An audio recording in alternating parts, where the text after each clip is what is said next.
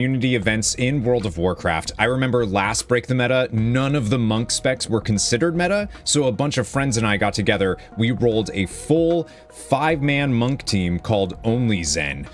It was amazing. Ha!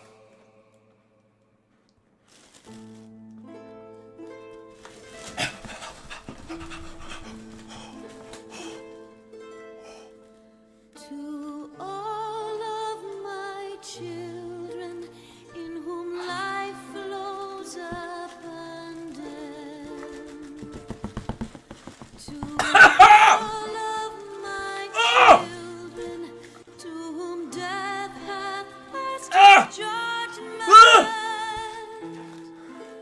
The soul yearns. The start of the season when this boss would use the tank buster after every single jump because it would calculate for if someone is in melee way too quickly. So it would just use the tank buster, the like no tank in range. This is technically a jacuzzi boss where the boss doesn't move and you need someone in melee range or she'll do some terrifying attack. And so at the start of the season, whenever she jumped, it would just cast the tank buster. So everyone would take so much damage. Yeah, I do remember that. That was good. Also, I like that are we calling these jacuzzi bosses? I haven't heard that before. That is the term I have heard. Is that it's a jacuzzi boss because they're in the jacuzzi. So like Wakecrest Manor, the big man that's eating all the food. The pig. Yeah, that's a jacuzzi boss. Maybe other people don't have a problem with it. I like this first room sucks. The healer's an affix. They just called me an affix. They just can you hear Discord? They just called me an affix. What the heck? Oh my god. Friends. Oh my god. Please are your treacherous Here, waters. what be a pirate's favorite cookie? Ships ahoy!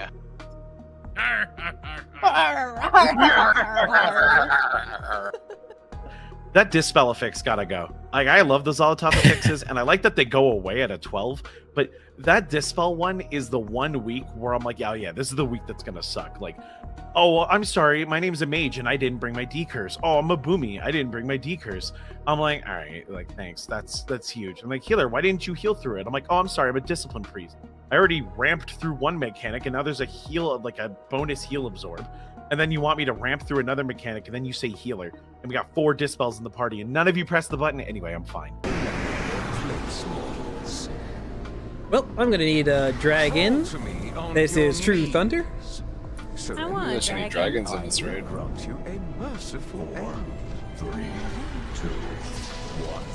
Oh my god, you pulled me out! Oh my god, you almost killed me! Blood Decay is just like, it's one of those tank specs, right? Where it's like you're really, really safe until the instant that you get one shot. You know what I mean? Like it's like, you know, the health is ping-ponging all the time. You have a lot of like very small defensives, and the whole goal is to not be one shot. But it's definitely, I know I'm stressed when I'm playing a Blood Decay in Mythic Plus. Just a constant state of stress, especially when you're perk procs like that.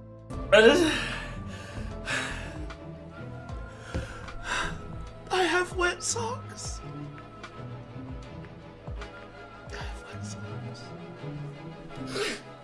Oh.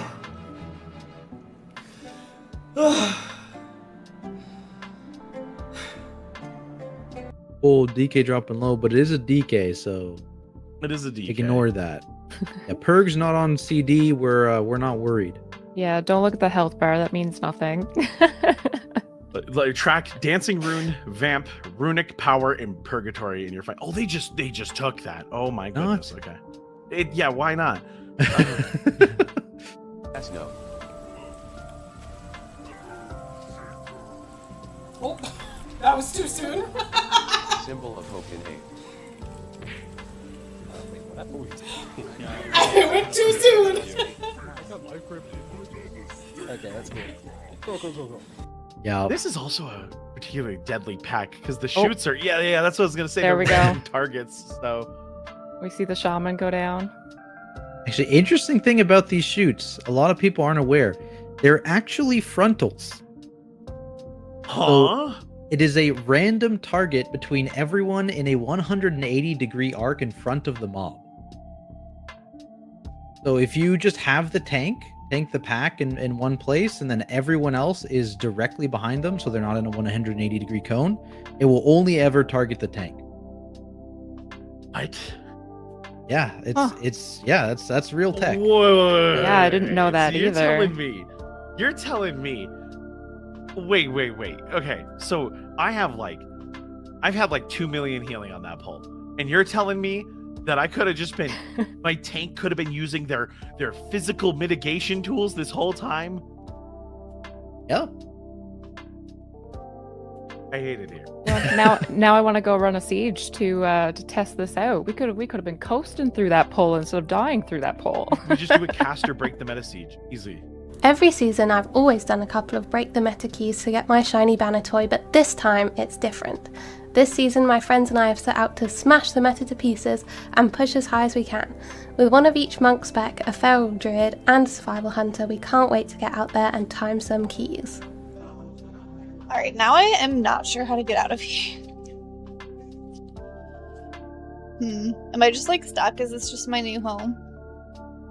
I'm chilling. Anyone know how to get out of this place? I feel like this is something I'm missing that's very obvious. Pick me up, I can get us out of here in a flash. Okay, well that's actually useful. Oh, dig? Do I just have to dig out? I'm stuck in this cave forever. This is not cash money right now. I know! I'm stuck in the cave. Oh my god. Is watching the DPS 1v1 each other. It's like in high keys, you just, whoever has cooldowns takes out the other person, goes up with the buff, and blows up the boss. But my favorite are the low keys, where it doesn't matter anymore. And like back in Shadowlands, where a 15 was equivalent to a 5 these days, and that was all you needed for the best vault gear. So in a 15, like watching your homies just decide they're gonna go fight each other in the 1v1. People just start rooting for random players. Like, we're in a boss fight. Like, what are you doing? I love it. The health pod and Healthstone commits during the duel too. It's like, guys, what are you doing? Please come back. You leg swept in the duel. Why? Yeah, I mean, if you have the parasol sim, you can just fly with an umbrella. Yeah, we're gonna do this. Oh fuck. I turned off I double tapped my burning rush right when I could just do this, he says. What did he do? Is this where we walk? Off and died. I'm too high. Oh no. How do I get out here? That's a clip, dude. Holy shit. Know. I just rolled off and thought it was. I guess you take the. 19%. They're destroying. Oh, not again. Hunter, stop it. No one was supposed to die. You were our last hope. Their damage is good though. This run is looking. Oh, They're cranking. pumping. It's so easy. Like we were saying, there was never any doubt. It's so easy. There's no way to wipe you. So it just kills you at the end of the cast. If you need to, just let yourself get sucked in it and take the portal and get out before the cast is done. Oh, why did I listen to? Why did I listen? I was fine. All right, so they're good to wipe at least twice. So we can't possibly cast or curse them enough that they will not time this game. What's crazy is no one's gonna die in this fight, and they're not gonna wipe. Yeah, because they're goated. Yeah, they're gonna do great. Oh yeah, this is. I mean, this is not like. Oh, I'm rooted with the. Oh, I'm a druid. Yeah. Look, I'm learning these mechanics. Yeah, it looks like they are gonna just sit on the battle res. They're just gonna kill it with who they have left because look, so they have what 9 minutes ish, a little over 9 minutes. Yeah. It's so close to dead that you want to save a battle res for a more dire situation. I think in that when something like that happens. What I love about Break the Meta is that it gives us a chance to showcase what lesser played specs can really do. A lot of the community thinks that only meta specs can do X level of key, and that's just simply not true. Any spec in the hands of a player that truly understands and is passionate about that spec can do amazing things. I love Break the Meta. So play some off meta specs, have some fun with some friends, and you can get some cool prizes. Or else. Or else. Don't participate, also. we'll find you. All of us.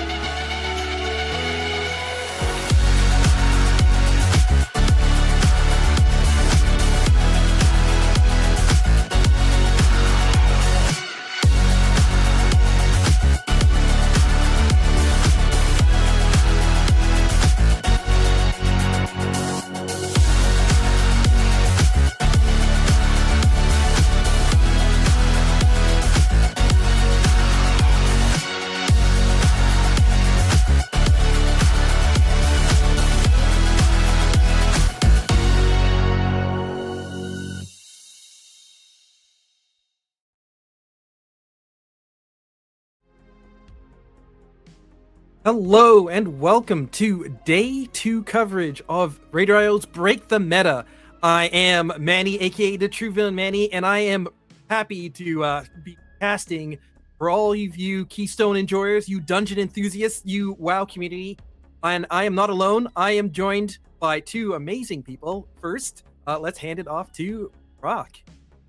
Hello, I am Broccolis. I'm super excited to be here. Super excited to see what crazy routes y'all come up with. So make sure that you are streaming today. If you're in a Break the Meta comp, include BTM in your stream title so that we can find you. You can be featured on the big screen, which is pretty darn cool. And also be aware we have tons and tons of prizes. Thank you, RaiderIO, for those prizes. One that I'm going to talk about is the leaderboard, which is if you are on an eligible spec, which there's 26 of them, and you get the highest score for your spec, you will get 60 days game time. That is a lot of game time. I don't know about you two, but I could certainly use 60 days game time.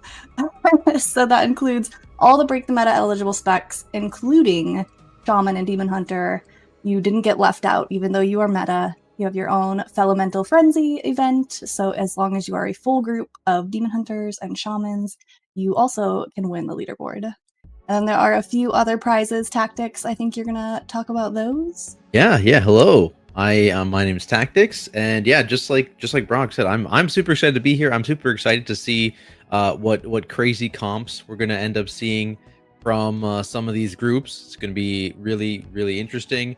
But yeah, even if you're not competing for that 60-day game time as the best of your spec, we actually have a prize available to everyone that participates in the prized banner of the Algari toy. And so you can earn that just by doing 2 +10 or higher runs with a fully eligible group. So whether you're doing the break the meta specific group or you're doing that Elemental Frenzy with shamans and demon hunters, either way, as long as you do 2 runs with a fully eligible group, you're going to be good to go and you're going to be able to earn that toy. And one of the ways to make sure that you're getting credit for all of that stuff, you actually have to have the RaiderIO desktop client, which you can install from the RaiderIO website, and it will automatically track all your runs and get those, enable live tracking. It's a checkbox, and you will get it pushed to the leaderboard right away, which is super cool. Thank you for that, Brock. And while you're over at RaiderIO, I would suggest that you check out their merch. They have some amazing Break the Meta exclusive merch, including t-shirts, tank tops. Might be a little hot for the hoodie, but they've got that as well. I have heard from multiple people now that this stuff is so comfortable. So I kind of need to check it out. That is available right now while the Break the Meta is going, and remember that is through till the next reset for all regions. So make sure you do check that out, and let's get right into some of these keys, I think. Yeah, and then we're going to be starting with one of those Elemental Frenzy ones we were talking about here with a very blue and purple group. We got a Resto Shaman, so pretty, an Ellie and an Enhance. So we got both flavors of DPS Shaman as well as a Havoc and Vengeance. So they just did one of each of the Elemental specs. That's cool. And it looks like, is this the pull before the console? Yeah, it is, right? Yeah. They're on their way to. Did they go here first? I wasn't paying attention to the start of the key. It does look like Hero is on cooldown. They probably used it on the first big pack. Yeah, and this is plus 16, so this is a pretty big key to start out our day out here. And yeah, they're heading to that dynamic duo first. It looks like doesn't look there's any boss dead on the left side of their screen, but I'm excited. I'm ready to see these shamans pump. Oh, they're implementing some nice tech here, snapping up the Crocolis. This is really nice because you can drag this onto the boss to give some extra cleave or funnel depending on the specs available. So I'm sure the shaman being able to spread flame shocks and stuff like that will be nice. Just gotta wait a little bit because they are snapping a lot of stuff here. Potentially unintentional now that I see there are snipers here. There's some casters. Can't understand the language. I'm not actually sure what mobs they pulled here, but typically you will snap these alligators right when you're pulling the boss. The alligators only do tank damage. It's a stacking debuff on the tank, reduces the healing they receive, and this duo boss doesn't do a lot of tank damage. It's very predictable, so it's not dangerous at all to snap them all up there. But yeah, I'm not sure what they accidentally pulled here in addition. There's a patrol of 3 snipers that actually goes right by the Crocolis there, so I'm guessing it's just an accidental social and they decided, you know what, let's just kill these guys instead of taking 3 random target shooters and casters on the boss. Randomly sniping someone that gets there's already a snipe on the boss, so from the little goblin girl. So yeah, dangerous pull, and on a 16 you really don't need to do anything super crazy, especially with their blaster DPS. Yeah, honestly, so it does look like with that pull, like being able to just hold them in place and be able to just sit comfortably in the healing rain, I think is just a way that you didn't see their health bars moving at all during that, even though it was more trash than they expected. I'm always afraid when you're dealing with like particular specs that you're just going to take way more damage, use up those cooldowns when you need them going into a boss fight. So it just seemed like the smart move there to handle it beforehand. Yeah, definitely. And healing rain, I play a Resto Druid main, so people standing in my F-low is super important, as well as standing in healing rain. It actually provides, they have a spell called Downpour that provides 10% additional health when they proc that spell to anyone standing in healing rain. So especially as you increase in key level and you start getting those scary one-shot mechanics, 10% health can make the difference. So stand in your healing rain. I don't know. They're all circles, and the new Blizzard animations make me scared of all circles. So I think I have to stay away from them. The edges are so foggy that it's not. See, the clear, crisp circle is how you know it's dangerous. Yeah, that new animation difference that you know if it's got a hard line to stay away from it, but it doesn't seem like they're fully consistent with it all the time. I would love if it just put out that outline just so the tanks don't run out of the earthquake, just so the tanks know exactly where they can like stand to like still be in that heal. Yeah, definitely. Ethel is the same way. It's like you're not looking for it. It's I guess a little hard to see, especially if you're a boomkin and you like to stand way out there. So you'll see when they get that dot on them, the dispel that explodes the bombs, it ticks for a large amount of damage. You saw there the shaman was a little late getting to the bomb and their health went below 50%. It's only a 16, but in a higher key that would have been pretty risky. Whereas if you're running a meta comp with a disc priest, you know, you could just shield whoever has that debuff. You have plenty of time and they can be a little lazier getting there. But yeah, the shaman did good to wait for them to reach the bomb before dispelling. Looks like someone did go down here. I missed what happened. Was it a charge? Yeah, it looks like they got clipped by one of the charges after being low health, and that is one of the downsides of this Elemental comp, is there is no natural battle res. So we did see someone get the engineering battle res there, but it did take a little bit, right? Because you have to get into range, you have to make sure you're not going to hit by other stuff, and you have to cast that You have to actual find res. them. Yeah, you have to find them. Yeah. So, but they managed to get it off. They're going to be able to finish this boss off with just the one death, it seems. Very nice, very clean. Everything was looking good prior to that moment. Again, they didn't get that trash pull they had wanted. Like we talked about, normally you want to pull the alligators into this boss fight to get that extra funnel damage, which DPS go crazy for. But they do clean this boss up very easily. And now let's see, how much on hero? 20 seconds?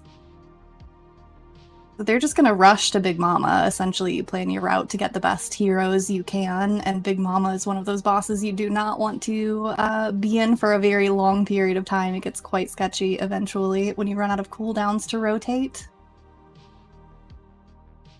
So I here feel they go. They've already... in terms of like this comp, you've got a lot of cooldowns for healing on the for the shaman, but the defensive cooldowns of your DPS shamans are kind of lacking. So it's a weird balance there where I'm not exactly sure how it's going to line up. You have the double darkness gamble, just hoping that it procs on the right people. You will either live or die. Used to be that you could use the Spirit Link Totem in combination with that to like supercharge Spirit Link Totem. I remember that. Oh my goodness, yeah. Thank goodness that's not a thing anymore. Really, I love that. They're... Why don't you like that? Of course you did. Well, you played shaman. So here they've got the big pull. It's pretty typical. There's not anything too scary about this pull. The trick shots can be a little spicy if they target the wrong person at the wrong time.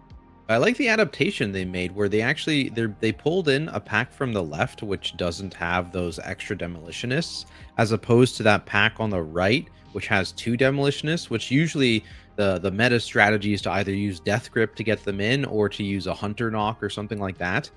But they obviously with this comp don't have it, and so instead of trying to mess around with grouping a pack without those tools, they actually just opted to pull a different pack into this pull instead, which I think is a good adaptation by them. Yeah, that's kind of what I'm most excited to see when you're running a meta comp. Well, and I guess this one they have Vengeance Demon Hunter, so you still have things like Sigil of Silence, but in Break the Meta in general, just seeing how people handle these big pulls without that AoE Sigil of Silence, without the AoE Solar Beam from your Boomkin, you have to pull differently. There's so many pulls with a bajillion casters that you can just handle and blow up because you have those AoE silences. It does look like they pulled some trash into Big Mama, which is pretty typical. I know some groups pull the 2-pack up by the stockpile, which I don't think they've done yet. Yeah, but with that Bloodlust, no matter what was with them, it's getting absolutely melted, except for that one sniper from the boss, which I think charged away from the boss. You can see how healthy that is when everything else is dead. A little bit unfortunate there, because that does mean that they're probably, their Lust is already out at this point, so they're not going to be able to get any bonus damage onto this burn. But still, they're going to get the boss pretty low here, already 72% before the burn even started. And now we're in that big damage burn here. During this, Big Mama takes 200% increased damage, so it's when, like Tactics mentioned, you really want Hero to still be up during that, but unfortunately they did have a bad bait. The little mecha, what are they, mecha robot thingies target a random player and charge, and a player was just out of position slightly, so it charged away, but that is okay. I don't think it will impact anything because they are just absolutely blasting the boss. Oh, I think a big part of it is just because you have the Elemental Shaman and just the sheer huge amount of AoE that the Elemental can bring, it helps a lot. But when you are in that burn phase and it's single target, that's going to hurt the Elemental Shaman that doesn't have that much single target. That's when you're really going to be depending on the other two DPS to sort of take full advantage of that damage amp. Absolutely. 200% is no joke. That's juicy on the DPS meters. And then, of course, you can't forget the healing. It's, 12 seconds of pulsing damage? That is also no joke. And they didn't spend anything, I don't think, on that first one. They have both darknesses up. I did not see a spirit link. That's good. I mean, they have a lot of tools for these remaining ones, which is probably, looking at the way things are going, they're going to get to. Oh no, the spirit link just barely missed. Oh. The Demon Hunter's body slightly on the side. That was so close. Do they have a BRS? Yeah, they got the jumper cables, which you have to be in engineering, and in this comp you need an engineer. That's I don't think you want to do a 16 with no BRS. That would scare me. Just play perfectly. It's so simple. Yeah, easy. I mean, those jumper cables really are mostly for our lone Demon Hunter DPS, because the rest of them can onk. Hopefully, that's true. The most efficient heal in the game, onk. Except it's like a half-hour cooldown. Yeah, that's alright. Don't die more than once. Looks like they are just, again, nuking the mechabots. There's actually a spot in this corner, now that they're in this corner, where if you are standing in that corner when the robots spawn, they will refrain from charging. They will suddenly become polite and stop charging your group, which makes it a little easier to keep them all grouped in AoE. Here's another darkness goes down, and you can see it is working to make some health bars not dip at certain pulses. It just has a chance to completely avoid the damage. You can see in the HPS details meter over there on the right, Frank's, I believe, just skyrocketed in his HPS because of that. The boss is going down here. They still need to get that stockpile box. They will probably not pull anything up there. Yeah, Demon Hunter just jumped up there, so they're going to get that box clicked on in that very small safe spot, and then there we go, on our way up. I have been in a group where we have forgotten to click boxes before, so kudos. Kudos they remembered. This is not fun to realize as you're waiting for Swamp Face to spawn. Where are the bombs? What's going on? Like, who was supposed to click that? One of the things that's scary for me as a healer in this dungeon is the back-to-back pulls. Like, this one is quite scary, especially if you don't kick the RPGG cast, which causes the giant orange circles to spawn, and you're trying to heal through this nasty healing absorb you see here from the Blood Warper. Having to move from those big orange circles is just impossible while blasting. But you just came from a boss where you also had to spend all your healing cooldowns, so sometimes in Pugs they add a mini trash pull before this, just to get those cooldowns back up, but it looks like the rest of Shaman is blasting! Ooh. I'm not gonna jinx it! They do have a darkness still. I'm surprised they didn't use it on that pulse, but they were not punished. Didn't need it. They're calculated. Never punished. Yeah, they knew. But that trash cut definitely scares me. But it is that moment where it's like, you didn't think you needed it until you actually needed it, and that was incredibly close there. You realize your health is at 1%, you're like, probably should have popped that. That's okay. The Demon Hunter with the darkness did pop blur though, so I will give them credit. They took care of their own life at least. This is another dungeon too. I'm thinking of like lock rocks, like how I would have loved to have a lock rock to slam there. This dungeon's so good for warlock skips. They were watching a group yesterday that the warlock just did so many cool warlock skips. Yeah, I mean, like warlock, that. Wait, go ahead. Warlock has a lot of cool stuff that is just, it hasn't been like a meta spec very often, I would say, like historically, but it's like, especially the non-demo specs, when you're actually allowed to like use your demon utility too, whereas Demo's kind of locked in a little bit to what Demo can use, but like a Destro lock, being able to like just swap around to like Imp Dispel is a really cool utility that we don't get to see very often. We actually did see it this season, I think, in the MDI a little bit, where they brought that Imp Dispel to specifically Cinder Brew, and we saw a lot of like lock gate value and then the Imp Dispel value in that place. But it's for Cinder Brew, that IPA dot, there's actually multiple bosses as tier Rookery as well as a good example, where 2 debuffs go out, and unless you're playing a Disc Priest or a Holy Priest, I suppose you can play that. You don't have a Mass Dispel, you don't have a way to remove 2 at once. So yeah, the Imp Dispel coming in clutch for sure. Here it looks like they're pulling crabs with the boss, which is pretty common. The only thing you really have to worry about with the crabs is that when they die, they do a stacking dot. Actually, we got divers. These are divers. They got the bombs. These are divers. Yeah. Okay. Which are equally scary, but only if you walk into one. This is another. Go ahead. I was just gonna ramble about healer stuff, so you go. Oh no, we're in a Canadian standoff here, and you're the American, so I'll let you go. Go ahead. This is just one of those bosses that is one of the more difficult bosses to heal in the entire season. This and Candle King from Dark Flame Cleft, and it's not a strength of discs. This and Candle King are not strengths for discs because our cooldowns are so long, 45-second rotation on your premonitions, that eventually you run out of stuff. Whereas a class like Resto Shaman with good throughput or Resto Druid, I'll prop them up because that's my main. They just have insane throughput that these bosses are a joke. It's like, LOL, it's just another trash mob. But on things like Disc, not fun to heal.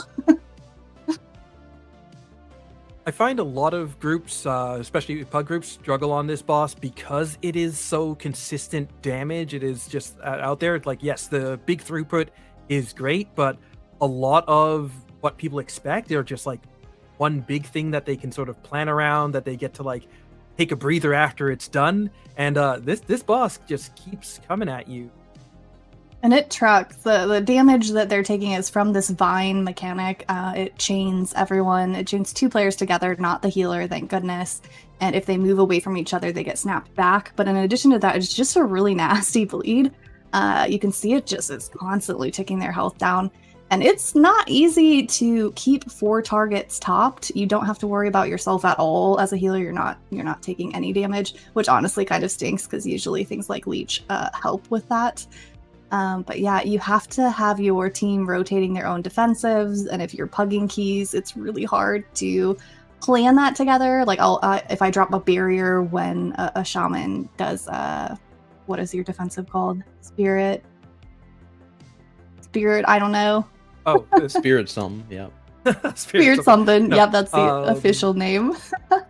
I keep thinking about Ancestral Guidance, which we've lost, but at this point, it's Astral Shift. It's Astral Shift. We are old and have no memory. Yeah, so if the healer pops their coolies and you pop your Astral Shift, then you're just doomed for what, like a minute? You don't have anything to top yourself up, and I've also used my DR, so the next time those vines come around, you are going down. It's just scary. Well, I'll learn the name of the shaman defensives when they add a shaman tank spec, I think. But like shamans aren't just on the one astral, which is the 90-second. We now have a totem, not amazing, but it is a shield that gets thrown on top. Can keep you somewhat healthy, especially when you're dealing with like this somewhat consistent rot damage. In a pinch, you can use an Earth Elemental for like a 5% DR. Oh, that's true. Yeah. But, or to make a tank saving play. Yeah, or love you tactics. Do you have thoughts on the value add of an Earth Elemental? I mean, it's always, honestly, I don't hate Earth Elemental. It does make my frames look weird, but it's also really funny when there's like a tank targeted frontal and there's an Earth Heli that gets dropped and that frontal just gets hit onto the entire group. That's good. Good. Or trees from a boomkin when they have the talent into that taunt. That always makes me panic when I'm tanking. When was the last time they actually ran that with a taunt? It's been such a long time. Yeah, not this season, but I mean, you could do it if you ever were planning some sort of cheese. I know Yeah. hunter pets can also do some cheeky things with a taunt, but and they skipped bubbles, right? They just shadow meld skipped bubbles, yeah. Yeah, just another example of back-to-back insane healing checks in this dungeon from Swamp Face straight into bubbles is horrifying as a healer. Like I don't have that many coolies, please, Blizzard. So skipping it always useful. Bubbles is the true face of terror this season. And I love it. This poll can get a little spicy. Some groups do opt to skip it. You just need a threat reduction and to hug the right side. I have seen many a pug fail that skip though, Yeah. because you do have to hug very tightly. So nothing wrong with pulling it. Lets the healer show off a bit. Yeah, it's also like pretty good count if you add all the mobs that they added Yeah. into it. Like overall, it's a pretty good pull. They are set up here to do this last double jump starter pull though, that's the real healer flex pull right here. That's very true. This is often skipped as well. Like they skip bubbles. This is usually the other thing that people very commonly skip Yeah. because it's just two big beefy mobs that put out a ton of damage. But we are And full you're- steam ahead here. You're going from the last pack with the AoE to this pack with a double AoE into the boss that starts with their AoE. It's just a lot. As Disc Priest, I'm like, man, I used all my coolies, team. Please help me out. Please stop pulling things. Please, can we just skip? I mean, with like over 7 minutes to go, with 96% here, they definitely needed to do this. I wouldn't want them to have to run back after a Oh, boss. absolutely not, They tried yeah. to skip this. Yeah. Yeah, it's just, I'm sure they planned this as their route, and on a 16, why not? Like I said, let the healer flex a bit. And they did a good job here focusing one down to have that damage intake and just make the healer's life a little easier on the back half of this pull. Yeah, I hate that in Workshop, the two spider Yeah. mobs that are very similar. When I just see their health going down the exact same pace, I'm like, oh boy, it's a 16. I'm at like 6 mil HPS. Like, all right, this is gonna get spicy. Big bloodlust popped here as well. And yeah, they got just under 7 minutes. They've got plenty of times. With a bloodlust is probably like a sub 3-minute boss, already look down to 75% health. So assuming nothing laughing. catastrophic happens, which of course it would never happen after we talked Never. about it. Of course not. Yeah, we're This fight safe. is always interesting to heal for me because it's either horrible or just very easy. Like it feels very simple until it's not, until you run out of defensives. The damage pattern is just that AoE that we saw, and then it's followed up by 2 debuffs going out. You don't know who they're going out on, so it's kind of hard to ramp. But they do, as you get into the higher key level, they do need something to stay alive, be that an external, which unfortunately Resto Shaman does not have one to provide them, or a personal defensive, a health pot, things like that. You just kind of have to rotate through your kit to get through it. And here's that other AoE that the Demon Hunter getting blasted again. I don't know if he got stunned or... I believe they got Off-screen, the last dot right at the end of the phase. Yeah, it's definitely very spooky if you have that dot with that overlap. Like you saw how low they dipped. It's a lot of damage intake.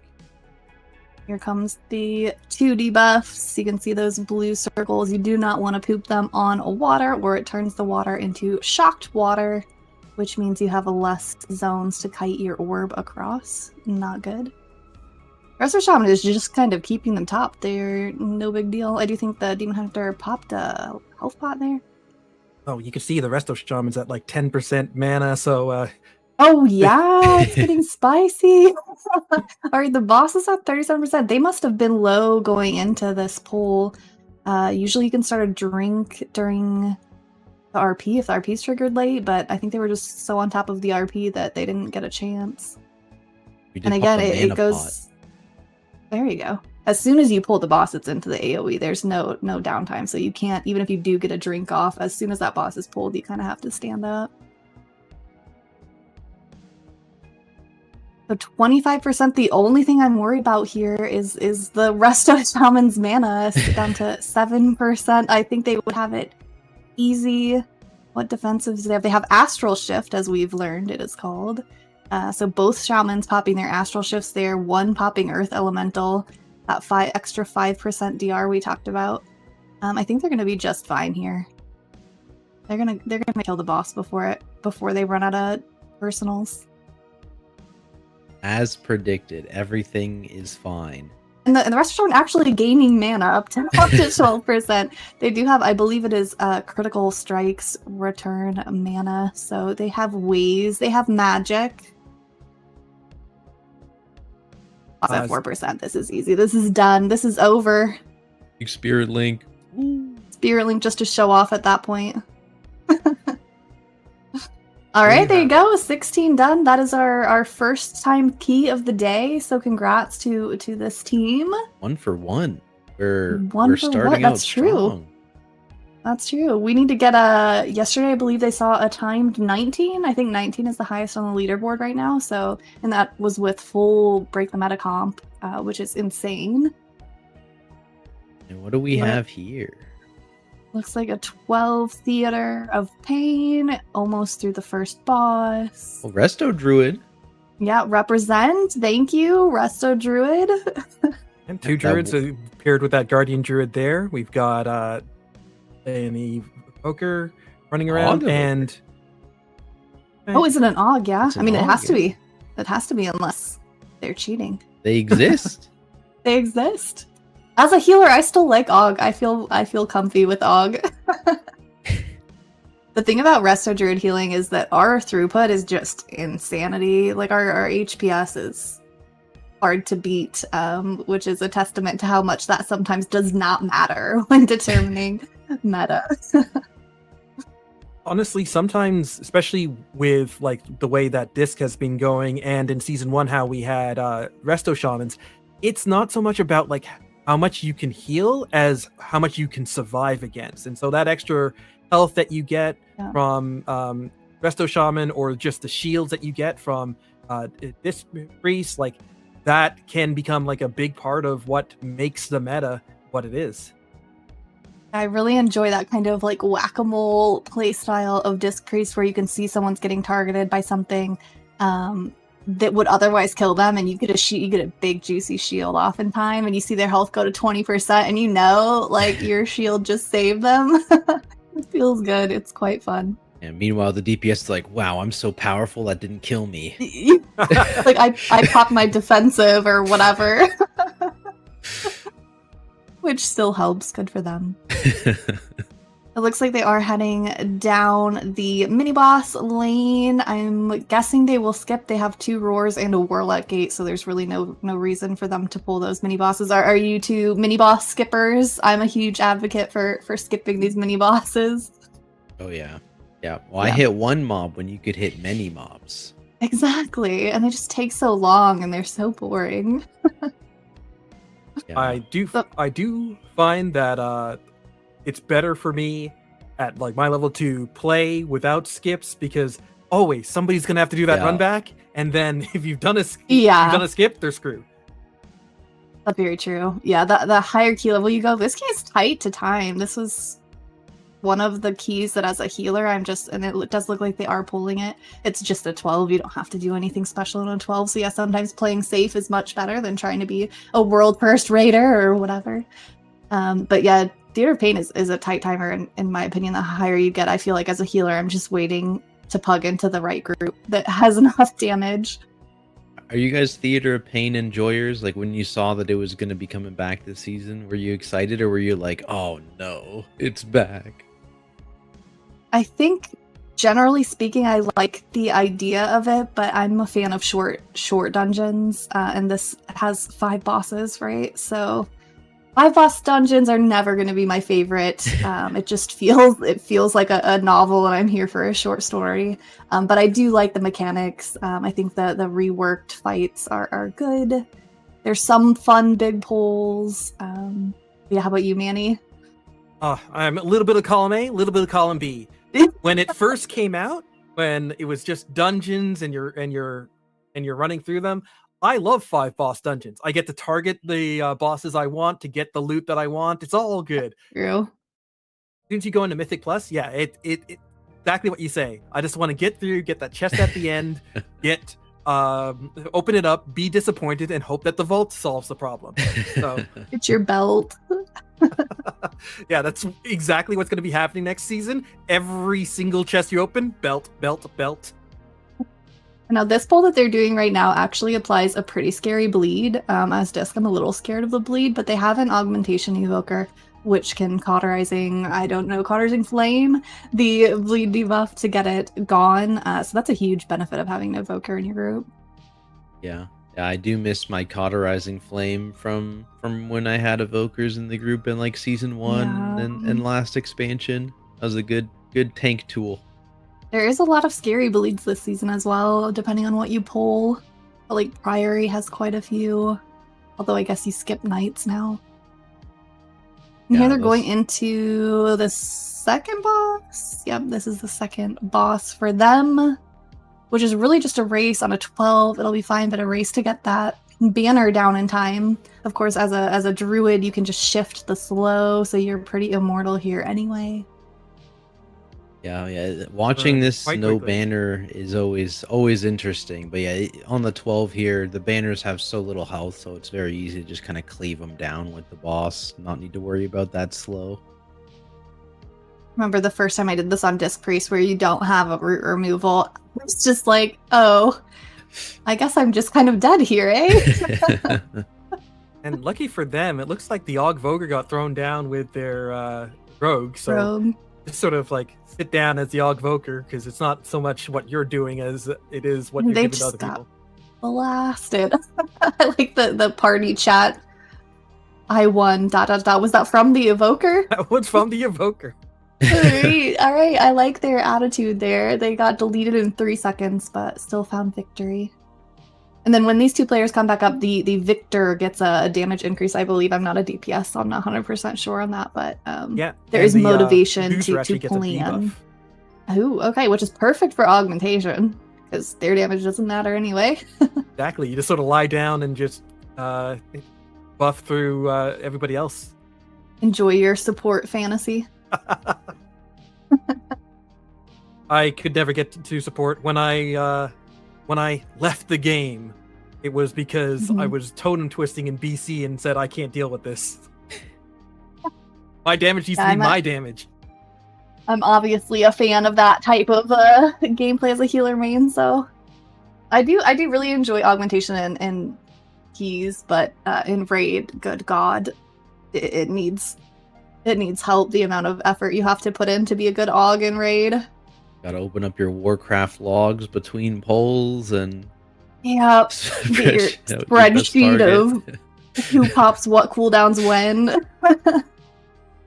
It's good. Yeah, it feels like that's so much the game for Mythic Plus, that kind of coordination. Less so for Raid, of course, but like just based on what you're bringing. Do you have a class that's got a bunch of 3 minutes? Like that's when you should be trying to chart your pull so that like the big pulls are falling in the cooldown lineup. So augmentation sort of naturally feeds into that. Also has a lot of CC with things like a pressing roar that enhances the CC of your fellow mates. They have knockbacks, knockups, stuns. They're definitely filling that support role. And when you're in a non-meta class, like I already mentioned, you don't have that Solar Beam AoE silence, you don't have Sigil of Silence.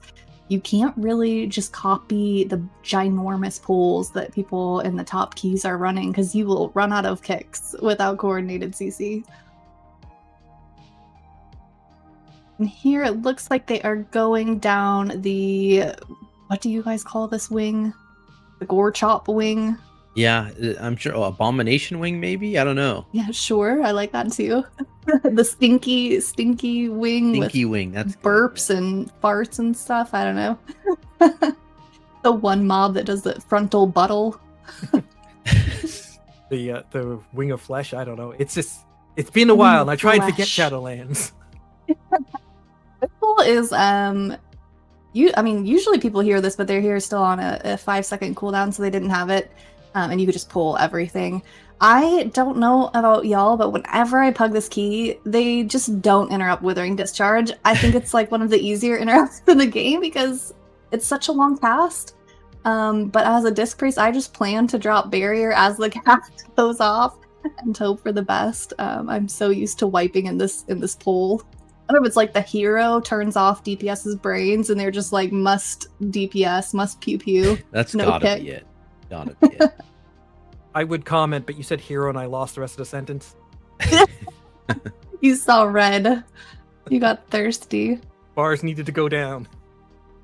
And here you can see them swiveling their camera left and right because you want to skip pulling the rancid gas bags. I think there's some meld tech, like tactics you probably know. The tank can pull and meld it. Maybe not. Maybe as Yeah, if it's like a really bad pat, kind of like this, honestly, where the tank could have just ran through and everyone else could have walked out. Very similar to like the meld skip at the end of like Motherload, for example, or some of the common ones like Bubbles, even, right?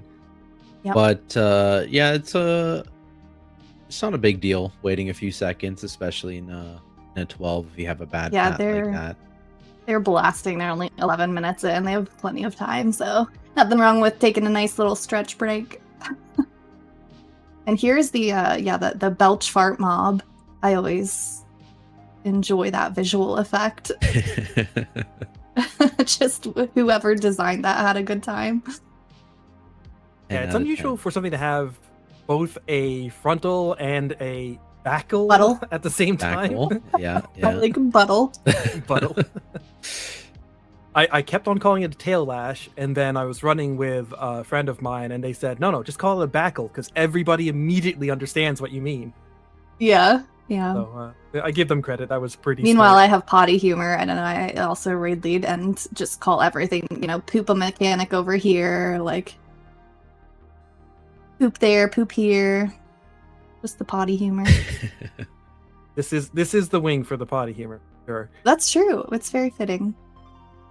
Usually you pull these 2 packs into the boss because they're quite boring, and yeah, they are going to do that, especially on a 12. It gives you more things to funnel. And they're just frankly not that scary unless you're a tank. I gotta Guardian feel Druid something. kinda sleeper OP. Have you played much Guardian this season, Tactics? This season, not a ton. I actually was playing Feral this season on my Druid for the first time. Oh, fun. So, yeah, that was an interesting experience. But yeah, I They played. started so strong, this Feral didn't I thought did, it was yeah. going to be a Feral season, and then just it always goes to Boomkin. Yeah, honestly, yeah, they're still so strong. Like their damage output is like Yeah, it's very insane. competitive. Like we're seeing it kind of appear a lot in the physical comps Yes. on the top end. Obviously, not the true meta comp, if that's what we're going to call it, is a more caster based comp. But the phys comps, Feral is definitely excelling. So it's still a very, very competitive DPS spec. And yeah, I had a good time on it because it's still one of those specs that is all like snapshotting is a thing still. It's like with the only lead. snapshotting spec in the game, I think. Yeah, I it's tried to so learn Feral. interesting. I'm not gonna lie to you, that's complicated. Like tracking that many dots I can handle, but on top of like the snapshotting min-maxing. And if I play something, like I want to play it Yeah. as good as possible. So if I couldn't min-max, I was like going to get sick of playing it. Yeah, I had to like rework how I was displaying stuff on my UI like 2 or 3 times before I figured something out that kind of worked for me. And even then, it wasn't like perfect. I was still definitely making mistakes, but I had a good time playing Feral. But yeah, Guardian is another spec that I historically have played a lot, and it's definitely like it's very stable. It's very the damage intake is like quite predictable. They're pretty generically good at handling everything, which is nice.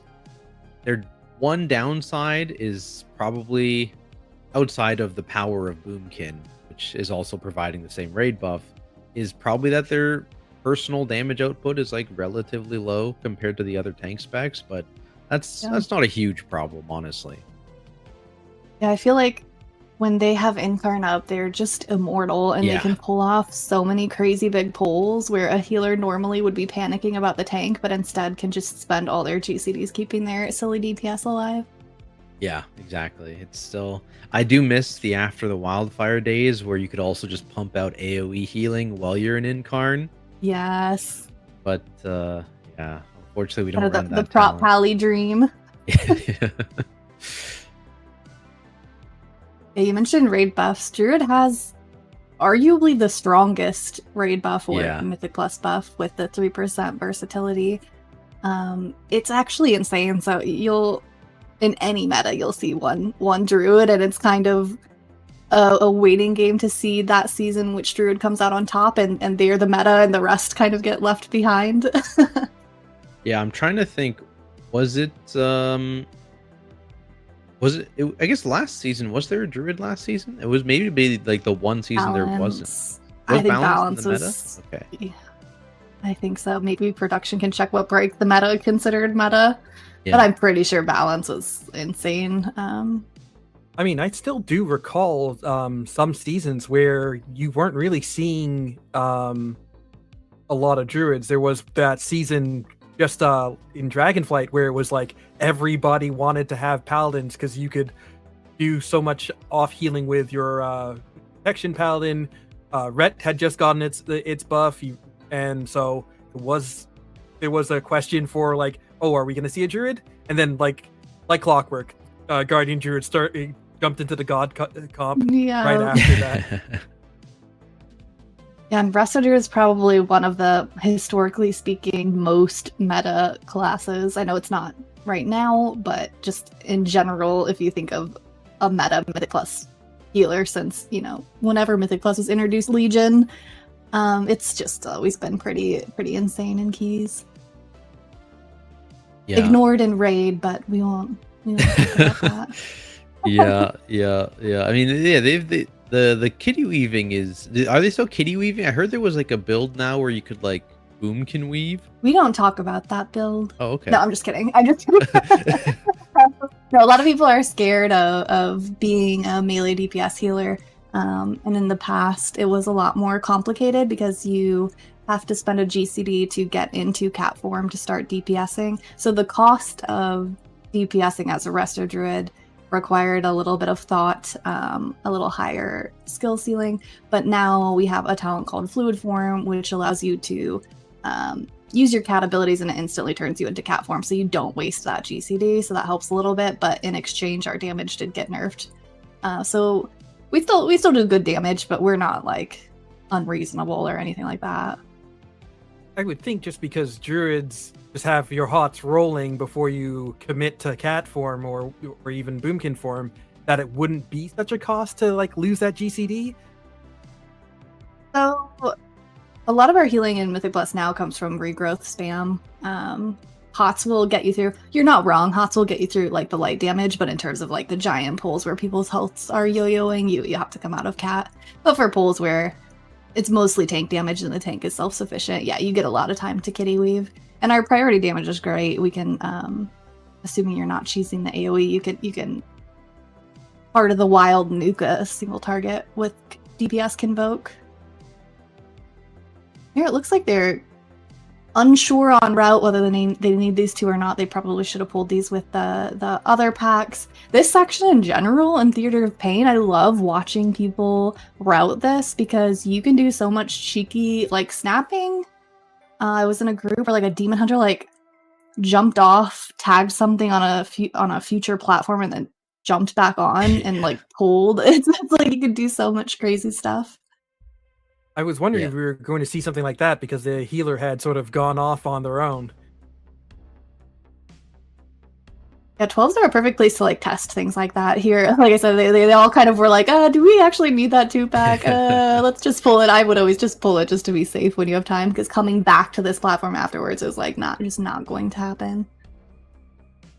Here they have the two bone mages, which cast Bone Spear. You can also see it has a big shield on it, which is something nice about Disc Priest or Holy Priest. You can mass dispel. Other specs, of course, can also purge it. You get rid of that shield and let them die a little quicker, so you don't have to worry about the interrupts. I gotta ask what specs would be around to purge if you've got demon hunters and shamans not in the break the meta competition in their own. That's a little good elemental. question. I'm not sure what else can purge. I'm a healer main, so I think the Warlock can purge and Hunter can purge. Yeah, that's true, Hunter. Yeah, the Warlock purge is again one of those pet things that we were talking about. I think it's on the Fell Hunter, which is the one that's out right now for this Warlock. Whereas like the Imp is the Dispel, and I think Succubus is a CC, if I remember right. I actually don't remember totally, but so you're gonna consume magic to get rid of it with the Did you see that evoker just standing in the frontal? I was like very worried for their life for a second. I remember when this dungeon originally came out, this frontal visual was not in the game, so you just kind of had to hopefully identify where the tornado was going. So we have a lot of funny clips of people getting flown off. Speaking of the new visuals, though, I'm a big fan. Like these new circles, the new frontals. Yes, I'm so glad. So good. I am interested to see, because obviously we're going to get some Shadowlands dungeons in Halls of Atonement and Tazavesz returning next season. I am interested in seeing how those get revamped. Yes. Both obviously the abilities themselves, because there are going to be some changes, but also like the visual clarity of some of those mechanics. And actually Arakara and Dawnbreaker too, right? Because I don't believe they had the updated visuals at that point in season 1. Yeah, I think you're right. And they are for sure. They've already said they're going to update those 2 dungeons. So yeah, I'm excited to see the changes as well. It looks like they are pulling what is the 4th boss. Second so they're last, almost second to last. They're almost through the dungeon. This boss is pretty simple. I'm not actually sure I would ever be scared of this boss. The 2 debuffs. Okay, I definitely just jinxed it. That was my bad there. I take it back. This is a very hard boss. I'm not actually sure what happened there. The Augmentation Evoker did have the Well of Darkness, which is the debuff that goes out on 2 players. They get a circle around them and pulse AoE damage. And it does do a lot of damage. I'm not going to lie to you. It's scary, but generally it happens so infrequently that your healer or you as an individual have a defensive that you can pop or a health pot. You can see it ticking down. The rest of it is ticking down quite heavily there. But outside of that damage, there's just nothing, assuming you get the necrotic bolt kicks and dodge the orbs. Yeah, I don't even think it's scary to tank, yeah? Even the tank hit, just kind of eat it without a defensive, it feels like, and not much happens, honestly. It's like, it's really like the only thing I think that can kill you on this boss fight, outside of just not healing, is the orbs. Yeah, accidentally standing in one. And I have dipped my toe in one and survived, so even that is not a one-shot if you oopsie health bot right away. And then of course, you can see they stacked to drop the ads that then fixate towards the boss. If those get into the boss, they can be CC'd, but if those hit the boss, that's pretty much a doomed wipe. And a little known trick, you don't actually, the ads will always poop at the edge of the arena regardless of where you are standing, so melee can continue hitting the boss, staying up by the boss, and it won't spawn the ad right there, it'll spawn it behind them on the edge of the platform. What a change this boss has had since Shadowlands. Thank goodness. Yeah, exactly. That's what I was saying. If you guys remember, it was like a double dot fight where yeah, basically you had to assign major defensives or immunities to whoever wasn't getting dispelled. It was one of those fights very similar to like Seizure Borealis last season. Like stand and hands that gripped you or something? Yeah, you had to make sure you hit them. If you didn't hit it, your spirit would just like sprint around the room in a circle and you'd have to try and catch it. Yeah, and I like this version better. It's also much less punishing, which is nice. Was it a 16 theater that I did? I did a 16 theater, or it was a 15, something up there. The tank disconnected. Literally just we see him disconnect. He comes back and like nothing has gone wrong. Like his health has been fine the whole time. Like that's how not challenging it can be. It was kind of hilarious. We were just like, oh no, like this is doomed. We were doing so well, but nope, he got back in and everything was fine. And maintained threat. That is that's amazing. Yeah, if no one's in melee range, also it will the boss will AoE. So luckily he DC'd in melee range. Just insane. And here you can see they are pulling the last trash pack that will get them above 100%. It actually looks like they're like 1.5% over. But as soon as they usually you kill the 2 casters and then pull the big boy in, which it looks like they're doing. That's likely And of the course, debate on- they were having on the way to the last boss on that platform. Do we need these to actually make it? What was that? That's probably the debate that they were having on the last platform. Yeah, do we need this or not? I don't remember how much percent those 2 bone mages were either. I think it was probably closer to 2%, so we'll just say they needed it. This boss is also a little scary. Like, I've gotten to this boss with plenty of time to spare, and we can just, and like every beer is available, and we just eat through every single beer that we have left. Yeah, there's just some nasty combos, right? Like, it's Yeah. like, especially in the second phase, below 50%, when you have the frontal, you have the circles on the ground, you have maybe these guys charging across the arena. That's just so easy to run out of space or accidentally get bounced off the edge of the arena into something bad, and everything is like a Yeah. one shot, it feels like. Yeah, like one mechanic at a time is plenty easy, but then toss them all at the same time and you just panic. My trick for the frontal is to use her butt, like use her tail. Don't look at her head. It's just like hard to spot sometimes, but the tail is just way more obvious to me. I just stand on her tail. I think it's obviously like when you have the, okay, I need to avoid the beam, and then just so happens that that's the lane where you had the charger Yeah. come through. That's the It's always the charger and the beam combo for me. It's always that combo. Nothing else will get me except for that. And we'll actually see it soon. Unless they might just burn before they get a nasty combo. We'll see. Here's the charges, but there's nothing. Oh, there is the frontal. Oh, that was really lucky, because if the beam had spun the other way, they were gonna have to make a decision there which one they wanted to get hit by. Sometimes it's just a skill thing, honestly. They I'm outskilled surprised the that beam there wasn't, direction. like, a circle sort of drop just for the emergency escape. Yeah. I love the emergency like warlock gate. That charge. Okay, I think I just jinxed it again, because I was about to say that charge was really easy. Just the combination, the way the frontal was facing, the butt was very safe from the charges. But I'm pretty sure 2 of them got hit anyway, or maybe I imagined that on their health bars. But it does The look like Warlock's they're. health dip there, so I don't think you're wrong. It looks like we got some score from that, so congratulations. Yeah, every drip of IO is worth it, in my opinion, even if it's 1. Looks like that is our second timed key of the day, so congrats. 2 for 2. 2 for 2, yeah, we haven't seen a single. I think we're just good luck. So if anyone's doing like a really high key and you need some extra oomph, we will let us know in chat and we'll maybe feature you. Let's see if you cast a curse, the next one that's coming up right now. Oh Yeah, no. sorry, whoever we are about to Preemptively sorry. jinx. It looks like we're gonna have a Dark Flame Cleft coming up. Not sure on the key level yet. Okay, 16. 16. Dark Flame Clap. And they're shouting out to the casters, after you did this, how could you? Hey, look. I'm sorry.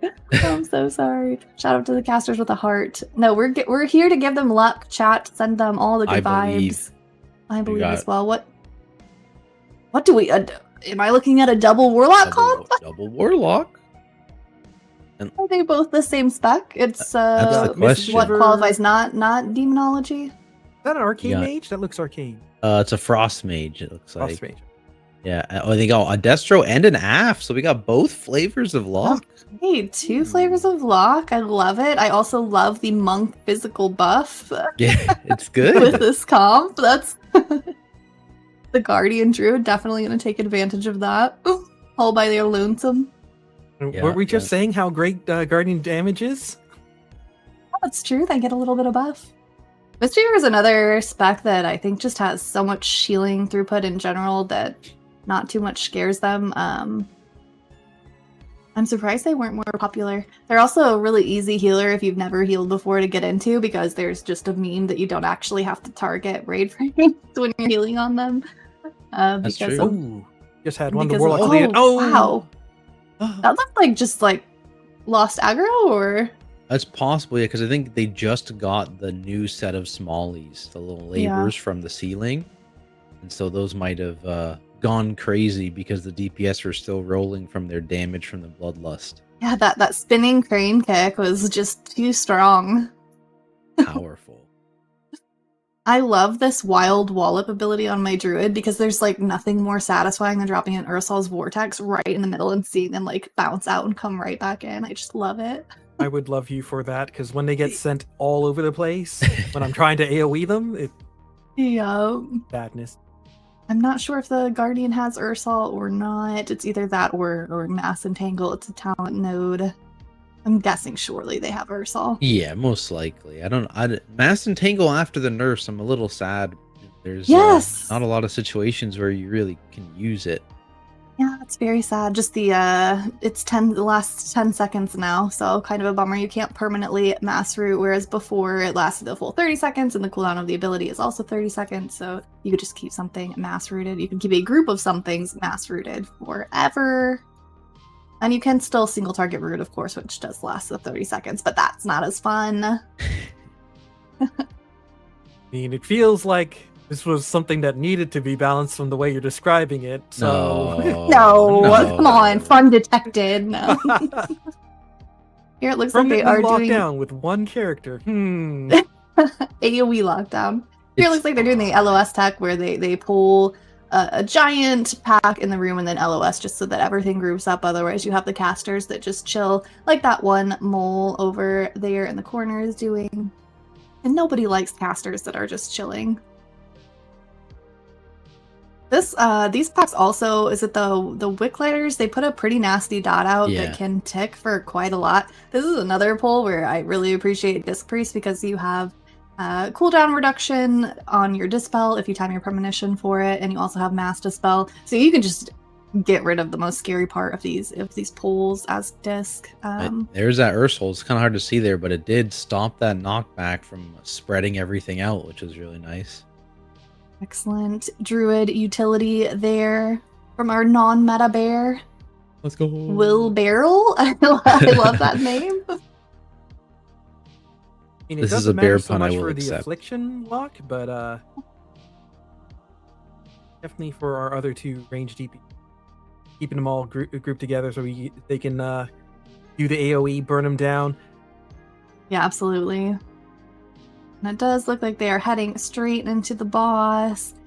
The monk, you could just see their mana bar like skyrocketing right now. I don't know if anyone else was looking, but they have Mana Tea, which they can just channel and get all of their mana back. So if you are ever like a tank and you're worried about your healer's mana, just don't worry about it with the Mistweaver. They have the secret sauce in their Mana Tea. You're those Here you big can- mine cards, and that's what we're really worried about on this boss is like, are we going to have enough damage to actually get all these mine cards killed? That first one was not a problem, not even remotely a problem. I do wonder what their damage cooldown situation is, because once the key level starts getting to what is now 16, 17, right, it's usually you need some sort of damage from one of your DPSers to make sure that you actually have enough to kill those mine carts in time. Here's the second mine cart. A little late running over to it. This one's going to be close, I think. 50%. Yeah, you can see that the cast bar going up at about the same speed the health is going down. It's okay. They had something that deleted it at 8%. I think that might have been a touch of death. Easy. That is, you are probably correct. Yeah, yeah. Normally with like an arcane mage, they're very bursty, right? So, instead of that or fire, you have frost here, which I think is more consistent damage and less bursty. So. This is also a fight where it's easy to pad on the laborers, but they don't actually do that much, so you really shouldn't pad on them. You can also kill them with a bunch of the mechanics, such as the cart running across the tracks. We'll just one-shot them, as you can see. It bonked a few. No, but you So see, yeah, I need to press my AoE button for funnel. Yes, I need to be at the top of the meters. It's important. But guys, it It's is funnel, actually I a thing. promise. I'm a shaman. There is a lot of actual funnel classes. Disclaimer that it's useful. Here they're close again, but they are just deleting that last 7%, so they just are putting on a show for us, I think, at this point. Maybe like a big ice lance or something hidden at the end. Not sure. Yeah, but... there you go. No, It was definitely- Affliction has execute damage, I think, right? I could be making that up. You know, Good I'm sure spawn. someone will correct you if you are, but I'll just agree with you. This one's going down way faster. You can see that they switched. Yeah. Yeah, you And can see And the it difference spawned there right next to them as well. They didn't have Yeah. to move. Yeah. between like a good lucky RNG spawn and like an across the room spawn. So you get that immediate, like the Frost already had their Blizzard down and Yeah. their Frozen Orb down on the thing immediately.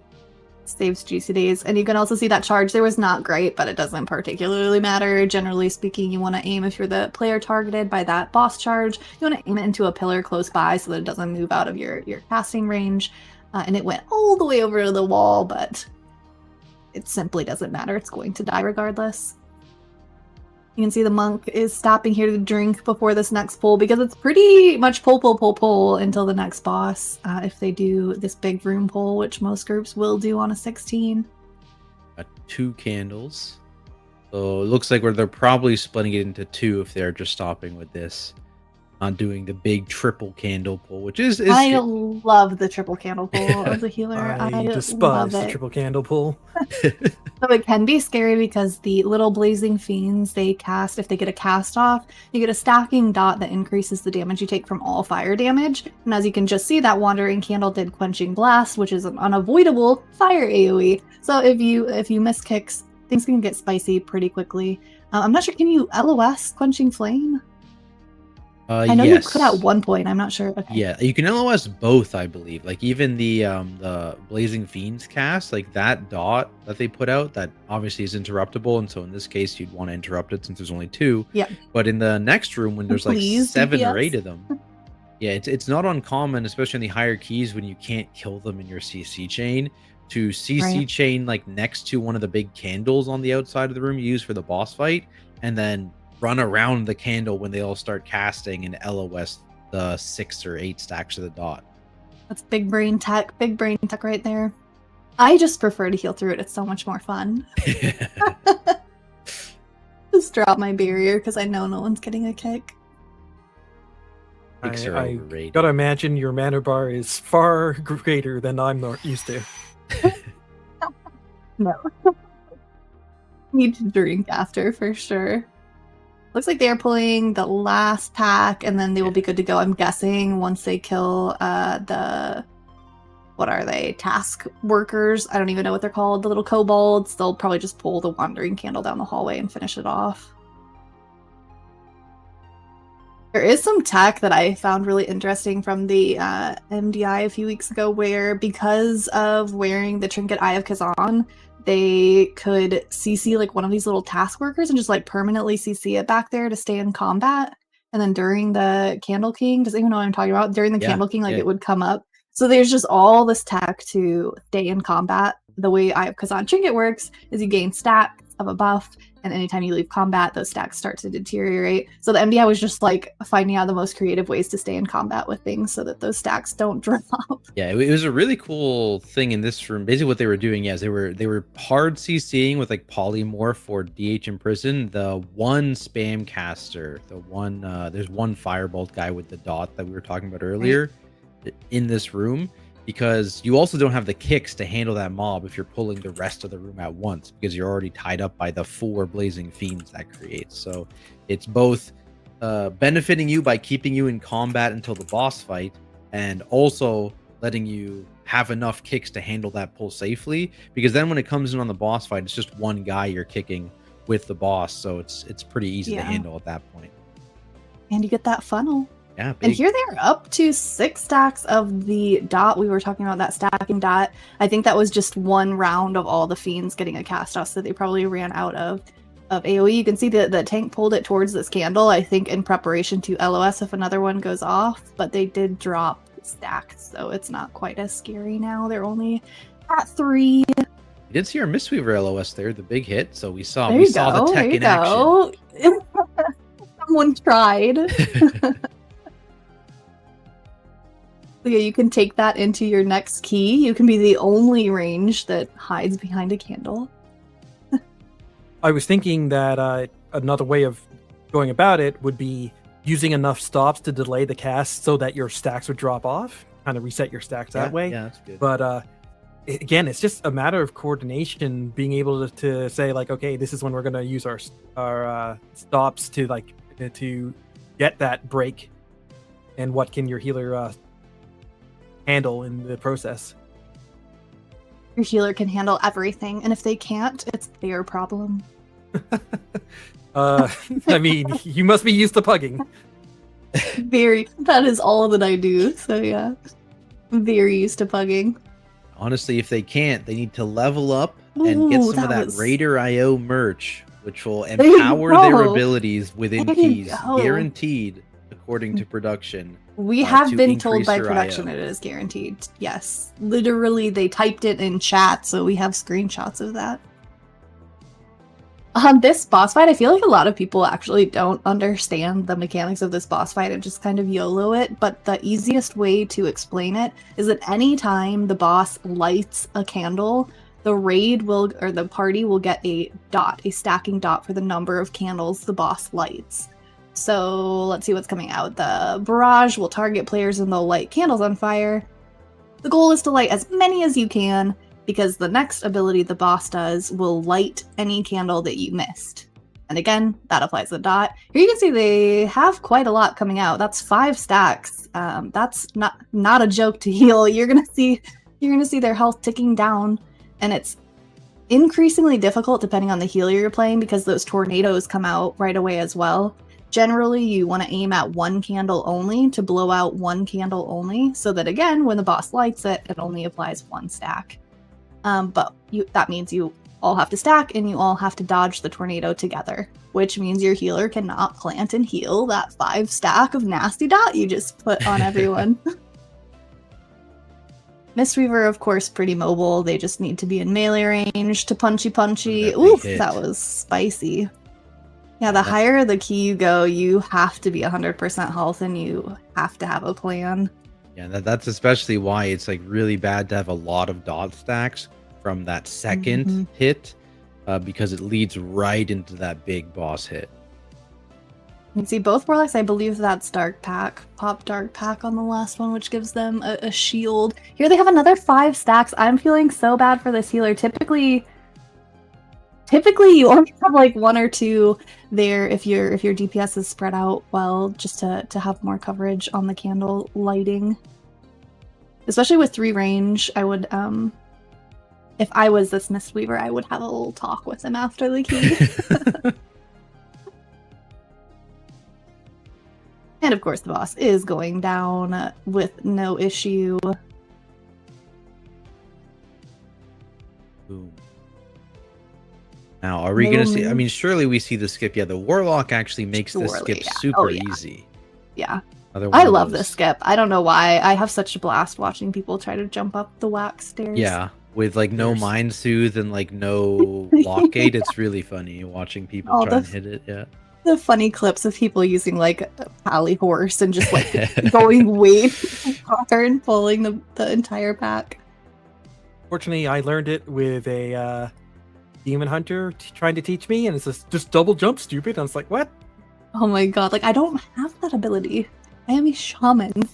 I was saved by a priest who gripped me up, and then I had to learn it the next bowl. The funny thing is, so as a priest, yeah, like I already mentioned, you could just mind soothe the whole pack, and then I always toss in a fade there just to make sure that I have the double protection as I just walk up the stairs. I originally didn't know I could do that because it's my ult, right? So I don't know some of the tricks that smarter disc priests know. So I learned the wax jump. People probably thought it was crazy. Like, what are you doing? Just mind soothe the pack. And here, this boss fight is, I think this is the scariest boss to heal for me personally, especially as disc, where if you're out of cooldowns, which does happen, you have no healing as disc. Like you're healing outside of, is that arrow on a, okay, I didn't look at that arrow was on a statue. Oh yeah, I guess there was one like right under the boss, it seemed like. Okay, hidden. Yeah, it's definitely a scary boss thing. We're seeing some people starting to like, I think like, remember the Cersei's ring, they were putting in like all the healing gems to help their healer out on this boss. I wonder if people have experimented with the belt and running the healing belt ability on this boss fight just to make it a little easier. I sure hope so. Yeah, the damage check in this dungeon is not really difficult or getting past this boss. Yeah, the timer's so free. This is just another dungeon where like you save all your BRSs for this boss and you hope that you get through it. Because you can just see the frequency. Look at their health bars. They're just constantly being ticked. And then every time those purple circles come out, which you have to clear the statues are what is doing the pulsing damage. Sometimes like that mage is back there. Sometimes you have to step in the wax in order to hit the statue, which adds additional damage. Not only that, but when that circle explodes, you get a giant healing absorb. Yeah. So as if there wasn't enough to do already for your poor healer, they're having to heal off that absorb to actually get your health bar topped. And Disc just does not have enough. We don't have enough cooldowns to get through it, and our throughput is horrendous outside of cooldowns. Probably one of the worst in the game. Whereas on my Resto Druid, like this boss is not scary at all. I could just blast forever and have a great time. I find this boss is a lot of space management. You just don't want to like lock off your route around there. You want to make sure you're using the one removal to get something that's like straggling out there so the circles can be used more effectively. Because as soon as you get rid of the first wave, it's almost immediate that the next wave comes out. And the more you can restack between statue drops, the better. Because like here you can see some are getting pushed back into the wax. If I get this arrow as a healer and I have to go for one of the far ones, especially as Disc, it's just like over. Like if I'm being forced to move really far to try and save the day with the statue break, I just get behind in the healing, and as soon as you're behind, it's rough. It's a very fun fight to heal though. There's been fights like this before too, where it's just constant ticking damage, but those fights are always kind of easy because generally the healer can just stand still and turret, so it looks like you're doing a ton of healing, but it's very predictable and easy and you just blast. But this one is like quite a lot of movement and moving in and out, so. Yeah, very reminiscent of Halls of Infusion, that third boss. Yeah. But that boss was not like actually scary. Like it just felt easier to heal because it was more like do your rotation right and you win. Yeah, I mean, it had some movement too, right, with the rings and the having to LOS, but it was, this definitely seems a lot more chaotic because the healing absorb too doesn't help, right? Yeah. Like, whereas like was it Kajin? I don't remember actually, but whatever that boss's name was, it was just raw damage, right? Just all damage coming out. Yep. Oh, that a lot of people also don't have them. Right, when they were leaving there, I saw that Fell Hunter come down. I was terrified for a second there. So this mine cart path, you can actually do this in one giant pull if you know what you're doing, which typically involves the tank and the healer running out to grab a candle. If you have the candle debuff for 30 seconds, you can cast in the darkness. Whereas if you don't have the healer debuff or the candle debuff, you can't cast anything. So the goal here is that your tank and healer go out ahead while your DPS stay on the cart to move it forward. And they just pull everything by themselves and the cart like zooms along. It's lovely when you can make it happen. Yeah, and then we saw the MDI strat was they pulled the entire hallway here and ran to the end where there was like an infinite supply of candles on where you actually end this event and end up mounting the mine cart. And that was interesting to see as well. And then Hunter Flare, I believe, counts as a candle for both this and the last boss. So that's some interesting tech. If you're a survival hunter in the Break the Meta eligibility list, you can take advantage of that. And here it looks like they are trying to, like the tank is going out, the healer's staying with the cart. Yeah, they're doing a more normal thing where it's like kind of split into 3 pulls almost. Yeah. Which is safe, and they have plenty of time. 10 minutes is plenty of time to kill the last boss. Their routing is really good as well, so they're not going to have to pull too many of the corridor creepers here at the end. There's also 2 sleeping creepers, which don't actually apply the scary dot. So if they pull those 2, they give the same amount of percentage as the scary creepers, and you could even pull those 2 into the boss, like no issue. Again, not required on a 16, but DPS do love their funnel. Even when they don't have any. Even when they don't have any.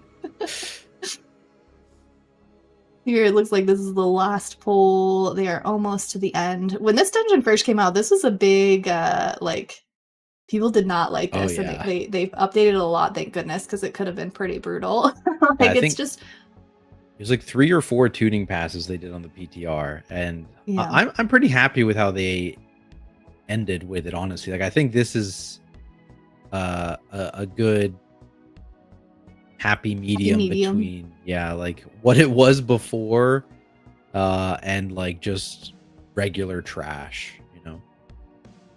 Yeah, back when the dot that was applied was not dispellable, that was Yes. insane. I'm sure you are very familiar as a tank. Oh yes, oh yes. And there was, of course, people didn't realize that if you tank the corridor creeper by dead bodies of its friends, it gets an insane buff. So that didn't help either until people figured that out. But yeah, that dot not being dispellable is pretty wild, even knowing the tech. Now, of course, it's dispellable, so you just rotate your dispels. It's not a big deal. And here they are finishing the last corridor creeper, and they will have to do the mini game. Are you guys minigame participators? Do you chuck the dynamite like your life depends on it, or are you the one that AFKs? I'm not. Right, but I have yet to feel like it actually does something. That's upsetting me. I think it does something up to like a certain health percentage, and then it doesn't do anything, and you don't actually have to chuck that many. Like the threshold is very low. At least that's what I was told. But I care about being on top. Like you can see the hit tracker in the upper left of the UI below details. I care about being at the top of that list. Like if I'm not at the top, I would be very disappointed in myself. We might as well just reset the key because. Yeah, it's good. I'm not an AFKer, but like if as soon as I hit 10, I'm done. You're good. We're Yeah. good. Yeah, my numbers. You've double contributed. digits. You've Meanwhile- contributed enough. No one will say anything. Yeah. Meanwhile, I'm pretty sure my mage 100% of the time just does not show up on the list at all. So it's good. I've heard, okay, so like the highest you can get to, I think is like 20 or 21. I can't remember. But I've heard in order to get that high, you need to have one person AFK. And there you can see the monk Libin is like moused over that he was that they were the high score. So shout out. Yeah, we see you throwing that dynamite. But yeah, I think the highest is like 20 or 21 if someone AFKs. And you have to like time it perfectly. And I care, man. I have to min-max that.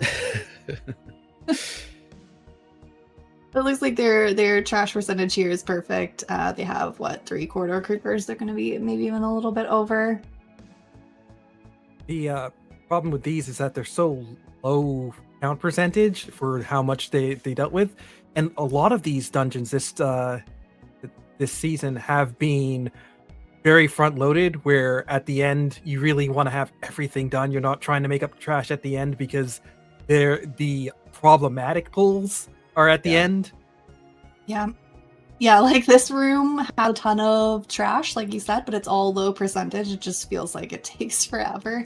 So yeah, you definitely, outside of the sleepers, which don't actually do anything, you want to kind of avoid that room. But their route was good. They pulled the big in the candle room.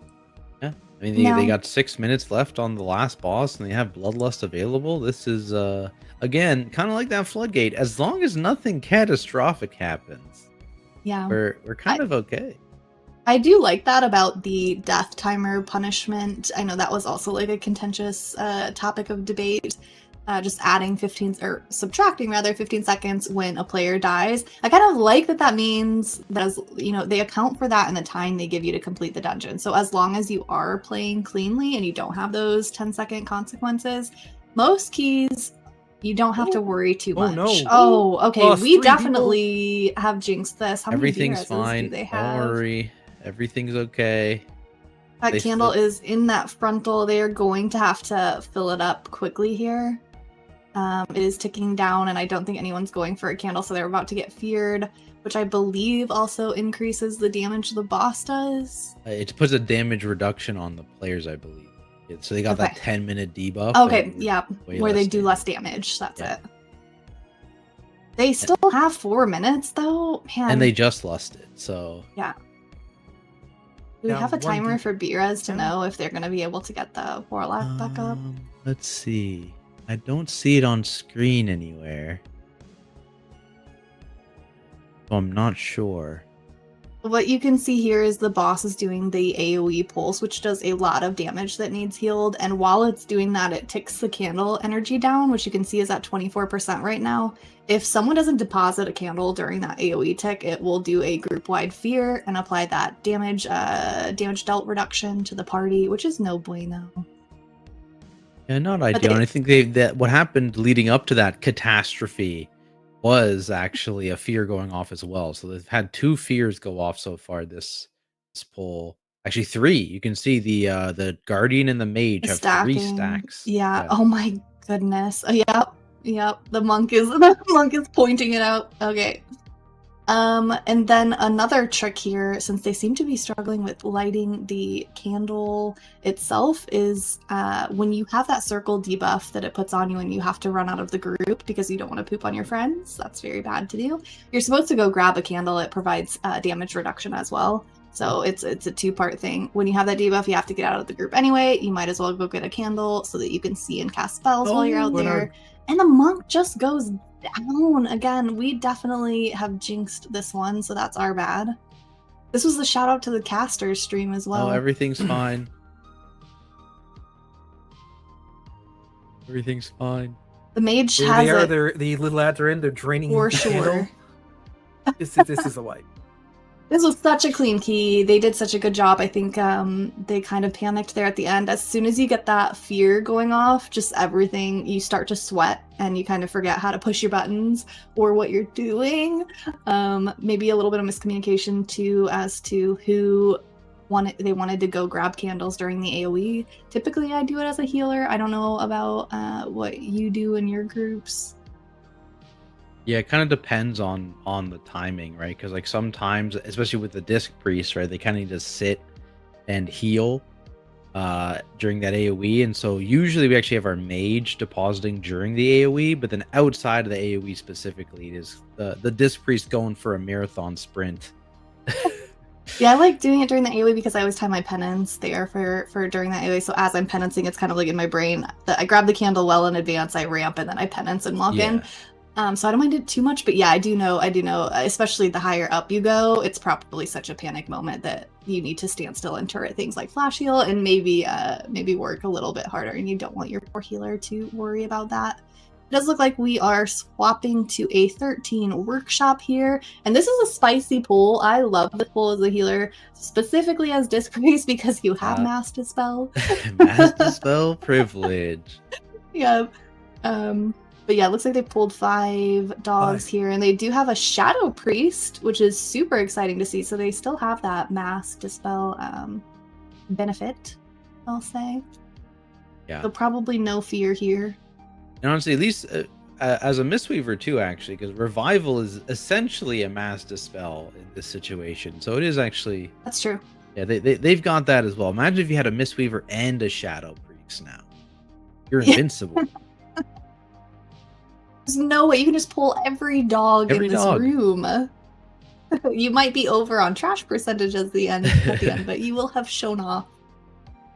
And here they are pulling Cujo. One thing that gets a little bit spicy is when you pull, a lot of groups will pull dogs into Cujo. When you're running a Disc Priest or, a priest, it's not that big of a deal because you do have the Mass Dispel, or you have a premonition that reduces cooldown of your spells that you're casting, so you can use that on Dispel. But the boss itself has a tank dot that also must be dispelled right away. So the combination of those dispels is kind of not great to do with another healer or another comp. Yeah, would be scared.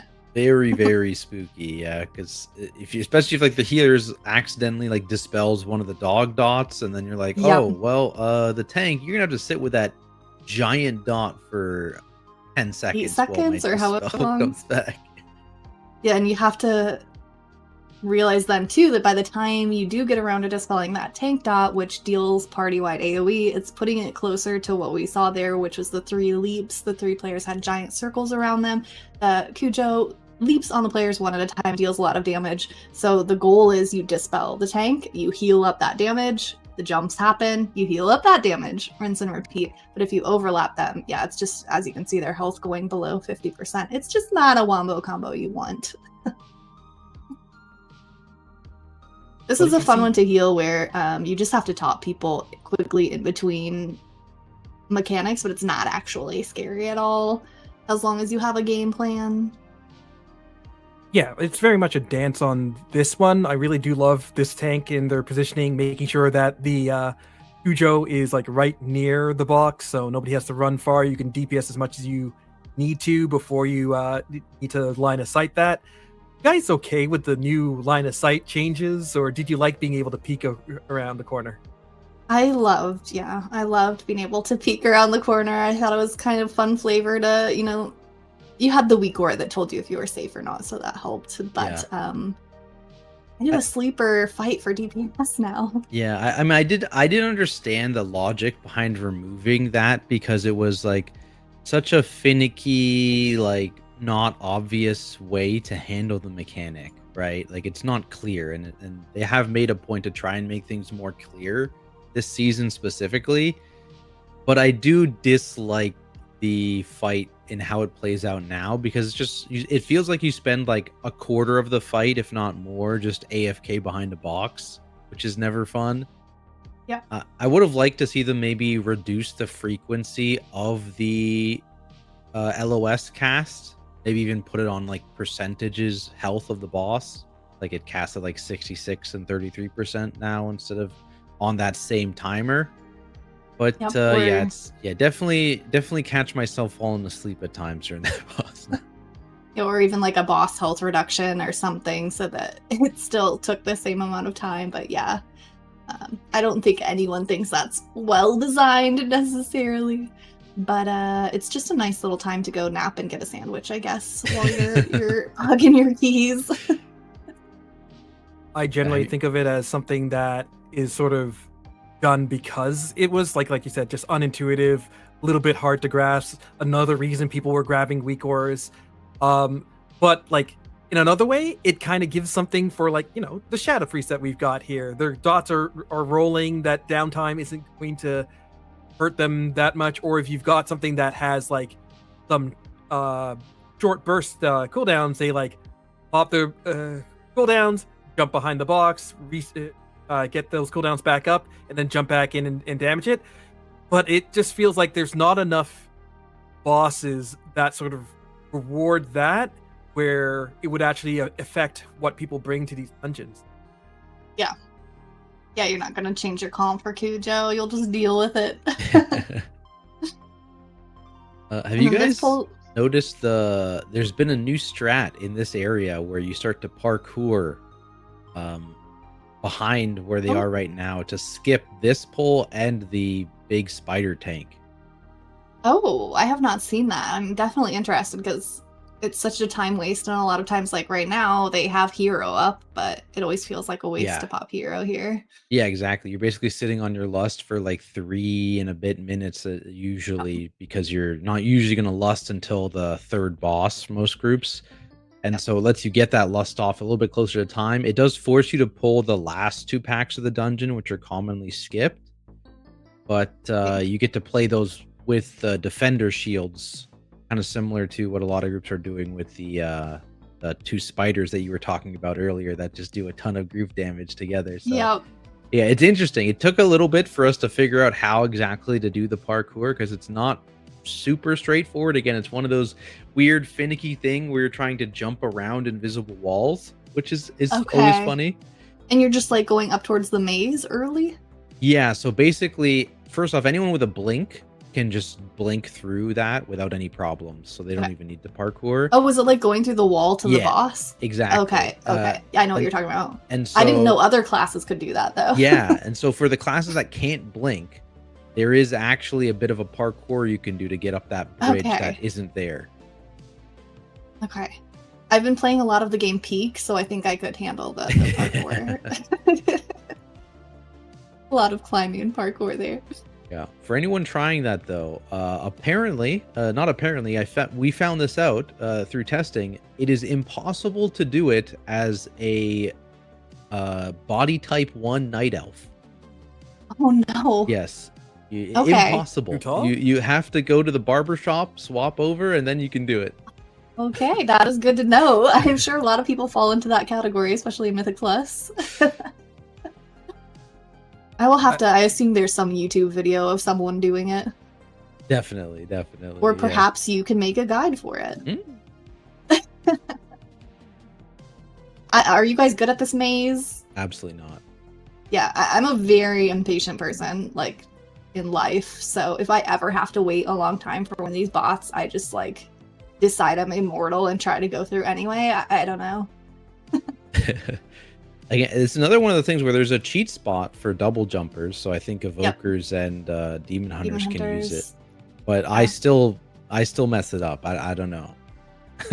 Like, we've been doing it for multiple expansions now, and we're still, like, bad at it. Yeah, hey, listen. I distinctly remember never having to actually do it in previous seasons. Whether it was the BFA Awakened, you just run through the whole thing, right? And that's true. And I think in Shadowlands, someone could go and pull the boss early, and it would open the door or something like that. Okay, that sounds right. I've had to do the actual mechanic all the seasons. I've never actually done that parkour jump that you were just explaining, or had somebody run through. So Awaken's the only time I've skipped it. I think I've been better this season than I have in the past. You're learning. Progression. I think it's just because I slowed down a bit. I just wait for the space to open rather than trying to like squeeze through at the last second, which is always when you get caught. That's exactly it. Yeah. That's my impatience kicking in. It's cool that they just did. It's only a 13, so it doesn't particularly matter. It's way better to just pull that pack by itself, but it is getting increasingly common as you go higher to pull that pack in with this boss, which horrifies me as a healer. It's also common to mind control. You were talking about a little bit earlier, the shield mob that spawns that shield, because you can then use that mob later during the double spider pack. And I guess with your secret tech, the last pack, you said you used it as well? Yeah, because basically you're fighting there's the 2 Mark III robots, which are like mini versions. I mean, they both do an AoE channel basically, and it gets trivialized by being in the shields.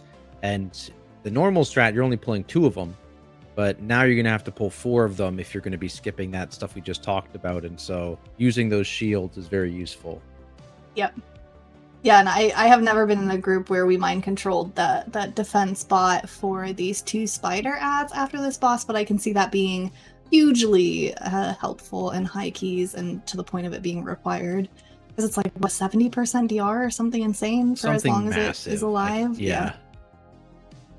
Ooh, watching a DK's blood DK's health is always fun. Oh yeah, pulling this boss with all that trash bag, that makes me nervous. I don't know if it makes DPS nervous, but as a healer, it always makes me nervous. You got the squirrels and everything coming out. I'm just praying they kill it in time. It's definitely scary. It's because you still have to maintain the kicks too, because there's a spam caster in that as well. Yeah. And so you have to or whatever. Yeah, you have to maintain the kicks, and there's obviously the flower that spawns as well. That's also just shooting people, and so you have to maintain or try and force that onto your tank by having them be the closest. And usually that means that you don't want to actually run to the flower when it spawns, because otherwise all the trash goes everywhere. It's a very finicky pull, which is why you save Bloodlust for it, to just murder the ads as quickly as possible, and then you can just kind of play the fight as normal.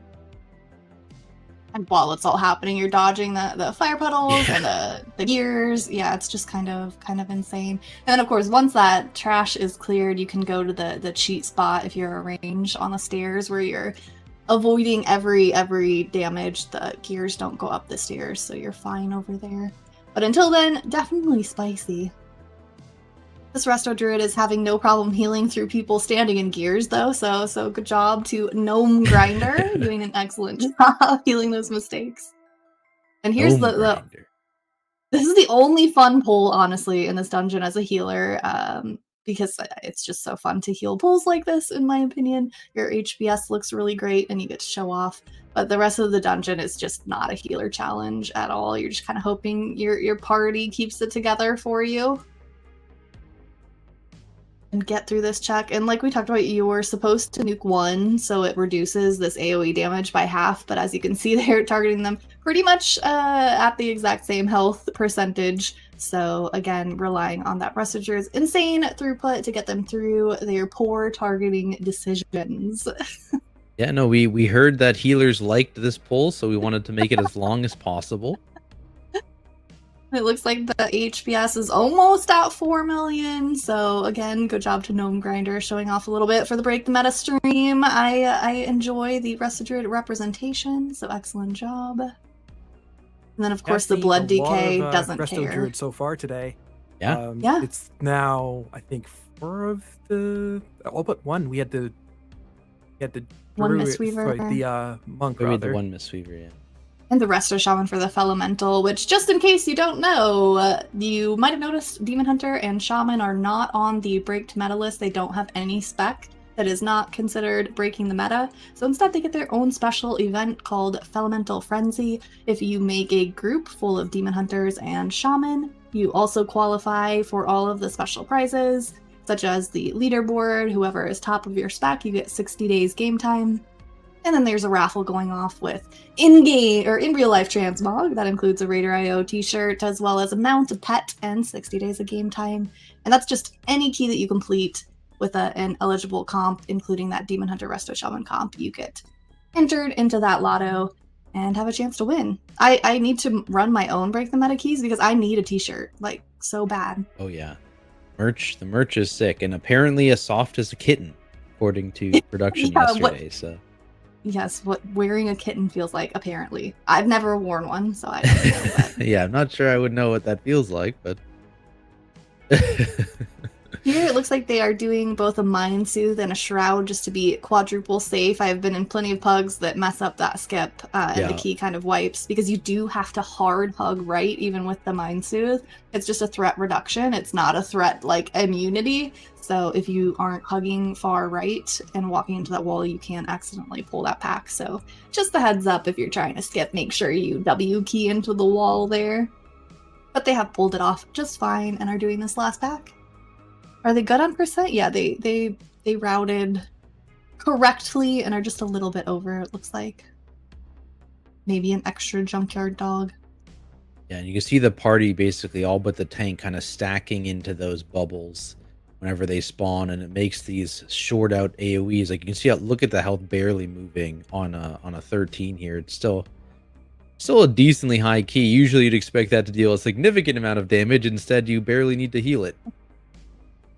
Yeah, but because they have been evenly DPSing it down, the defense spots are still up. Meanwhile, the defender that makes those shields has long since been dead, Yeah. but looks like they've killed it before they had to deal with any without the shield. Yeah, they actually played that quite well. And now they are on the last boss, which is a 2-part boss. You fight them in the serial unit first, and then eventually get to the main event. I guess it's a 3-part boss, technically, if we count the little king jumping out at the end. True. Yeah. We'll call it an epilogue. I don't think that's really a Epilogue. Yeah, there you go. We whenever that happens, we do call for an honorable 1v1 between the boss and one of the DPS.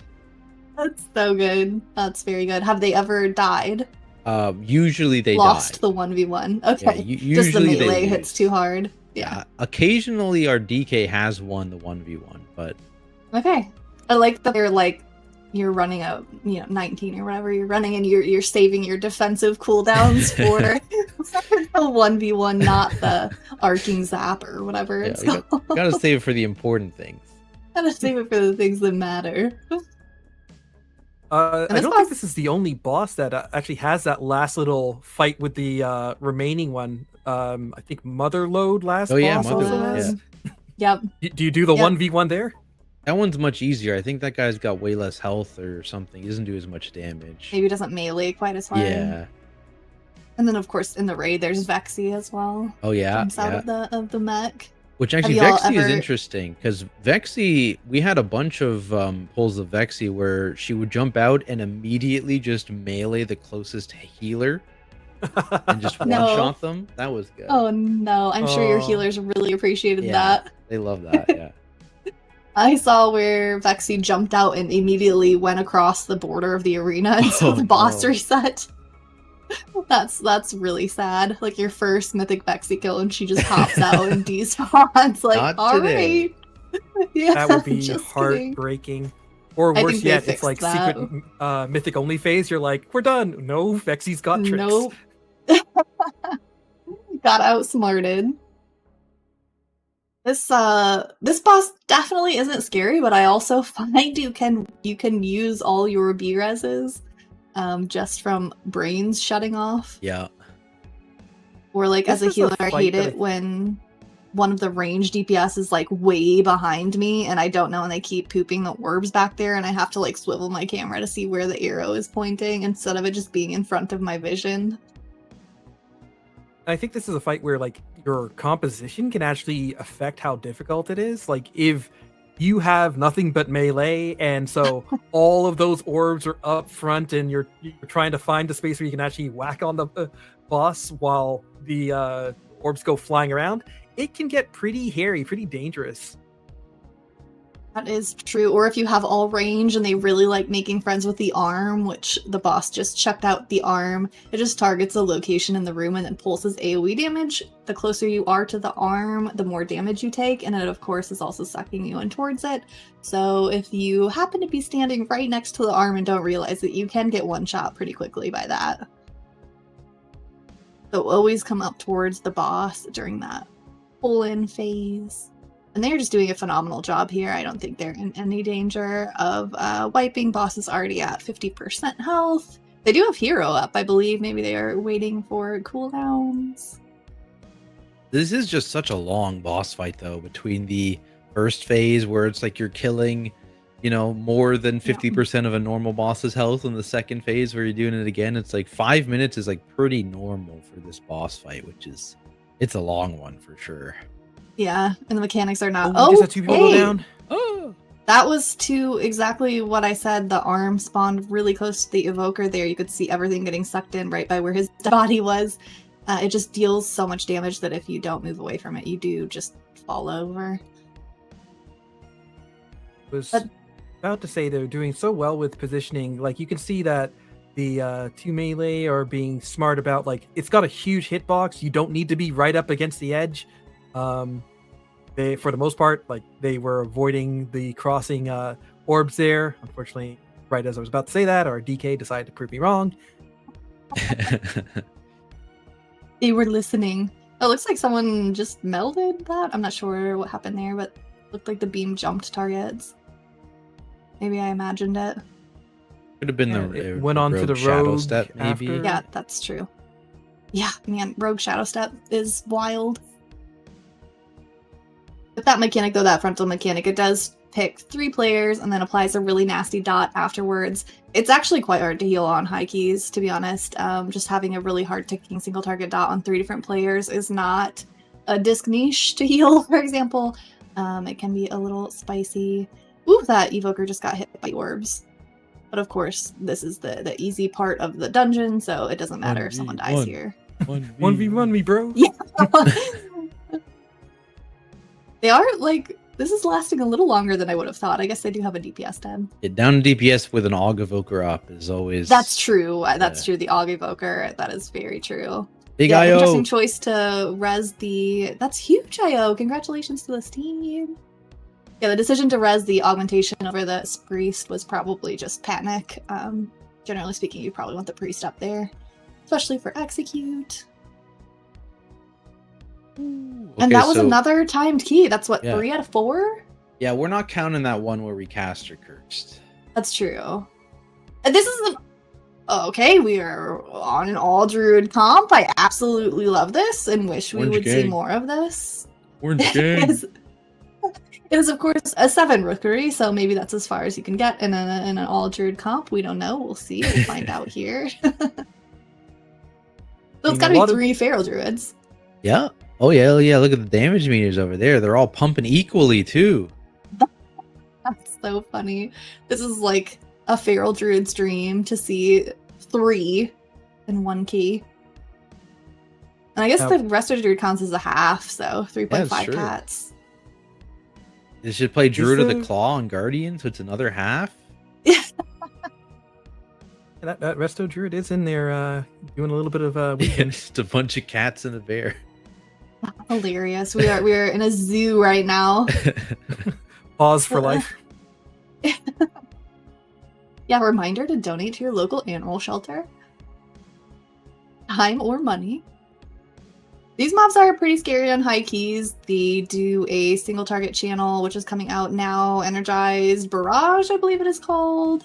On the 7, of course, it's not going to do too much damage, especially when your comp is as tanky as 3 druids who can all bear form. Not Our that they will, druid but... is dipping a little low there, but we're safe.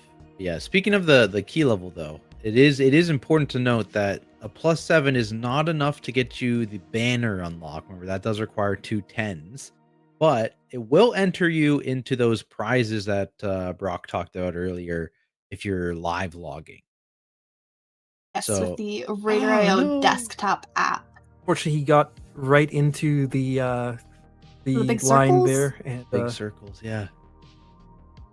I love that cat form, though. Maybe they just wanted to show off the cat form. True.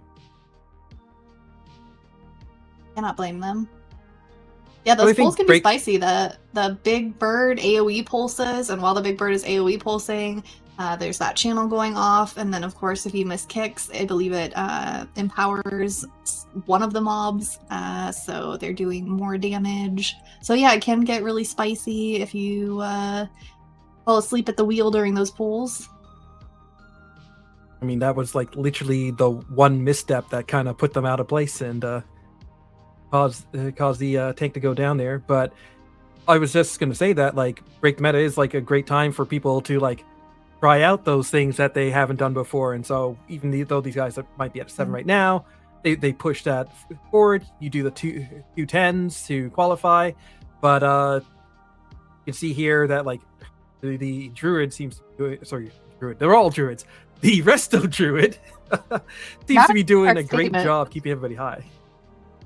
Yeah, absolutely. Yeah. And like you said, it's the perfect time to try out specs that maybe you haven't played before, because to qualify for the raffle, you only have to do +2 or higher. So if they time this key, it will still qualify, and they do still have plenty of time. It's not a huge deal. So yeah, if you've got ults sitting that you're trying to gear, like now is the perfect time to do that. Just be tracking your run with the RaiderIO desktop client, and you will get entered into the raffle, get some in real life transmog, and stream your key so we can watch it. Yeah. Entertain us, you know what I'm Got some saying? good keys so far. Had a couple 16s. Yeah, I think the timed Floodgate 16 was the highest we've seen timed. Yeah. And the Got Dark we got a Flame was match yesterday's 16. 19, right? Yeah, someone go do a 19. Like, that's Yeah. easy. Come on. Come on. Just so you have a 19 in your bag, Yeah. surely. So right? we'll do a Like- 20 so we can one up yesterday. Yeah, that's true. 21. Just make it a 21. The highest key levels is what, like 23 for some keys? On MDI, yeah. I don't know on They got up to live if 23. they've done it on live. All run leaderboard. The highest key timed on live is a 22. Okay, 22. That's crazy. And you can see it here when they pulled the boss. I kind of forget about it, but when a key is not above, what is it, 12, you get the Salatath affixes as well. Yeah. So you saw the orbs all came down and they started a channel. You just have to do an AoE CC on them to interrupt that cast, and you get a buff of some kind. I try to avoid keys lower than 12 because I personally don't. I'm not a huge fan of the Salatath affix editions. But I will generally give say- haste or burst or something. I do like them better than like bolstering, Yes. sanguine. You know, I'll take Absolutely. them for sure. But yeah, it is always funny when you've been doing like 12 keys and above, and then you go back and like on your really weak little tank guy, you go do a weekly 10, and you're like, oh my god, what is this affix? Oh, all right, I have to do this. Yeah, like, oh, I have to dispel something, or I've yeah, exactly. I've had a number of weeks where I'm just filling the vault, so I am constantly reminded of the affix when you're just doing a 10 for like your vault slot. Yeah. I do think though that like the way that they've set it up, where when you do get the guile and it removes the keys, doing a 12 is just generally easier than an 11. Yeah. So at least you can turn your brain off more. It's like you don't have to be watching constantly for the rotation of whatever affix it is. You also get the increased crests from a 12 over a 10 now, which is nice. Just had a little bit of overlap there, and we had our Oh yeah, Bear Bear. Zan, one of our DPS, go down there. At least with this comp, you do have 4 capable B reses. I think they might have already used it. Yeah, it looks like the timer says 15 seconds left, so they will be able to get Bearzan back up in plenty of time to contribute. What is the boss at? Like 38%? This boss is just a giant HP sponge, it feels like. It's got so much health. Yeah. Especially as a healer, I'm not really sure what my job is. It's not a challenging boss to heal.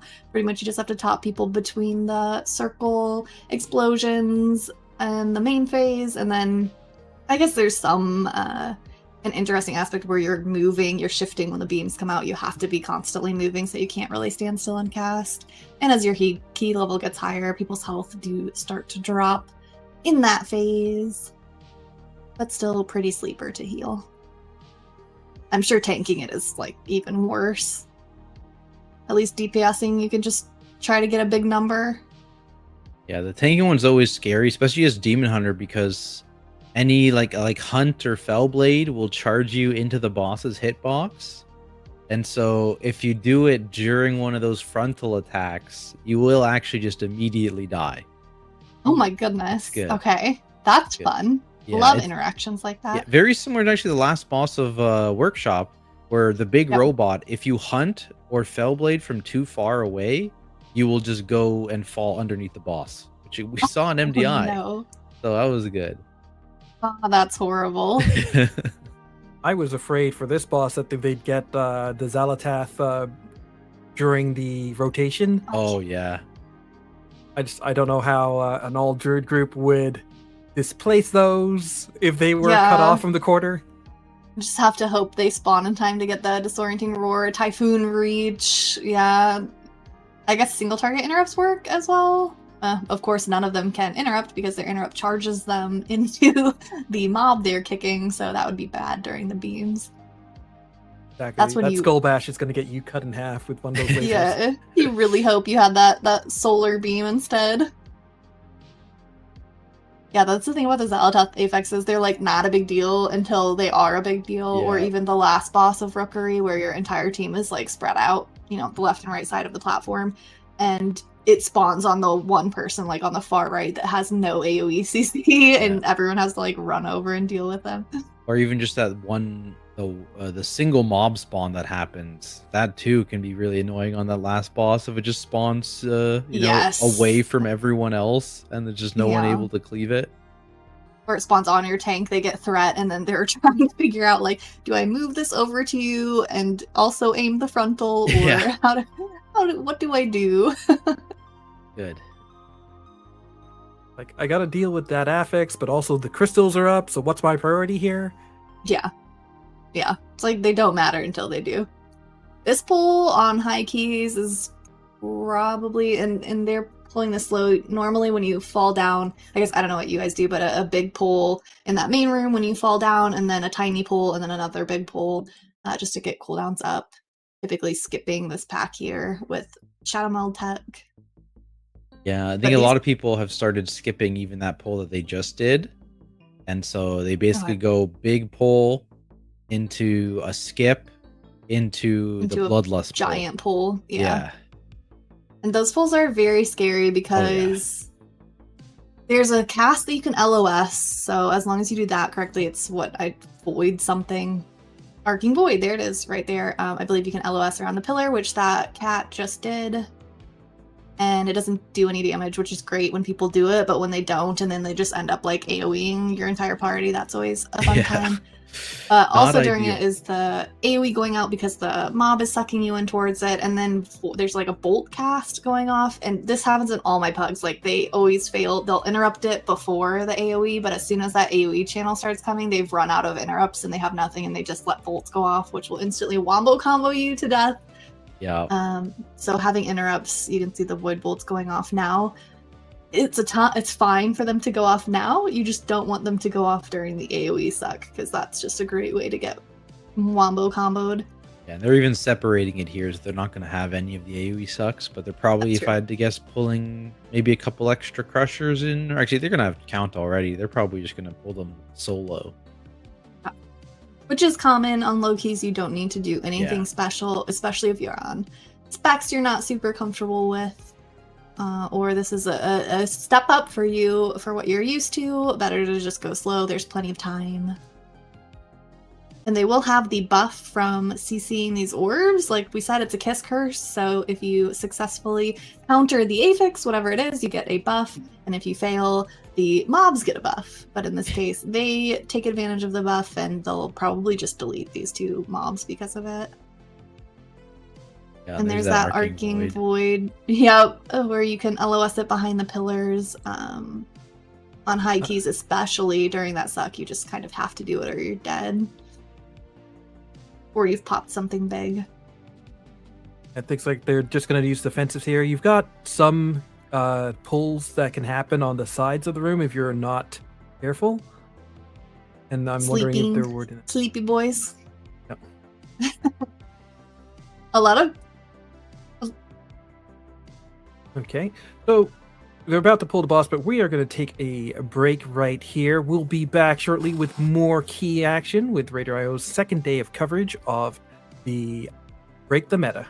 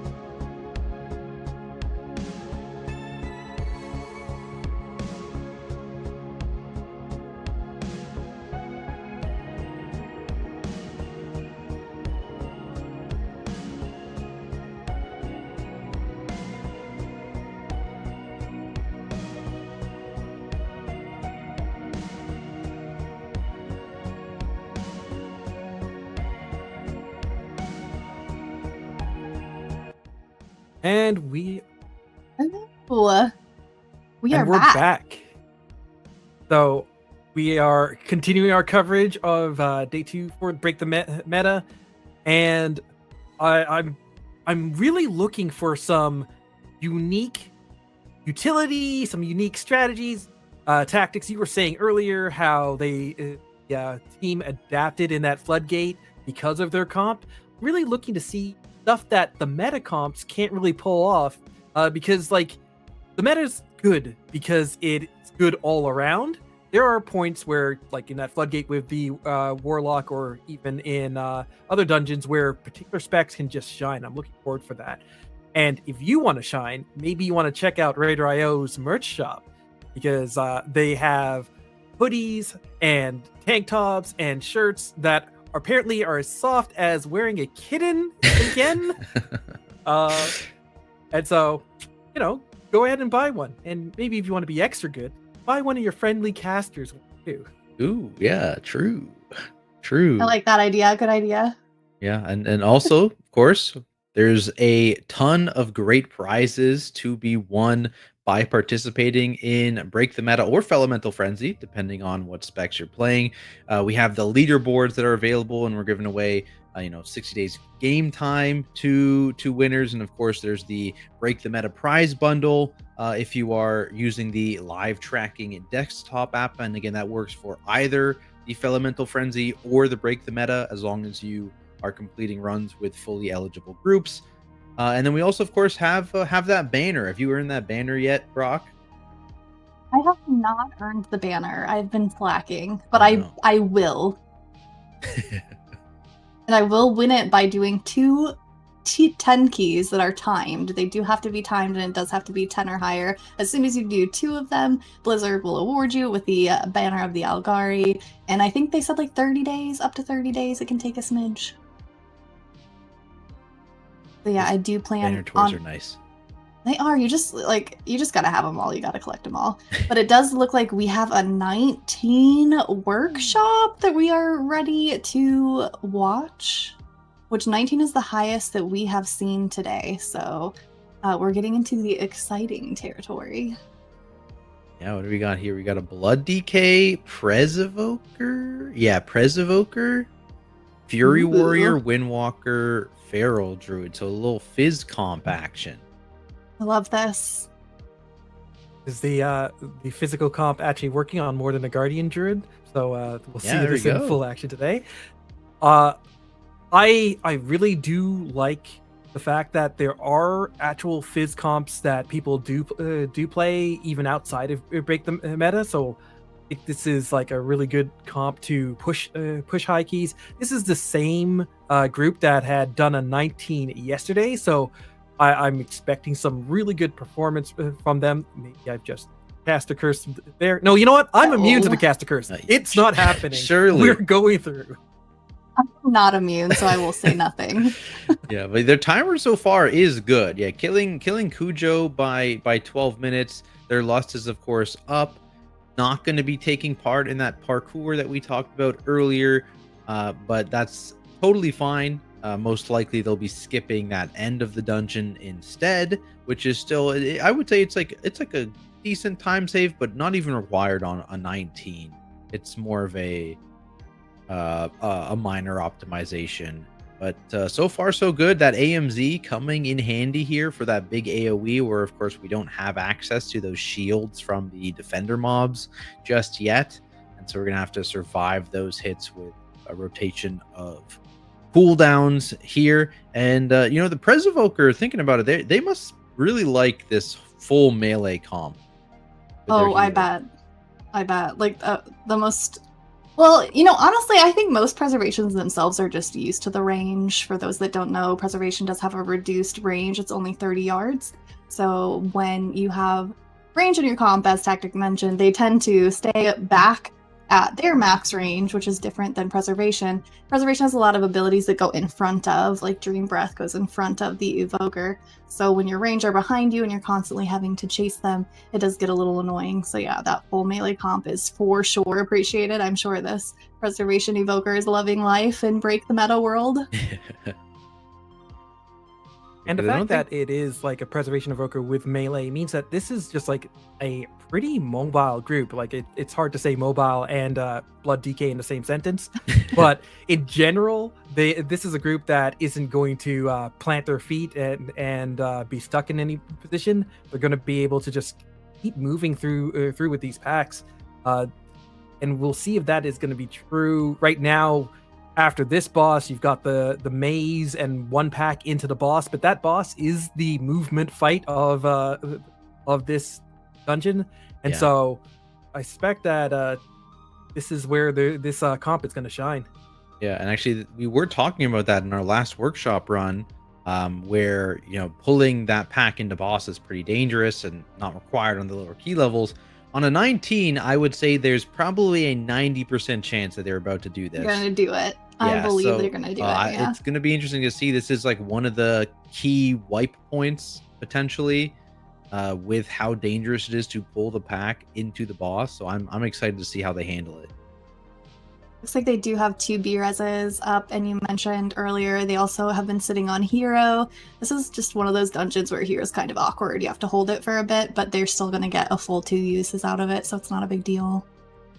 Okay, they're And, parrying that defender, so that's the guy who makes the shield, and they're CCing him up here so that he's not going to make the shield during the boss fight and potentially put a DR on the boss. And actually, are they not going in? Looks like they're not going in. Some groups kill the caster first and then go in. Maybe they're trying that, but Interesting. We are seeing the monk and the feral holding on to their. Oh no, the feral's not here yet. Is that what it is? The feral got stuck behind. Looks like the feral's still in the maze. Correct. Yeah, the feral is stuck in the maze. I've been there, bud. Don't even worry about it. Oh no, they got hit again. Oh no. This is brutal. On a normal key, it wouldn't matter, but on a 19, you just start counting down. When you pull the boss, it doesn't actually close the room, so in theory, they could go, but with that caster up, it's probably a little too risky. Tragedy. Yeah. Okay. Oh man, when this happens to you, you feel so bad, and then you start sweating, and you play even worse, and yeah, just deep breaths, kitty cat. We're here. We're sending you our energy. You've got this. There we go. It does make it much easier to do into boss without the caster. That is one thing. Yeah. You saw just before he ran in that he did refresh the CC on that caster, and then just pulled all of this in. They burned down the flower really quickly there, and then, like I said, as a melee group, they're just able to like constantly DPS as they go around with these fire. You can see they're going back up to re-CC that mob, and we talked about it earlier, but the goal with that is to keep it alive for the next pack, which is the double spider pack. It does a ton of pulsing AoE damage, and on a 19, that damage starts to get a little unhealable. So they're just keeping it alive to use that shield as DR during it. It's like 70% DR or something like that. So very smart, cheeky play. Makes it infinitely safer to have that shield around. The only thing you have to be careful of is that shield will also give the DR to the spider mobs themselves. So you kind of have to be very careful. You need to watch the actual timer on the cast of the shield and either knock it out just before it happens or like death grip it out. Obviously with the blood DK, death gripping it out may not work because the mobs will follow them. But like a Ring of Peace or a Typhoon to get the mob out just before the shield cast so it doesn't spawn on top of the spiders will be important. Otherwise, it'll slow them down a little bit, especially if that shield drops and then the spider starts its frontal attack, which locks it into place. That's going to be a bit scary. But they got to get through this boss cleanly first. And at this key level, a lot of those gears, a lot of those fire circles, they will just outright one-shot you if you get a hit from them. We talked about the benefit of a melee comp being able to move here, but the one benefit of range does have is they can cheat on those stairs that they're turning around here. If you stand up there on that step, you don't get hit by any of the gears, so range can kind of cheese there, whereas melee and the healer, the preservation just went down. Warriors. Oh my god, the warrior. How is it alive? Oh my gosh. That was insane. I thought they were dead for sure. You could not see health. That's a really good play by, I don't know if it was the warrior keeping himself alive or the preservation evoker when you accept that res and you see you have to do something to save someone else's life while you're also disoriented with where your body is. Can be very overwhelming. So both of them probably contributed there to saving his life. Is just nail biting to watch this monk have to fly around, deal with the CC, refreshing that CC every so often, and then also flying off to go deal with the flowers and so forth. Yeah, every 30 seconds having to go back and re-CC the mob. Also, the bravery of pressing Whirling Dragon Punch on this boss fight. It's crazy. locks you in position, yeah. And they do end up cleaning it up with just the 1 B-res, or 2 B-res? No, 1. The war didn't die. Yeah, not even close. 7 HP apparently. Not even close. I'm gonna fact check you on that one. That druid verse buff really coming into play. Look how much damage they're taking already, and that shield's going to come down in just a second here. It might be right on top of both spiders. It is, so they're going to be able to quickly move it. Luckily, the frontals are over, so not really much damage lost there. They do grip that defense mob out. One spider did do that one little did patrol. waddle in, yeah, and it is the one they were focusing down, unfortunately. So yeah, because it is trying to important pull to it focus out. down the furthest spider tank in this area, because that is the one that is tied to the RP to spawn the elevator. It's in it again, unfortunately. It's losing a bit of time every time it happens. It's not like the end of the world, but it is like just a few seconds here, a few seconds there, and it does add up. I kind of love this UI. You can see really obviously who is in the shield or not by the icon Yeah, appearing, that's like nice. no one's in the shield now. But it was really fascinating to see the difference between the people in the shield and the people not in the shield during the pulsing AoE. They did get that important tank down first, so now the instant they kill the second tank, they can immediately take the flight to the next spot, which is good. Saves them a little bit of time. And at this point, yeah, we expect them to, I believe, skip the end. Potentially they'll do the last 3-pack. I'm not actually totally sure, because I don't know if we saw how many dogs they killed. I think we came in after the dogs. After that. Yeah, they have what, 9% more they need. Oh, so 9% should just be this pull, I think. Yeah, there we go. Yep, yeah. they're good. They're actually perfect. 100% Calculated. with this. Yeah, it's like Absolute 9.09. And this is another pull where those shields are very, very useful if you can make use of them. You can see the Feral Druid there was super low, bounced into the shield, health bar stopped moving. It's so good if you're targeted by the dots, especially during that AoE. The problem is, of course, again, these spawns, you don't want to have the casters kind of AFK in the shield, or the big robots casting their AoE in the shield, so it's a little scary if that happens. You can see the squirrel exploded in the shield, and I hate when that happens when it overlaps with the AoE, because you can't stand on the shield. You have to run out of the squirrel explosion. Generally, the shield's not strong enough, or you're at least taking a risk that you die in it. Yeah, my favorite is when the squirrel goes out and then the shield disappears right before the squirrel blows up. That's the classic. Like, I was safe, I swear. Yeah, I just never risk it. No. And they At that don't point, I feel actually like have the key had a plan for you. There was no way you were going to survive. Okay, they're melding or I sacrificing. think their That's a DK sad is play. just going to probably die in that corner. Okay. I had to guess. That rescue was pretty legit. I like that. I don't know a lot of evoker tech because I haven't played with many, with augmentation being dead. But that rescue was pretty cool Mass looking. res from the blind corner.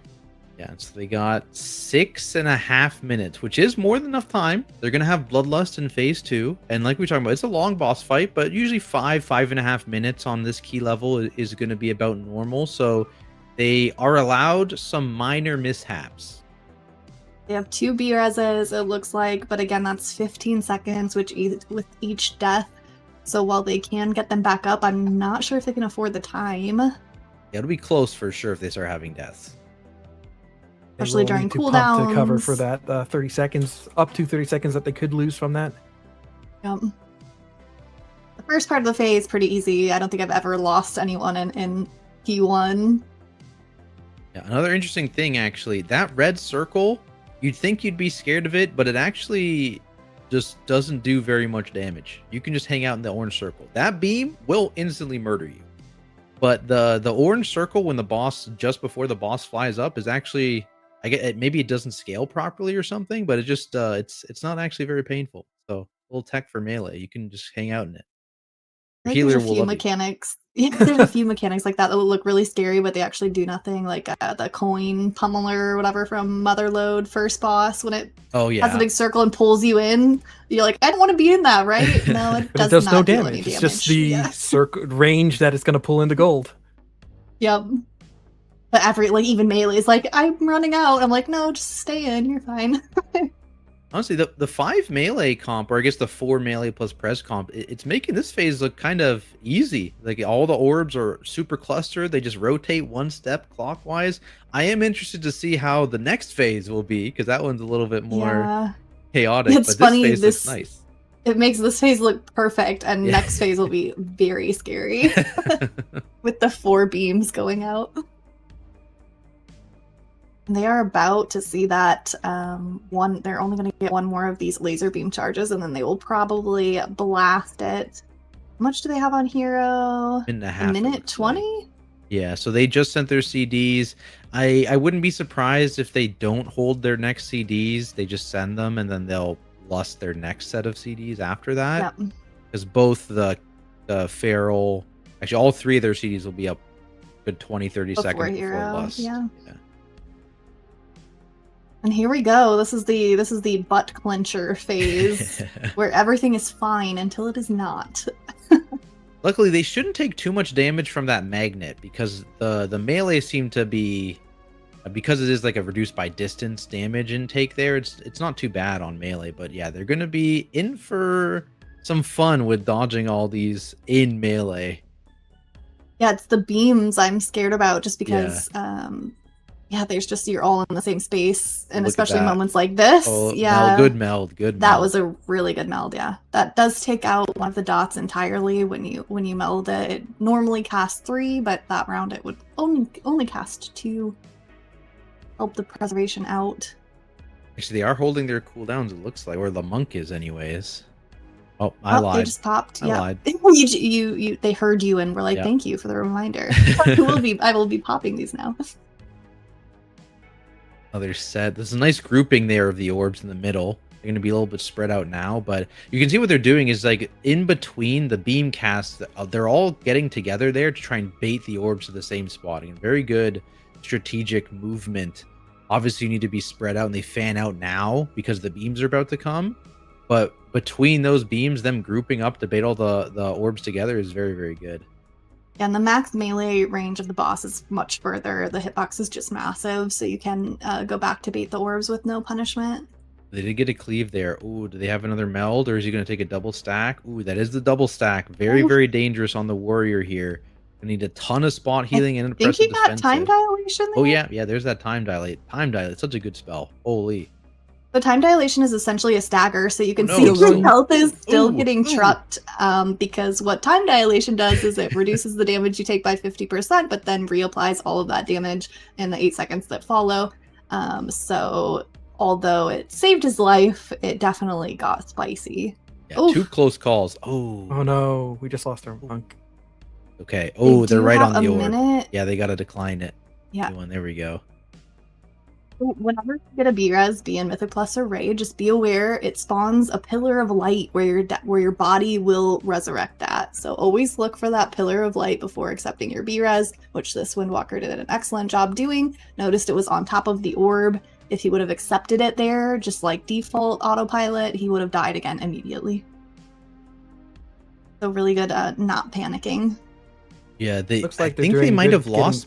Oh no, they have Bloodlust. They're good. They're in their Bloodlust right now, and that's why we're seeing this boss absolutely melt. It was looking like it's going to be close, but then Bloodlust They came got in it. with all 3 sets of CDs.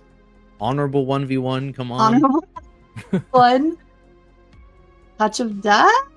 Is it up? Easy. I'm trying to find it in the UI. I don't think it's up. Easy. There you go. We got a Now 19. will they do the 20? Done. We got a 19. With seconds left. to Job by spare. this team. Again, they did a 19. They were the one that timed the 19 yesterday, I believe. Was it Floodgate? Or am I making it up? It was Cinder Brew. They timed a Cinder Brew. Wow, that's very impressive. And they got a So 20 Dark Flame. That's doable. Oh, I would love to watch Candle King on a 20. What do you think, chat? All right, we are actually going to tune in now to, it looks like I said the word Cinder Brew, and Ooh, so you it did. spawned a 16 Cinder Brew here. Another Og Evoker. We're hearing the number 2 ranked in the US Og Evoker. So we got Og, we got Frost DK, Fury Warrior, Bear. So another Fizz comp, but this time with an Og to buff the Fizz DPS. We got that Holy Priest here, which is the first Holy Priest we've seen today. Represent. It is. And they are just getting this nasty dot out, which that's the big scary healer moment for this first boss. Puts 2 dots out on 2 random players that are non-tanks. And it's spicy. Even on a 16, you can see every tick is dropping them very low. You have to have a plan for every single one, and it requires help from your DPS using their own personals. I remember you saying earlier that like Disc Priest in particular, sometimes it struggles with that spot healing on like 2 to 3 players at a time. Yeah. And that's something I think Holy Priest is a fair bit better at, right? Yeah, they have a lot of holy words, like Holy Word Serenity, for example, that does single target healing. They also have GS, which is really strong for fights like this. It's a 1-minute external that increases the healing you do onto that player. So like a GS on top of a Holy Word Serenity, that player is not going to die. And if they do, you have GS on them, and so they will not die anyway. But yeah, with this, you do have to be really careful about planning your 2 charges of Pain Sup, your shields. You just have to have a game plan for each of them. 2 targets is a little easier to heal than 3, 4 of like Swamp Face. But yeah, it does get spicy, and you can't. You have to have a plan. You can't just like bam heal it. It's not going to work. Yeah, definitely a lot of difficulty here. And then also imagine, like, I think some groups have started pulling like the casters that also put a dot onto players on top of IPA, and so then you've got even more dots going out. It's good. Oh, that scares me so much. That scares me so much. Yeah, when if you don't pick or whatever, but yeah, the Pyromancer dot is not interruptible. It's just going to go out, and you have to dispel it quickly. The potential wombo combos is very scary, but yeah, in high keys especially, you do have to kind of just funnel in. People are even doing the room in like essentially 2 pulls with the 3 hired muscles, and then Chewy is your second pull, and then everything else you pull slowly with the boss. Yeah, get all that arcane mage funnel onto the boss, or the funnel that I claim I have, and really I'm just hitting all the mobs for fun. You know, it's the same thing, really. I need it for funnel. As long as you say it's funnel, why would you lie, right? It's you need it. It's funnel. This boss is going to be going down here shortly. Now, a lot of groups here will actually opt to do a couple pulls in the Bank Busby wing, and then depending on how fast they are, they'll swap back to the IPA wing because they want to do like a big Bloodlust pull as soon as you get into IPA's room. I am curious what these guys are going to do. They have 3 minutes on their Bloodlust, obviously doing a big first pull with Bloodlust, and they're going straight to IPA. Straight through. Which makes sense. I think 3 minutes is enough time. By the time they get there, it should be back. Yeah, it'll be close. It'll depend how long they take, actually, because most people will try and skip the double hobgoblins, which is still possible with this comp, actually, because Evoker's Sleepwalk is able to do that skip as well as like the normal thing is to meld, but Evokers actually make it quite easy with the Sleepwalk, so they should be able to get by. Coolest tech ever. Yeah, Sleepwalk. All the Sleepwalk techs we've seen over the last few seasons, with Evoker being like in the meta group, have been really, really cool for sure. I'm wondering if they actually do that skip though, because if you're trying to like get that lust there and you have 2 minutes still left to do it, do you do a skip later that you could make up the time so you're not sitting on lust for longer? There's potentially what I am kind of expecting them to do is to not do a giant lust pull, to do that pull a little bit smaller and instead lust the boss, if I had to guess. Kind of a pull that I think of when I think of the value of the meta comp having like Silence Sigil and then Solar Beam, the we're not AoE skipping? silence There from you go. Boomkin. They aren't skipping. There we go. That answers that question. But like that big IPA pull is super dangerous without the AoE silences, just because if what's it called? The scientist cast the taste test. I don't even remember what it's called. But the free samples. They do free sample casts, and if you miss one of those, that player's just dead, pretty much. Especially wombo comboing with the Hobgoblin charge. Yeah, the very scary. Hobgoblin charge and the enrage on those mobs too is just very, very scary. There's that free sample cast going off now. They got a couple hobgoblins this pack, which is why most people tend to skip it, is because those hobgoblins are just so healthy and so inefficient really compared to the other mobs, and like they create a lot of danger with those charges right there. So and they spawn the droplets when they die that don't get percentage, so it's like just adding. They're handling this quite well though. They are charging the hobgoblins nearby, the healers keeping everybody topped, and they're probably going to chain this, if I had to guess, since they pulled it into the mobs at the back of the room, because that one hobgoblin is basically full health still. Preservation. Oh, this is the Holy Priest pull. Yeah, the Holy Priest being able to handle the double Hobgoblin is really impressive, because it's no joke. You have to have people topped. You can see there's 2 going off in a row. You have to have people back at 100%. Oh, who was that went super low? The Warrior? That was a little spicy. Owie. You saw they dropped to like 50% right before the Hobgoblin AoE landed, but luckily got healed between the millisecond. Yeah. I think we're just learning that warriors are immortal. They can't die. Between the last 2 runs, the couple close calls in the workshop, and now this guy, warriors can't die. Calling it here, it's impossible. So we're gonna see a new warrior meta next season. Yeah. Just because of us, we are changing the meta here. Yep. Just untarget cap warrior and then unleash them, please. I beg. You just made every you gotta warrior's have the target day. cap for warriors. They can't have everything. Oh, you're right. Yeah, that's true. Actually, I think maybe they are hitting too many targets. Instead of target capping them at 5, maybe they should be target capped at 3. Okay, you are going to get some hate mail. I am not associated with that comment. Just saying, I do not agree with it. My opinions are my own. And that is the official RaiderIO stance on Fury Warrior. Now they are doing. It looks like they are doing a big poll. Oh yeah, we got 4 packs here. Oh yeah, it's a big. They poll. cleared out Lust because they did that full. They cleared out Sated because they had done that full corridor, and so now they get to do the full room here.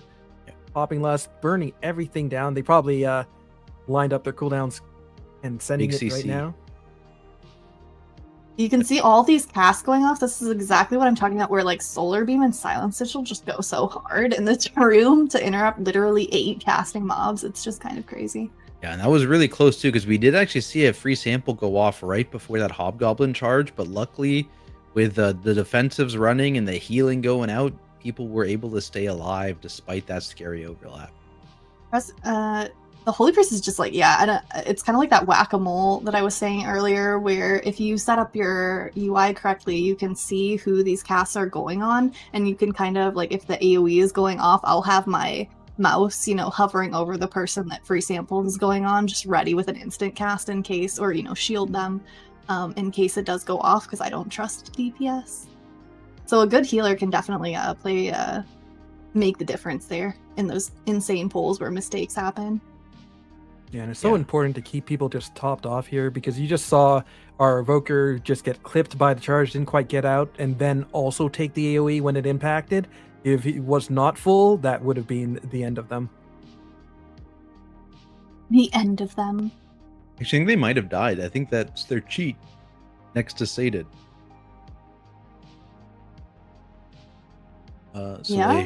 They might have procced their cheat, but luckily Evoker has a cheat, so no one noticed. Okay. I keep forgetting that it's an augmentation evo. They are not dead. Safe. Doesn't count. They're just getting that utility on cooldown. They got to use it. Exactly. Like I said, it's the biggest heal in the game, that and Ankh. Yep, it's good. It's good. No, I wouldn't mind if Ankh just like cheated. It was natural cheat death. That would be nice. That no one else could tell. No one else could tell. Or when you're lying on the ground, they're like, "We can see you can get up, Manny. Come on." Oh, Are you gonna all? If you click it fast enough, maybe they don't notice. It's just like, no, I just healing. I health potted. You know? Safe. But this is the last pack in front of the boss, right? So this will spawn the boss itself. And they've cleared most of this room now. They got rid of both patrols. So they have a ton of... Oh, we're clearing the last pack too. Let's go. Like... Empty room, baby. I do like an empty room on this boss, honestly. I always get nervous when and you can even like not pull that hobgoblin patrol, right? You can avoid it during the boss fight, but that scares me. I'm not brave enough for that. Another scary part about these trash pulls, like pulling multiple testers at once, is that they drop the barrels, the brew, and if you don't kill that in time, it will explode and just wipe your group. But I didn't know, like, they seem to be target swapping exceptionally well. I don't know if anyone else saw them, but they just got deleted. Here's one right now, the explosive brew. That cast goes off before they kill it. It will wipe the party. Not even close. They just gave you the example there, just on demand. The butt clencher, yeah. It is interesting to see how the strats for that have changed, because initially people were all just like trying to time that with CDs to kill them all, and then as the season went on, people realized, oh wait, we can LOS these explosions, and so you started positioning them and then LOSing them and ignoring them. Change, right? Or am I making that up? I think you're right. I think they did a change to them to make them. Because I remember, like, you would be running back from your death and you would die, like, 10 years away because it would go through all walls, and they fixed that. And so, yeah. Good droplet control there. Getting them all stacked up and cleaving them down. We have some good CCs in this comp. We obviously have the DK, who's a DPS, so they can run away and they can grip. They might have the Death and Decay still. I'm not actually sure, but that's also super useful on this boss fight. We, of course, have the Aug-Evoker, who's got a plethora of CCs. And then we got the Ursouls and the Typhoon from the Guardian. And then we have the Warrior, who's there. The Holy Priest, who's there. Yeah. Oh, the Holy Priest has the knockback. Oh, wait.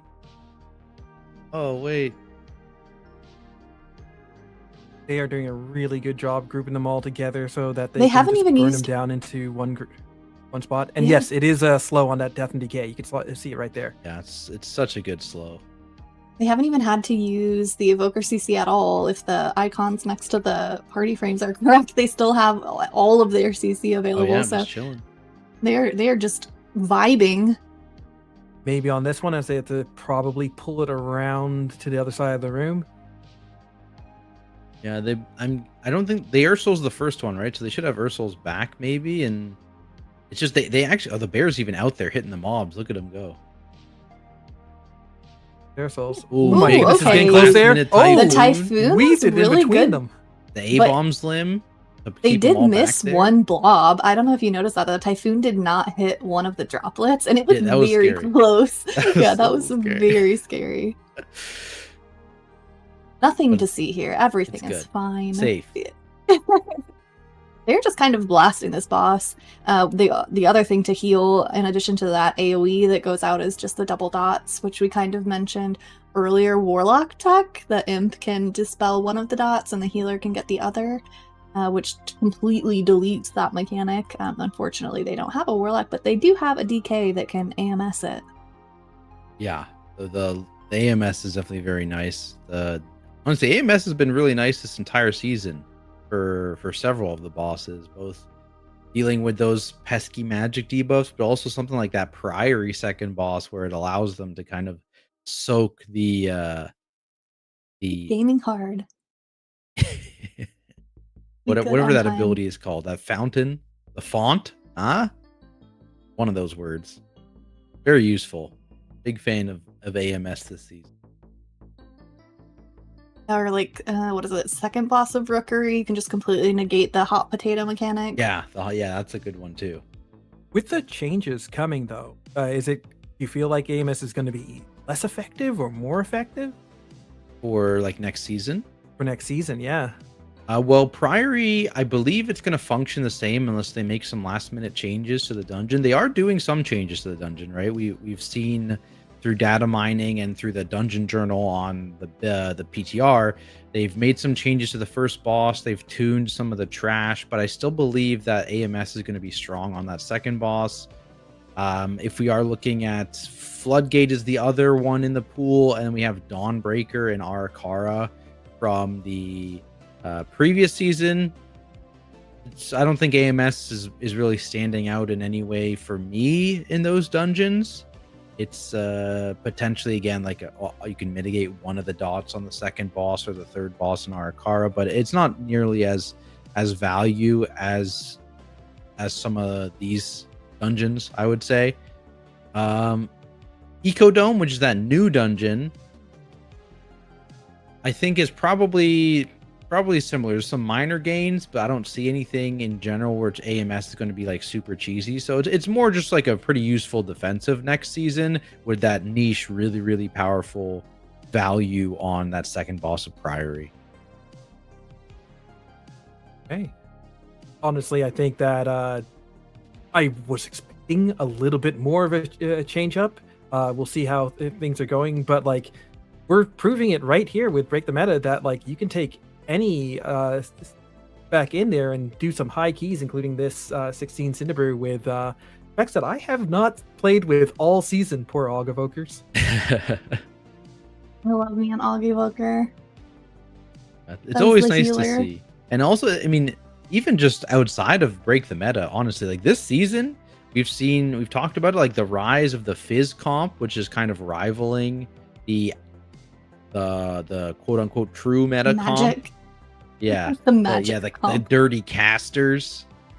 The mage Hate those boomkin. guys. But yeah, I mean, and there's even like multiple variations of that Fizz comp. Like if you look at like -1 key level from the highest ever timed key level, you can see Fizz comps with a Guardian Druid, Fizz comps with a Brewmaster, and Fizz comps with a Prot Warrior that have a various mix of DPS and healers in there as well. And so it's really cool to see, and something we haven't seen in quite a few seasons, where you have so many different comps competitive with the highest or even 1- the highest level of key.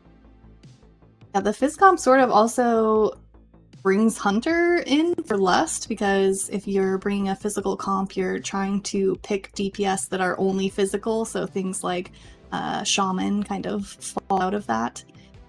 So yeah. Gotta bring your Lust, either the Resto Shaman or the Hunter.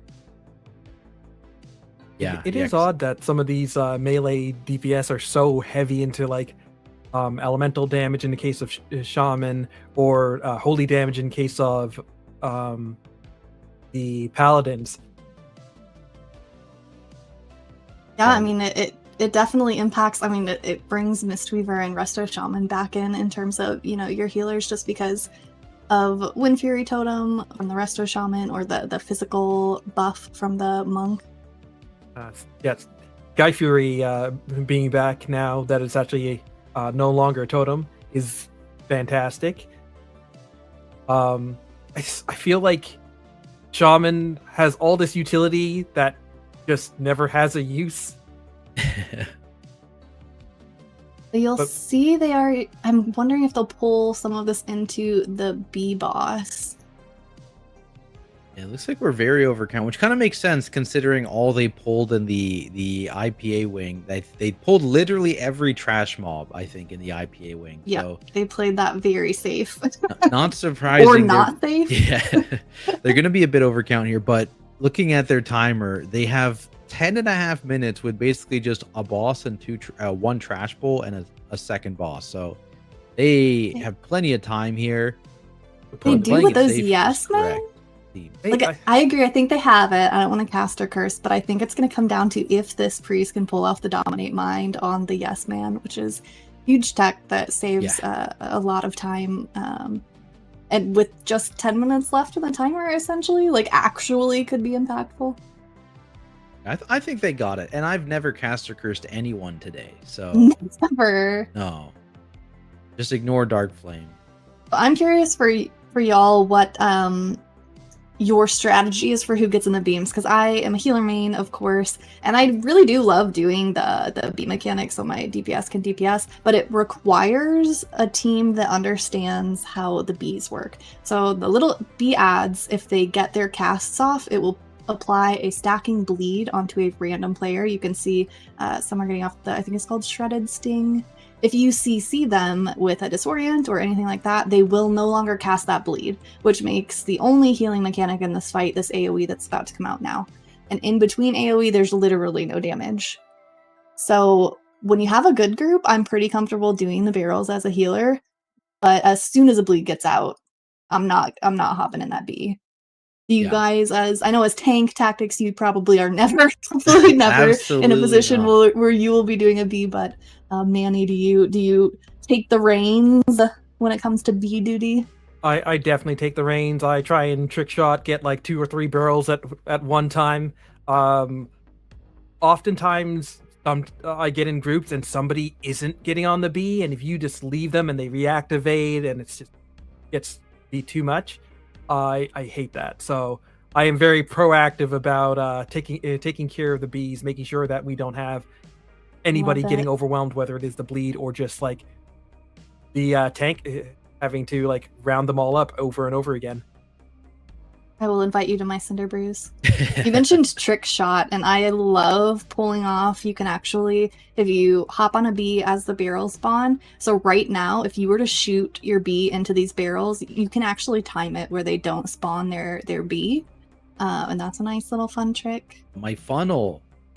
Oh, my funnel. Yeah, okay, maybe I'm making some DPS unhappy with that. Yeah. And you can see they actually, this is another little known fact, I guess. You can see they Ursalled the B-lits, which you would think would be a bad idea, but if you're in combat here, you can still take these B vehicles and it drops combat. So if you ever accidentally pull those B-lits, don't panic. You'll be fine. Just hop in a B.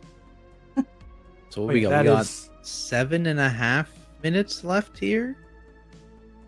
I think you're right. I think they are good. I do think Dominate Mining a yes man here will be pretty massive to secure it for sure. So we'll see if they can pull it off. You just have to. Oh. It has to be now. It's a lot of extra damage because they all reset their health once you kill one. So it's really got to be just single target funnel. Just get them down as soon as possible. Get to the next version as they go through. Yes Man and Concursor and everything else. Like their UI has renamed them into Bloke instead of Yes Men. But yeah, the Dominate Mind tech is that when one is low before they get CC immune, you will Dominate Mind it and it will not get that full health heal. So you can play it as risky as you want to try and get it as low as possible, but sometimes it's better to just do it at like 25% health and guarantee it. And then when it comes out of mind control, it's still at 25% health. So it does save quite a bit of time. Yeah, but I think they'll be good. Yeah, they're going to still have, I think, 6 minutes by the time the boss spawns, which means, again, like I've said before, unless something catastrophic happens here. A full wipe that you've just jinxed. Oh, look, somebody's hedging their bets. Us. Yeah, nothing could prevent us from timing this key. Nothing. As the Evoker stands in the Yes Men jump. Right. This boss is not too scary. It's just can you dodge or not? Yeah, it is always interesting to see the different strategies people have for how they choose to break the barrels. I think a lot of groups have started to default to letting the tank always break barrels with the frontal, but you still see sometimes people like going and taking their debuff over to the barrels to break them that way. I love the tank only strategy. Yeah, are you a fan of taking a barrel into the AoE phase, or do you prefer to just break them all before the AoE phase? Yeah, I guess that's another flex. You can do like 2 barrels, 1 barrel, no barrel. There's a lot of different ways you can break the barrels, and really it's just up to the healer, honestly. It's kind of like the first boss of, what was it, Stone Vault? Whatever the healer's comfortable with in terms of how they want to rotate their cooldowns. 1 barrel going into intermission doesn't scare me as a disc priest because I have something up for every single intermission, so it's never going to get too spicy. I almost would prefer it during intermission than like randomly get a 2-barrel when I'm not expecting it during main phase. And by 2-barrel, I of course mean the big barrels you can see here with the lights coming out of them. When you break those barrels, it does apply a dot to the party that stacks. So 2 of them at the same time does hurt a bit. And there's you can also see a the single tank target. right there just shifted a little bit to just get one of the big barrels instead of 2. I think that like I generally don't like taking barrels into the intermission. Maybe I need to trust my healer more. But like as melee, yeah, I'm Trust your sticking healer. on the boss. And you can see the raid frames glow, the 2 people with the circle debuff that does do a nasty ticking dot, and you can only dispel 1. So that gets a little spicy, especially if DPS aren't paying attention to help you out. Yeah, I like how there's 3 bosses in here that do that double dot. Yeah. Good. Yeah, that's actually very interesting. Hope you're good at healing 2 targets. Or finally a reason to bring along that warlock. The warlock. To help Yeah, you. yeah, that imp dispel, baby. And the health stone is essentially an extra defensive. True. So Health stones are really nice. love playing with a health stone. Oh, that frontal randomly. Oh, there it is. I thought that frontal randomly didn't hit anything, but no, it went off. I'm just blind. This is the boss where I always try to play close to the boss's body, just because Manny might not trust his healer. I do not trust all tanks, and I have seen some wildly swing that frontal around last minute and been very close. Yeah, I like to to getting spin. whacked. You never You know like to which just spin barrel. it, yeah. Just run in a circle. Well, you can see that this druid is like pre-positioning a lot of the time. Doesn't have to like really move it at all. And I They're doing love a that. phenomenal job, That is yeah. exactly what I want to see. Let your DPS know exactly where not to stand. And then these barrel explosions, you can see that the lava comes out in the cardinal direction, so like north, south, east, west. You always know where the fire is going to spawn, so you can always kind of identify that safe point if you imagine the lines coming out. And they do time Easy. it with ease. As predicted. 2.5 minutes left. That's insane. Plus 2 IO. Let's go. Let's go. Good job, team. Is this the second team? Oh, this is the 16th Cinder not Yeah, we've seen a lot of 16s today. It's just some pretty high keys. Yeah, we saw the 119, That of is. course. Obviously, that was a big one, but yeah, a lot of 16s, like 3-4 of them. We're getting told that the people that did the 19, workshop that we were watching, they ended up going to the 20 Dark Flame Cleft, and they did wipe at some point during that. They actually didn't make it to Candle King. If I were to have predicted which boss they wiped on, it definitely would have been Candle King, because that boss scared the bejesus out as a That's healer. a tough one. But it was the one before. I bet someone forgot to little candle. Those pesky DPS. All right, so we got a new squad in here with a 10 floodgate. What do we got? A bear, it looks like. We got a rogue, it looks an outlaw rogue, a shadow priest, a frost DK, and a holy. Oh, is this a holy paladin? Or is Did this you a say... rep paladin? No, this is oh a no, holy no, the paladin. healer's holy the priest. Yeah, this is holy shot. Oh, okay. Yeah. It's a UI.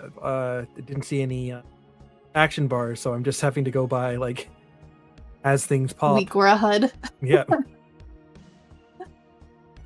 Okay, it sounds like this is someone that's learning Holy Paladin, so it might be, we kind of talked about it earlier, where Break the Meta is like a really phenomenal time to bring out your alts, because to get a ticket in the raffle for the prizes, which include a mount, a pet, an in real life RaiderIO t-shirt that is extremely soft, and also 60 days of game time. To get entered into that raffle, you just have to time a 2 key or higher while running the RaiderIO desktop app.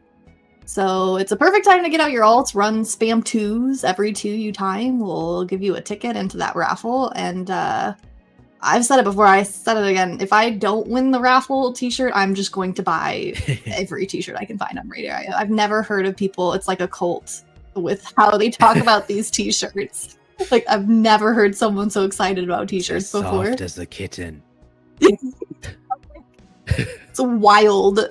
Much people love these t-shirts. Do either of you have a RaiderIO t-shirt? No, I don't, but I'm being convinced to get one, I think. Yeah, have either of you been in love with like t-shirts so hard before? I need to test it out for myself. I guess. Yeah. Like I'm about to go next door and like steal the neighbor's cat and just like wear it for a day and see if I'm vibing it or I don't know. I don't want to see what the local news makes of that, but I do think I want to try one of these RaiderIO t-shirts though. It's you're right, it's getting cultish now. Gotta be something good. They're advertising it For so a well. reason, I'm sure. All right, it looks like they are pulling this pack and just handling it by itself. Like we said, they're on an alt, so they might not be comfy with the typical pull, which is to pull it into the big boy up top of the stairs so that it pulls its AoE, and it can get a little scary. But so far, I haven't seen the health bars move, so this Holy Pally is doing a phenomenal job. And they have plenty of time here, so no reason not to take it a little slow. 12 minutes. Just show left. off. Yeah, true, true. You could show off. Yeah, they You're have on the 12 big minutes screen. left. You gotta pull everything. This is actually going to be their count. Oh no, they're going to be barely shy of count. So they probably pulled a few extra things throughout the dungeon just for safety, if I had to guess. And they're going to pull this last 2-pack as well. Which means we get to see the Holy Pally show off what he's learned the rest of the dungeon. They pulled bubbles, right? Or did I just imagine that? They did pull pull bubbles, and they killed bubbles quite quick. I know it's a 10, but like it did show that the DPS is more than capable of tearing through this level.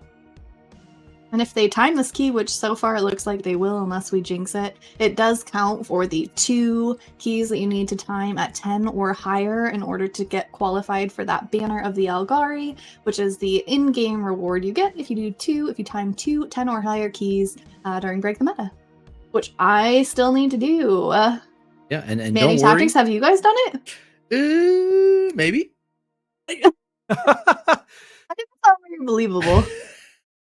I participate in Break the Meta when there's a shaman spec that isn't meta. Putting together a elemental group, it would be a little bit much for me right now. So Manny, what do you mean by Felemental group?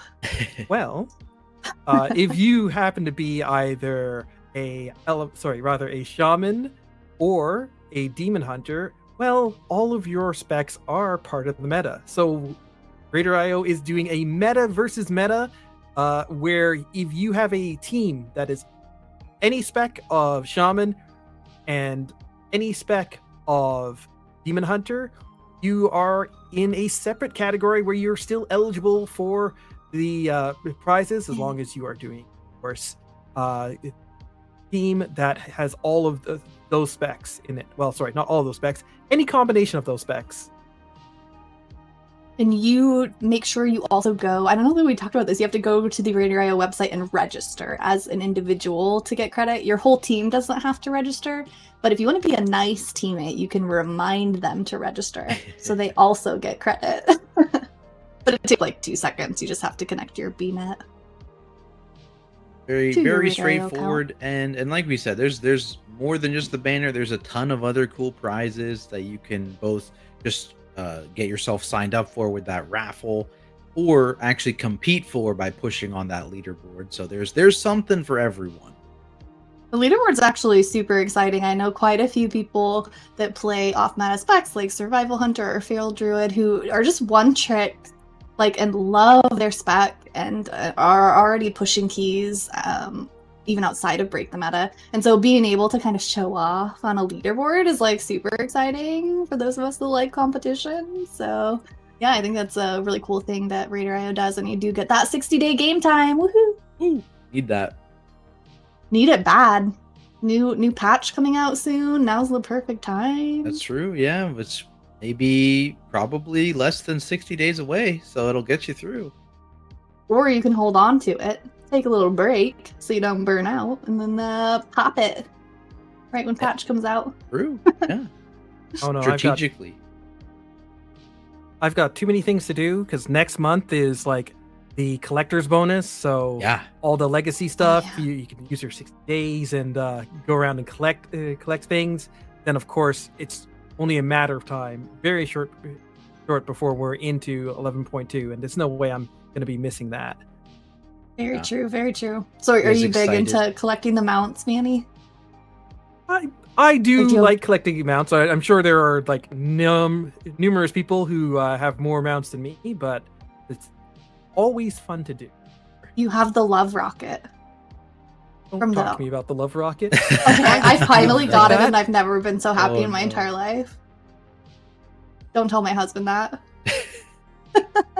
Wait, why is this thing in July? It should have been in February, so I could have gotten a love racket. No, Not like this. not like It this. does look like they timed that 10 floodgate with Yeah, plenty of easy. time to spare, like Two over 8 chested. minutes. Yeah.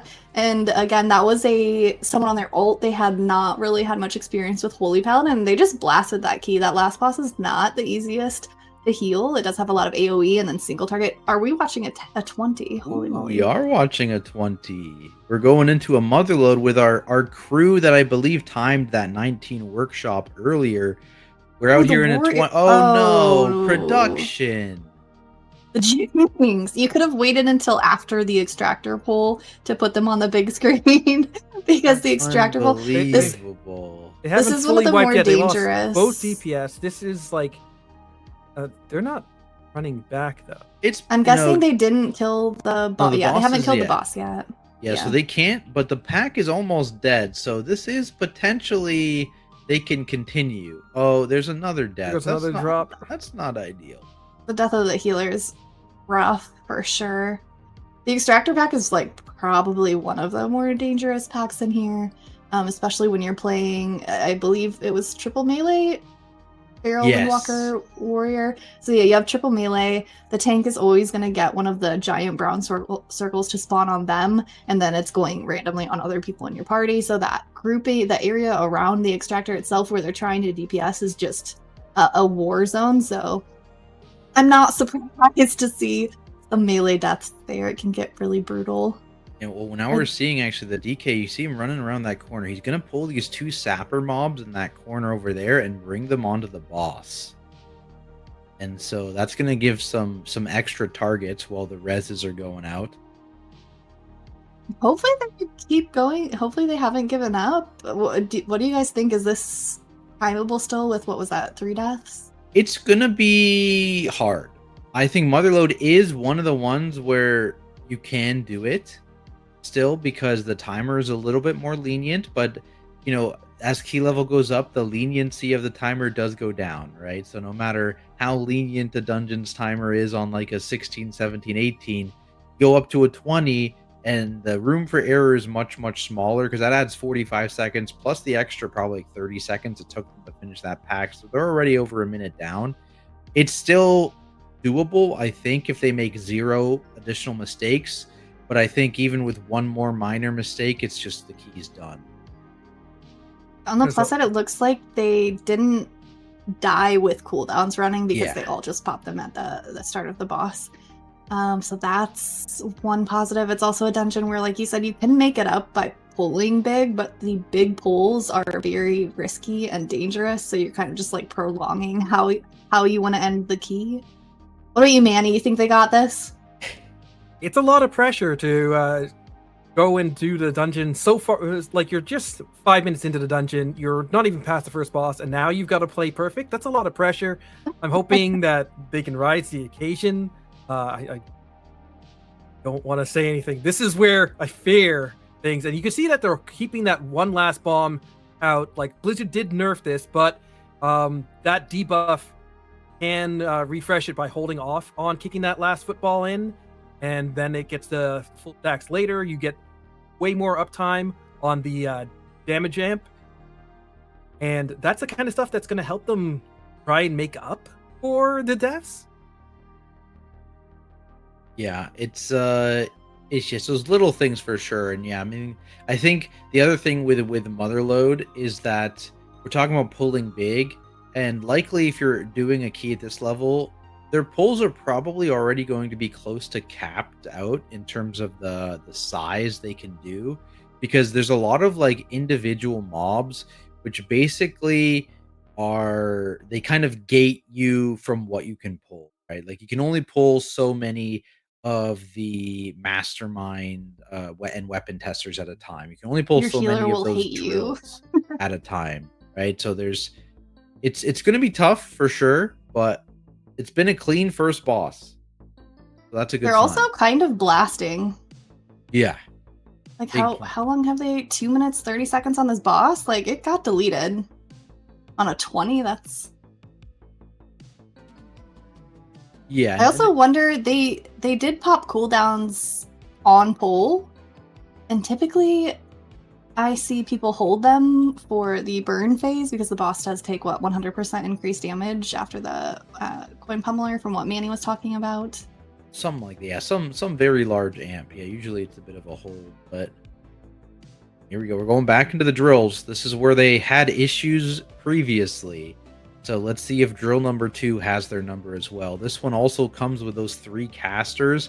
With the triple melee kicks that they have, I don't think this should be much of a problem. They can basically kick, do a bit of a I'm a CC chain. druid, so imagining kicking during this makes my heart skip a beat because, ouch, one goes down. Your kick as a druid actually brings your body towards the mob that you're interrupting. Yes. So that's a good way. I have died many a time to that little fun interaction. So that's where, again, I really miss the like Boomkin Solar Beam because, like you said, the 3 casters, the spell that they cast is called Rock Lance. It's a giant single target hit on a random player, and it also leaves a really nasty dot. So having that on top of the insane damage that just killed the warrior is just too much to and heal. a second death there for our monk. Yeah, I think they are probably going to think about.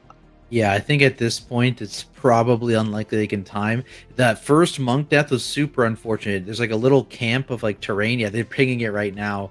And that they were playing so close to it that they had to rotate around through it and they just got caught on it. So unfortunate. I like that now that he's demoing it, like he's walking over it fine. I've been there. I've been there so many times. It's so rough. It is unfortunate. There's a lot of little terrain. Like we found a similar one in Floodgate for when that triple demolitionist pole that you do before Big Mama. There's like a little thing on the ground that can stop your movement as well, just like that. So yeah, it's I feel unfortunate. like there's a few places like that. If there's a spot like that, I can find it. Like I will for sure find it. What was it? Grim Depot? Why can I not think of Grim Depot? I'm like combining dungeons. Grimrail Depot or Grim Batol? No, Grim Batol. Thank you. Grim Batol had that spot, like the crack, right before the dragons that you take off in.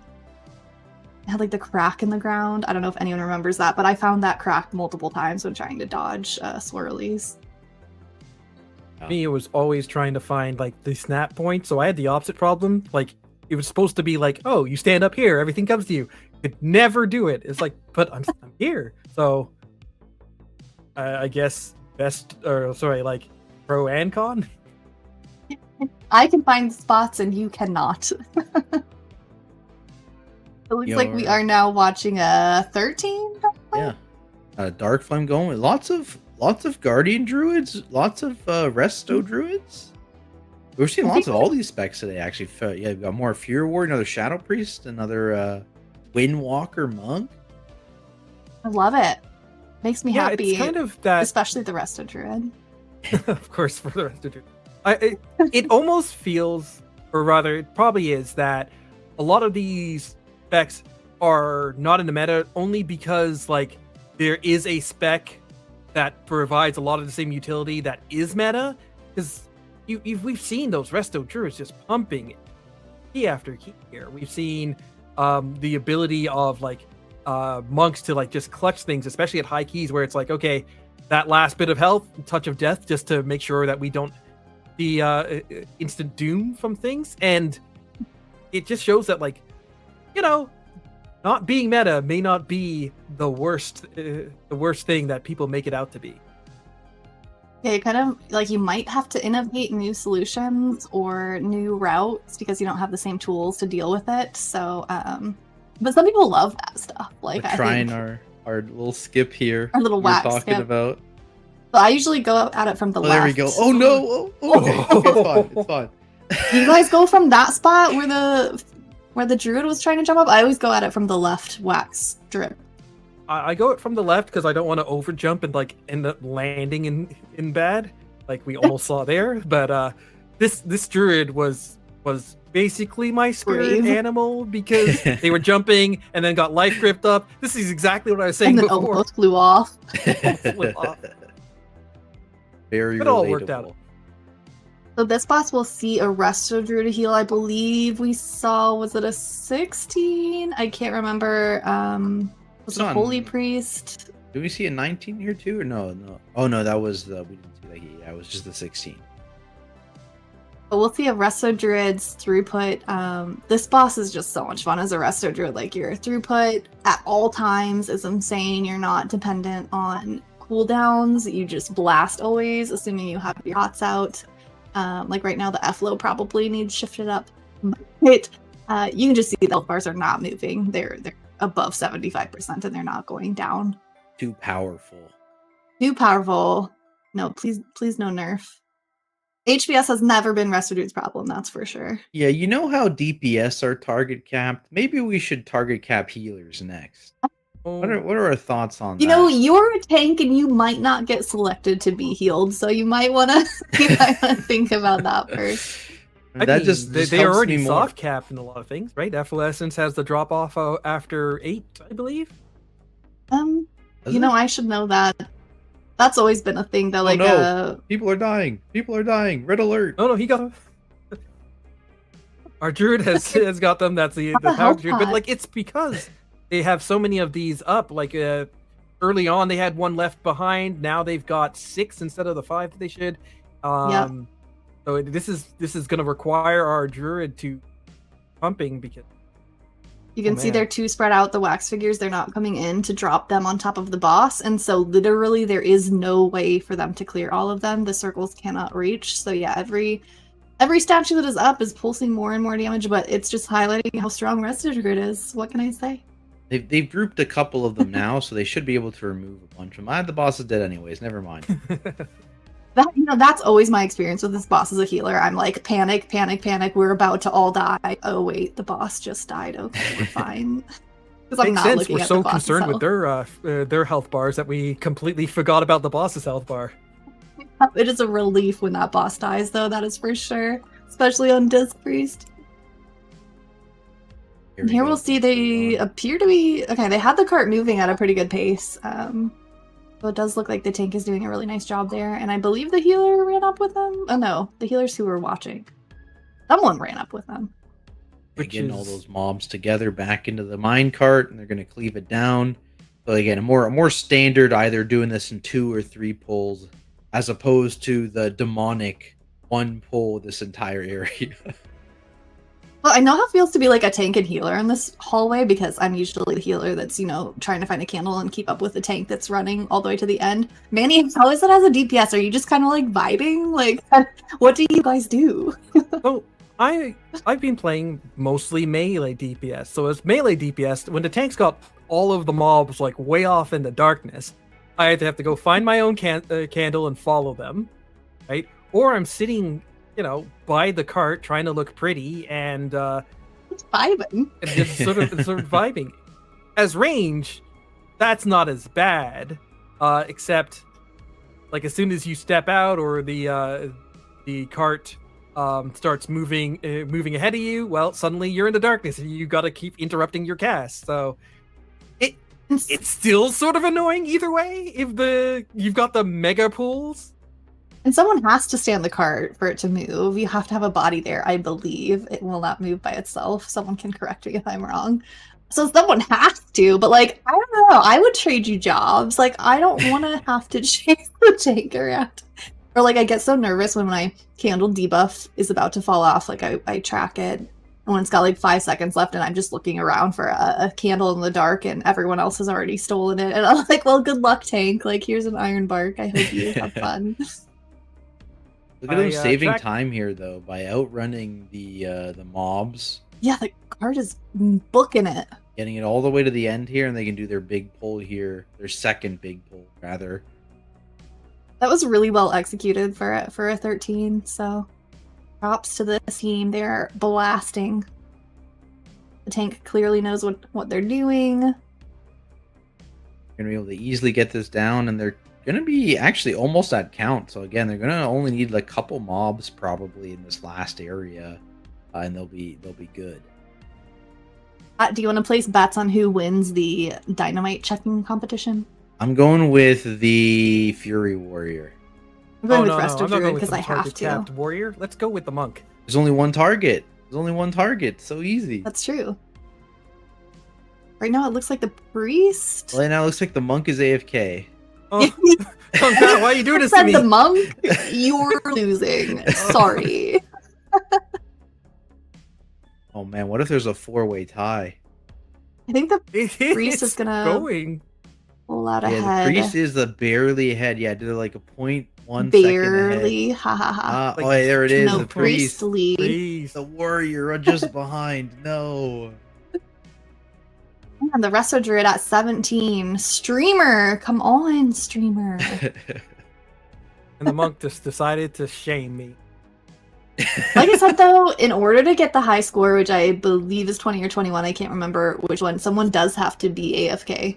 So maybe the monk was just trying to help their priest friend out. True. Feel bad for the poor shadow priest. Right. So this time, guys, we are allowed to have a catastrophic wipe and still time the key. That's true. Yeah, but time it with a 1. They could. I like settle for Where's a 1 when the you spawn can do even? 2.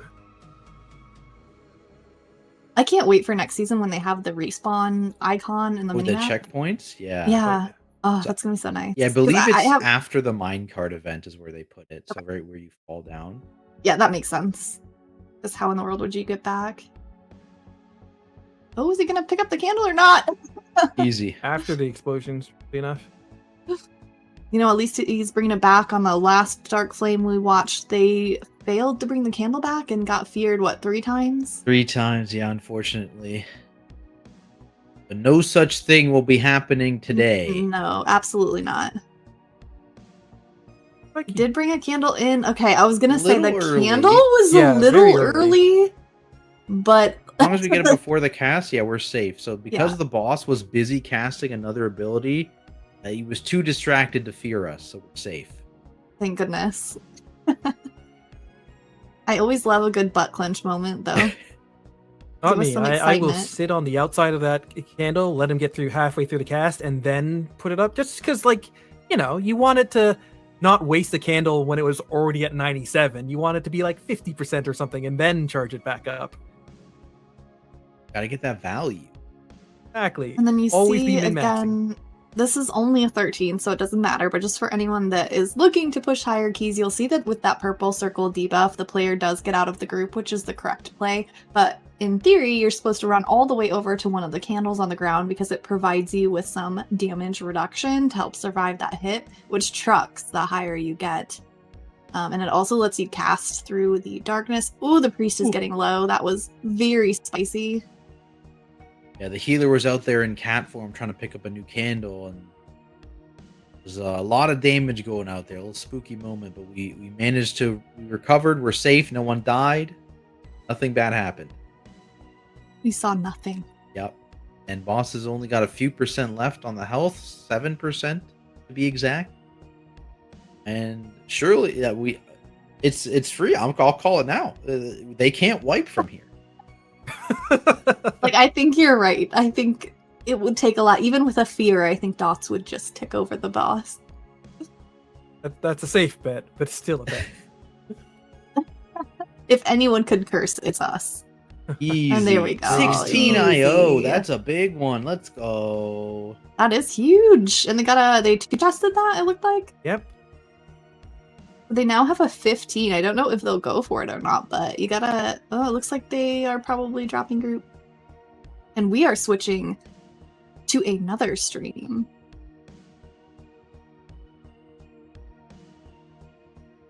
This one should be exciting. It looks like a mother load with what was that, 4/5 of physical god comp? The fan favorite MDI team. Fan favorite. Now, Oh yeah, Banchers. Look at that. my goat. That's vegan squish. We got some yeah, people should recognize this team. Yeah, Tactics, do you recognize the team? Yeah, no, I'm Bancher. Yeah, Banchers is my my guildie actually. I know. So we are And he's playing survival. Let's go. I guess that's the only eligible Have to. hunter, right? Yeah. Yeah. Yeah. What do And they double got? rogue, that's kind of exciting. Yeah, they both outlaw rogues as well. It's kind of, I guess we'll see. Yeah, it looks like they are both outlaws. Yeah. All right. You guys have to tell me about Outlaw Rogue because I'm just wondering what's keeping them back from being part of the meta. What's the situation with the Outlaw Rogues? So Outlaw Rogue has a very flat damage profile, which is like fine, but it's a lot of these pulls are built around always having like being able to burst some of these bigger pulls down, and at the same time, Outlaw Rogue kind of struggles because of lack of uptime. So if they ever are missing uptime by doing a mechanic or by walking between pulls and stuff like that, it's very detrimental to them specifically. And so As of right now, they actually haven't pulled anything. yeah, we're going all the way. So it seems like that's not hurting them too badly at the moment. Well, yeah. If we haven't pulled anything yet, we're safe, and we're going to continue to not pull things here. So we see the hunter or Banter's here, turtling to pull this pack away, and they're just going to go do a nice big old drill pull as their first pull of the dungeon. That was a double shroud, so that the route they're doing just literally skipped everything at the front of the dungeon. So I'm kind of excited to see where they're gonna pick up that trash percentage. Insane tech from the Bring double rogue. Yeah, this The is double rogue exactly hunter what I was comp, looking honestly. because it wasn't just the double shroud; it was also the feigned death with the survival hunter there. So like, this is Going off a little. Yeah, but the last thing on Outlaw Rogue is that they are a little bit target capped. So it's not like the Fury Warrior situation, but I think it's like 8 targets or something like that, if I remember correctly. So generally going to be fine, but if you look at some of what the meta comp is doing, they're pulling like 12 mobs at a time, a lot, right? And so in those situations, if you're not able to fully hit all 12 of those mobs, you kind of fall behind a little. And generally speaking, bringing 2 of the same spec is pretty unheard of in That too. terms of meta. Yeah, unless it's absolutely broken. Like I think we saw it in like Battle for Azeroth. We saw like some duplicates. I don't remember if it's like BM Hunter or Windwalker or something. I think potentially both of them at some point saw duplicates. But yeah, now we're pulling those 3 mobs after that initial pull right into boss here. And again, the situation where it's going to help some of these specs do a little bit more damage onto the boss itself. There's a nice ring of peace to bring that caster, and really the only scary part about pulling this trash is the rock lance. You just have to make sure you get that picked because again, it is a single target blast that also applies a dot, so that on top of the coin explosion, that knockback dot is a easy way to die. They've got 5 melee kicks too, so pretty easy for them to manage that one caster. You would think. like they might be. Oh, they did pull in 1 gold, so he does get a stack there. Did they actually? Oh, he did. Ooh. Yeah.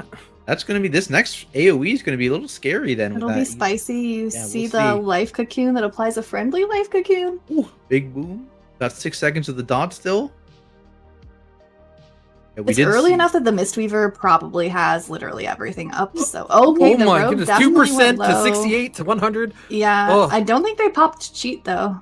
No, and we're safe at this point because there's no more AoE damage going out until that buff will fallen off, which it has now. So a little scary. Showing but- off. Yeah. Just They yeah, didn't even we, use revival. yeah, we could have done this on a 22, guys. It's fine. I do love how well they're doing to like bait that frontal there. Make sure that they don't put it on top of the last foot bomb that's out. Yeah. Make sure that they're able to milk that for as long as possible. Big Okay, damage. everything is looking not scary at all. I love that, like, watching really good players do high keys. You're like, oh, I could totally do this, but you don't realize how much the Mistweaver is, like, actually pre-planning how to heal that knockback dot. Yeah. They're I also just- like it's how you just can so- barely tell that Survival's a melee spec because half the time Banters is just not in melee of the boss and still with full uptime. I hear survival's insanely fun right now because of all the like pet interactions or pet summons or something. I've never played Survival Hunter, so I can't say much more than that. Yeah, I'm in the same boat. My initial memory of Survival Hunter was at the end of Shadowlands, where it was just bomb, bomb, bomb, bomb, bomb, bomb. But I've heard since then they've made a lot of good changes to the spec, and so it's actually like very interesting to play now, which is good. And here they are holding that last bomb again. I love that Weekora on the boss model. Yeah. The 6 boxes. It's so nice to know whether or not you have bombs up. It's the same Weekora model that they use on the duo in Floodgate, so you know if you have successfully charged across all of the bombs. So you don't have to go spinning your camera. Should be pretty Have y'all easy ever getting had this. the bombs like spawn in the wall and you can't pick them? The foot on this boss? Yeah. I haven't had that happen yet, but now I'm due, I think. Be aware it can happen and is not fun. I hate Now we're going back to these because you can't get dangerous behind it, so you can only kick it towards the wall or like Yeah. along the side. It's not a fun time. Yeah, it's awkward. The people have started doing double extraction pulls, right? With Bloodlust, I believe explicitly. So yeah, as their first pull in this area, some people do a double extractor. Oh no, Oh. we get a little dash, I think. Yeah, yeah. Wonder if that was some ability like Feral Interrupt. Yeah, it seemed like it. But it's okay. We're safe. We're safe. We're getting back to it. But yeah, this is all, Yeah, all one very death doesn't dangerous matter. stuff. Right? There's like there's the casters in every pull. There's the rapid extraction, which is tough as a melee for sure, especially if it's like this completely surrounding. There's that drill terrain that we saw got our Windwalker in our last group, but they managed to get this here. And we can see too, like we're talking about the target cap issues potentially with Outlaw, and they're keeping all these pulls to like around 6 mobs. It seems Yeah. just to maximize that clean. I don't know if we're gonna get another extractor. Here it goes with the tank. It does a phenomenal job. Look at him running away because the tank will always get one of the brown circles under him. So this time he's going to the next mob. Might not be intentional. The last extraction he did the same thing. He just ran away from his melee friends to let them continue to DPS more by intentionally not dropping on top of. Dangerous group, which is 1v1ing really that nice. driller right there. Yeah, I was looking for like a misdirect or something to get it back on the tank, but did not take that much damage. Honorable from the driller. 1v1. Honorable. Yep. I respect it.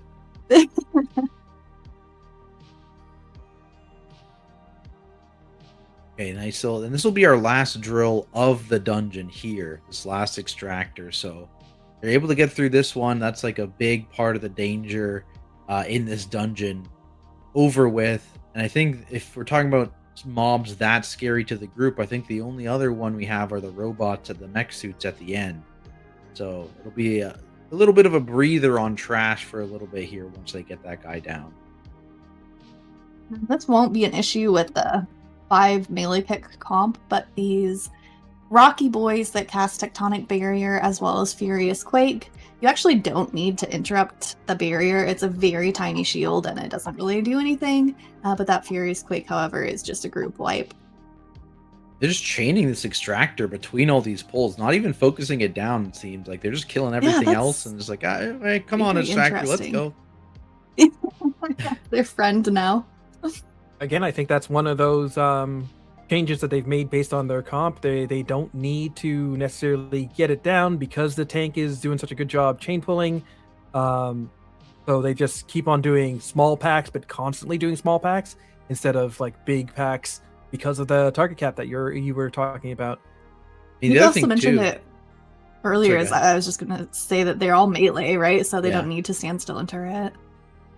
I mean, the other thing I was going to mention too is like the double rogue comp is just so tanky, especially against that AoE damage with feint available to them. So it's like a lot of specs potentially would be worried about the number of those AoE channels that go out from the drills, but with this specific comp, they're probably significantly less worried because of how durable they are. And they're making it look like nothing, so it's clearly working. The Like their mini health boss bars are going not down. even moving. Yep. And they have CC'd that mob in the back here. Yeah, going into it a little bit later just to make sure they have enough kicks to actually manage the Earthshapers here. Potentially dragging this into the boss. I am curious if they're going to go. They still have about a minute and a half on Lust. So that'll definitely be used on this boss, but probably a little bit later into it. They're not going to wait for it. I assume they'll go with this Earthshaper mob. Yeah, there we go. Knocking it into the boss room a little bit more. And right into the boss. Now, this boss is going to be interesting with melee. Yeah, I was gonna say, you're talking about Outlaw Rogue having kind of a flatter damage profile, and this is a boss where you really have to hard nuke down the empowered Earth Rager. You have very limited time to kill it. If you do not kill it in time, you wipe. So the fact that they don't have those cooldowns to rotate through is a little bit scary. Yeah, not even just that, too. It's the fact that they're all melee means that the other ad, which is going to be fixating a random player, is just going to be in melee, potentially stacking them up with that nasty bleed. Doing a nice So it looks job, like a trap. chain CCing. Yeah. But yeah, that's not going to be enjoyable. Both of them on Banchers. He's having a nice little field trip. Like, that's the hunter. That guy's supposed to be in range. Right, and you can see Bean Squish is actually pulling the boss onto Banchers, so that's one way to handle it. I guess just the entire, you're all melee. Who cares about movement? Just everyone start circling together. True enough. And if you are just like ensnaring the ad so it can't move, like then, yeah, it's easy enough to kite it. Focus on the one that is up. Focus on the boss in between. Yeah, a big rogue utility probably with the crippling poison is doing some work there on that ad. I'm seeing it being led into traps every so often just to keep it off. I'm hoping. There's actually a way to time it. You kind of want to time when, like, eventually that one is probably going to bleed out and die. You want to time it right after an ad spawn, because if it dies before that, the boss will just spawn another full health one. So if you time it right, you can get a little bit of a reprieve. Yeah, looks like they're just going to cleave it down here. Yeah, I don't know if they're going to pull it off in this case, but... Their lust is up, so we should be seeing that cast soon once we have Ooh, this cooldowns is really... available from the Survival Hunter, probably. So that they were, what, 1 second away from the explosion? It was a little close. It was okay. A little close. Yeah, it's something where they might want to just hold hero for the ad that they don't have cooldowns for. There we go. Boom. Looks like both rogues popped something. I don't know what it is, though. I don't know rogue icons. Oh, that's faint. That's faint over there. Yeah. Okay. I appreciate that. Yeah, I don't think there's any offensives on this tracker, actually. Okay. Outside of the Incarn for Guardian, if we're counting that. I thought they were way out of the timer on. That was Lust. Yeah, that was Lust. Okay. Oh, wow. Oh, no. What was that? Ooh. Was it a melee? I just wasn't looking for half a second. It's boom. It's gone. I think it must have been a melee hit from the new Earth Rager.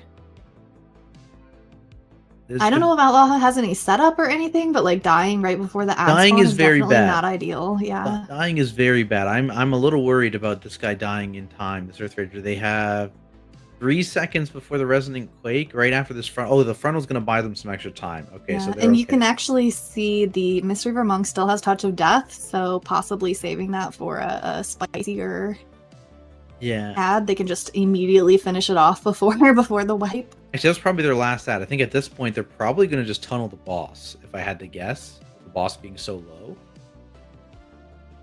It's 12% already. I don't know. I'm scared. It'll be close, but yeah, it looks like they're tunneling boss. They got We're at they got 8% 12 here. seconds. And potentially some DR shenanigans. I don't know on a 20 though. 4%. Okay, the frontal buy some time. They got it. It's so Easy. It's It's so not even easy. close. That was 3 whole seconds left. I was a little concerned. Ah. They had Touch of Death as well. They didn't use Touch of Death at all, which I Yeah. actually think is the play. Just don't do Touch of Death to show off your damage. Just hold it for an ad that would otherwise wipe you. Now we are These in fools. Mastermind land. But these can be scary. The Echo Blade targets a random player and will AoE around that player. So it's going out right now. You can see that the weak aura telling the hunter to spread. And then just the single target channel into random players is also quite scary. Yeah. Have you all ever been turned to goop? I have, much to my dismay. As a that's Yeah. Yeah, I do like the fact that any druids in a shapeshift form are just immune to it, Yep. which is a very Love powerful that on my tech. resto. Yeah, for like it's like boomkins and guardians and ferals, they just get to exist and ignore it. For But free. yeah, resto, you at least have to cat shift. Yep, you have to But pay attention. Yeah, it's still it's big tech for sure. For anyone that doesn't know, any druid shapeshift form makes you immune to polymorph effects, such as what is called Touch of Goop. I thought it was like emulsify, transform, emulsify. Transmute enemy to goop. Enemy to goop, that's it. So yeah, if you see that cast about to finish on yourself, just shift really quickly if you're a resto druid. The other specs already in shapeshift form, hopefully. And it's like they keep doing their 5-6 targets at a time outside of the rats, of course, just maximizing their cleave as much as humanly possible. Again, one of those ways that this comp just pulls they've chosen to pull significantly differently than the meta comp would, just because it just works better for their comp. So it's a good adaptation here. I wish we could see if they were wearing Eye of Kazan. Because, oh yeah, that would be. You do have to balance, because I was also thinking double rogue, like, surely they want some stealth between packs, but Eye of Kazan would change that a bit. Okay. Ventures does have it on. He's got Eye of Kazan and House of Cards on. So, Seen the House of Cards when they did the initial inspection, but not see the other one. I'm just looking at his buffs in the top right, and you can see he's got 20 stacks right now. So that also makes death even more punishing, because not only do you die and lose whatever you had and the timer, but you lose all 20 stacks of your Eye of Kazan. And I guess for viewers who don't know, Eye of Kazan is a trinket from Galliwick in Raid that the longer you are in combat, the more stacks you accrue that give you a buff, and you ideally, I think it's at like 12 stacks or higher, it pretty much becomes better than any other trinket in the game. But in Mythic Plus, where you drop combat normally between packs, those stacks deteriorate quickly, and so the goal is to just constantly be pulling, constantly be in combat with something so that your stacks never drop. And like we've been seeing, they've been like constantly in battle, except for right now they're going to drop combat and prove me wrong, but constantly in battle with the 6-ish mobs for their Jumped target count. fast enough that we contained all 20 stacks. We're still good. Easy. And the rogues got to stealth. Wow, they're so happy. Making them so happy. Yeah. I off-spec tank a decent amount, and like nothing will make me want to tank less than DPS complaining about like literally everything. Yeah. Like, I believe, if I remember correctly, that Outlaw is like the least reliant on re-stealth. Yeah. But it's like Okay. Assassination is like, please, I need to re-stealth, stop chain pulling.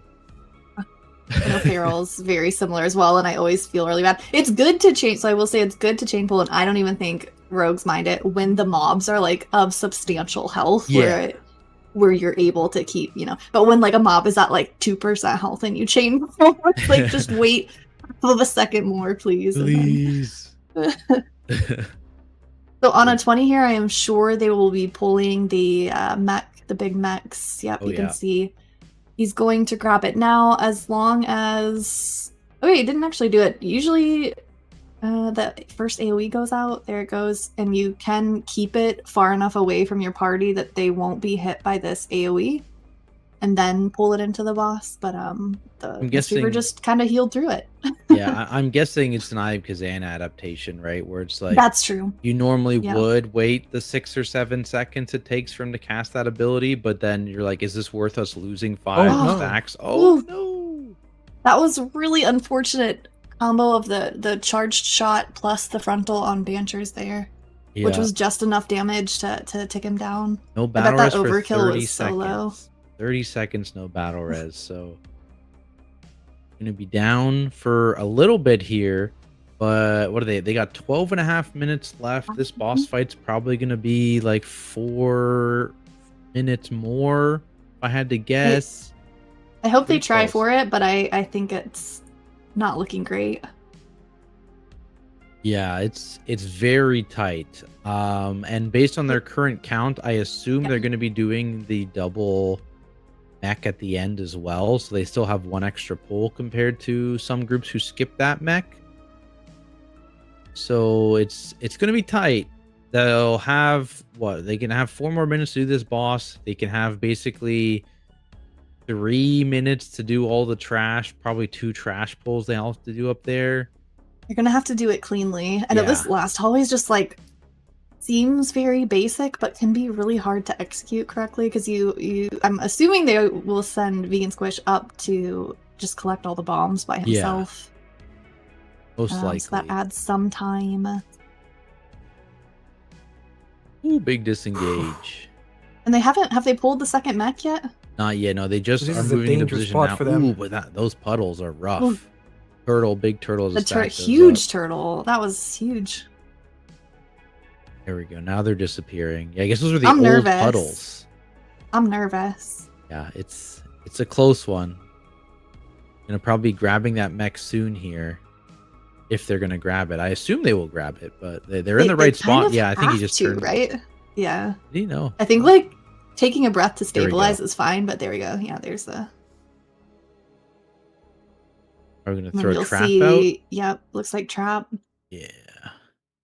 And that's because you really don't want to deal with the specialist. It drops giant orange AoE circles, which, as you can imagine, during this boss encounter would not be fun. I don't see the problem. What could go wrong? You know, I just feel like my dance card's already full. Enough space being denied as it is. Yeah. There's enough circles already, thank you. That'll do. I'm all like even just this pull, so typically you still focus the mech down just because you don't want to deal with the mine. As a healer, I'm very scared of that mine, especially when I'm on my disc priest and I don't have any like CC for it. Yeah. Yeah, very scary. Yeah, depending on where it spawns and who it chooses to fixate, Who it's it can on, be yeah. very, very dangerous. Bristle's Especially going down with there. 3 melee. Yeah. Ooh, just being chunked again. That I'm getting. This fight is otherwise like sleeper to heal. Like there's nothing to heal outside of tank damage, literally. So adding the mech is obviously doable and the correct play, but it still gets really spicy when that charge shot comes out. Ooh! But that's what we live for as healers. Good. They as they were transitioning back over to this side, they had to re-trap the specialist. It was looked a Yeah, little got scary there close. if they had missed that. If it got a cast off, oof. They managed looks to do like the they boss are in fine. 3.5 minutes from when we were saying probably about 4. How much had you allocated? 4 minutes is what I was 4 saying. minutes, okay. So they bought themselves 30 extra seconds. And obviously, yeah, Squish running up immediately. This specialist keeps everyone else in combat so that they can keep their eye of Kazan stacks while he Yeah. goes and groups the rest of the pull. And it gives them something to do. True, yeah. Ideally, all these mines fixate the tank. They were just too close, which might be intentional. They might not care. Yeah, So some of them did get fixated. Yeah, but it makes it a little easier for them to handle it too, right? Because like you said, Squish is running around, and they don't really have too much to do down here. So hitting a few mines is not bad. And they got that 1 mech, which is pretty normal, with a bunch of specialists. Another Ursal. Probably like 4 specialists Wow. in this pool. This is a pull. This Oh, is yeah. another example of where being all melee is definitely a benefit because you don't mind just constantly having to be on the move. Oh yeah, and then also like the mines just generally stay a bit more grouped up because all the melee are kind of in the same-ish spot. And it looks like Now they the handled mines are that down, now it's exceptionally special. well. How much percent do they have here? Oh, yeah, they're still gonna pull that double at the top. Yeah, that's about all they'll need after this, I think, is just the double. This is actually a lot of count. They might not need to do the double. I think they'll need to do the double.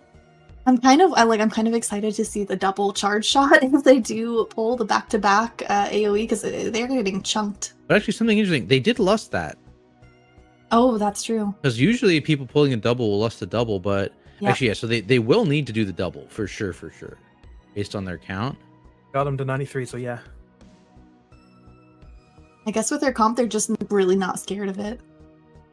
Like you said, that the tankiness of the Oh no, there's double. another specialist up here. No, they don't need the double. They don't need it. But where's the tank running to if they don't need a double? He's getting all the mines. Getting the mines, yeah. They're like, what, 0.2% or something? I always say, I think 0.22%. Yeah, When I tank this place, I'm just like trying to do the math quickly.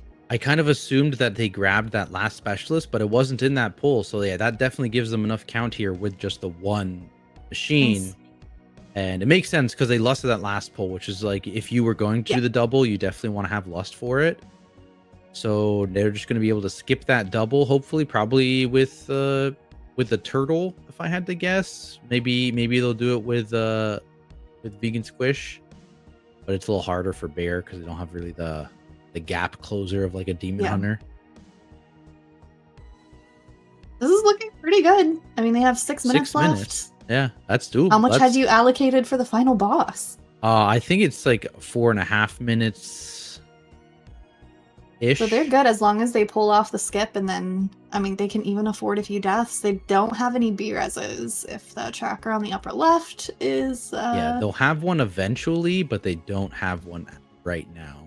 Because they are going to have... Safety shroud. Yeah. I wonder if he's just going to speed run. Do his best. Easy. The double Who safety needs shroud. charge? Very easy. Yeah, who needs leaps? just run. And you'll see the stacks of Eye of Kazan, the trinket we've been talking about, did drop to 13 there, but even at 12, it would still be better than any other trinket. You know, I'm exaggerating slightly. I don't know how different specs work, but they are still good. 13 stacks is they handled that very well. Yeah, so we got 5 minutes and 30 seconds basically from the start of this fight. That I think that is enough if they play clean. I think, but it is a hard fight. Like, it's very easy to die in this fight. We see them abusing that little safe spot, quote unquote. You right know what here. else they can abuse?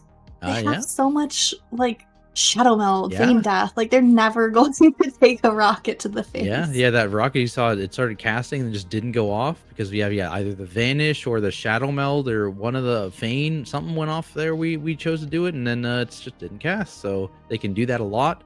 And then they're standing in this little safe spot, which is the top corner, which they're in of this grate here. And at most, you need to do one little step, like there when that circle spawned. So at most, it's one little step and you're safe, which is very useful, but sometimes a little scary because it's not like a true safe spot. You know what I mean? Like it's a quote unquote safe spot. Safe area. Well, I mean, this means that phase 1's going to go pretty nice for them, but like as their melee in phase 2, and those ads are going to be like all over the place, like how's that going to work for them?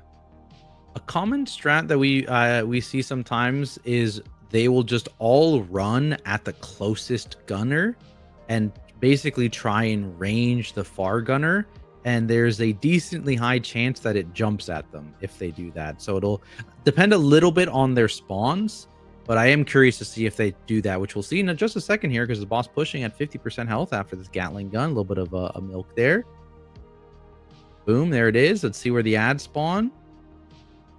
This phase is no joke to heal through either. Those buster shots just do a ton of damage, and they're spamming on people randomly. So boom, yeah, we can see. Yeah, there we go. See, they all That's went really nice. on the opposite side of the buster of the one close mob, and it did end up baiting that leap near them. So not close enough to get full cleave, but close enough that it's not a giant run. Yeah, those slams. Holy! you can see everyone popping a defensive right before that slam, just because, like I said, the buster shots are going off. I believe both ads were alive at the time that the slam hit, which means you have the double busters going off. That can definitely wombo combo someone if you're not popping a defensive. Oh, he's not going to make Doesn't it. make it. Oh no! That's okay. That's okay. Yeah, we were 250 in, so that's the halfway point on our timer, which means that we do definitely have enough time to kill this boss at this point. We're sub 50. Not fully get out. Yeah, we have our Kazans fully stacked up again. We're on pull, we didn't. So this phase should be shorter than the first phase. I believe only one rogue has vanish up. Oh no, they're both up now. There's some kind of crazy cooldown reduction. Yeah, that's outlaw. Going on. Yeah.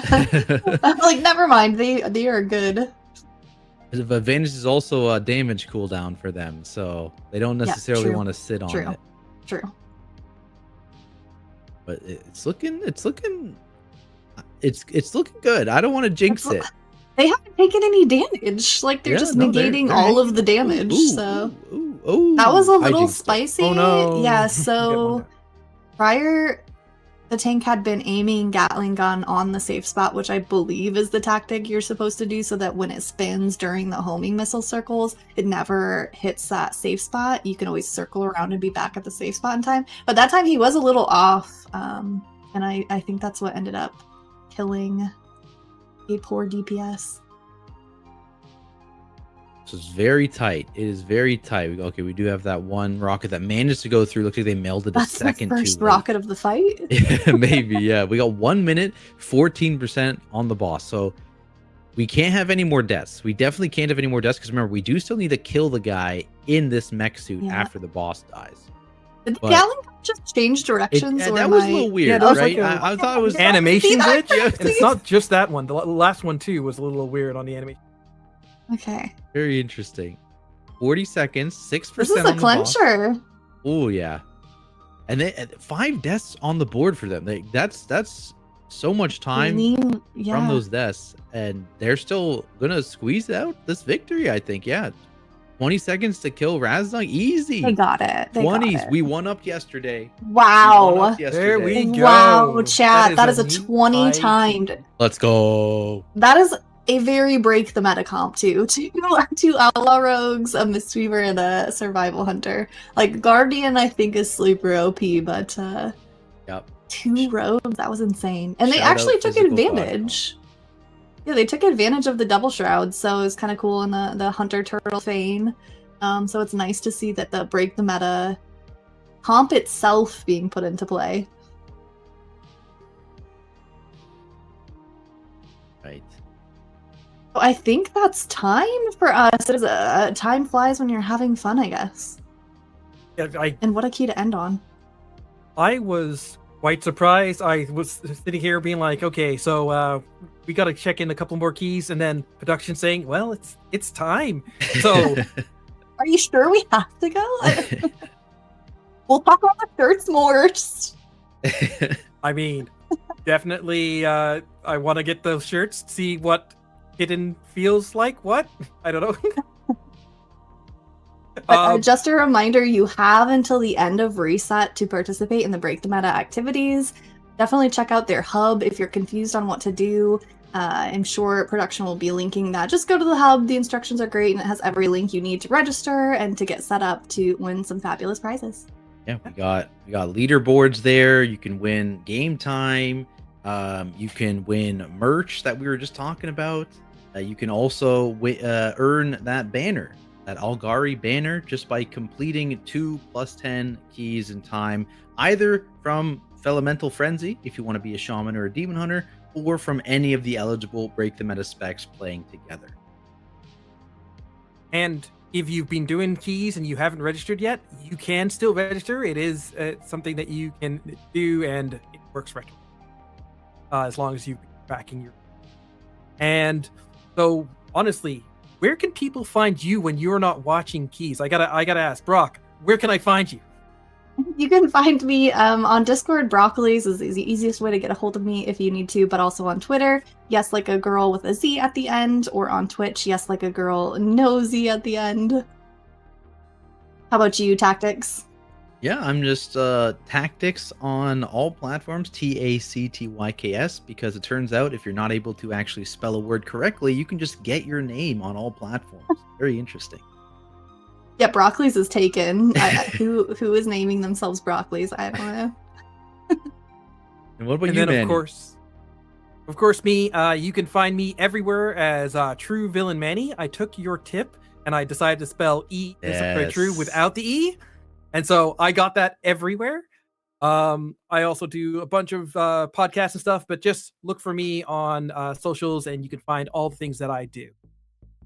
So from here, I think we're gonna be raiding out, going to adventures, which I believe was the 19/20s Hunter. that you're saying. Yeah, it's the Hunter we just watched, so maybe they'll do the 21, and good luck to them, and good luck to everyone that's running Break the Meta. Thanks so much for joining us.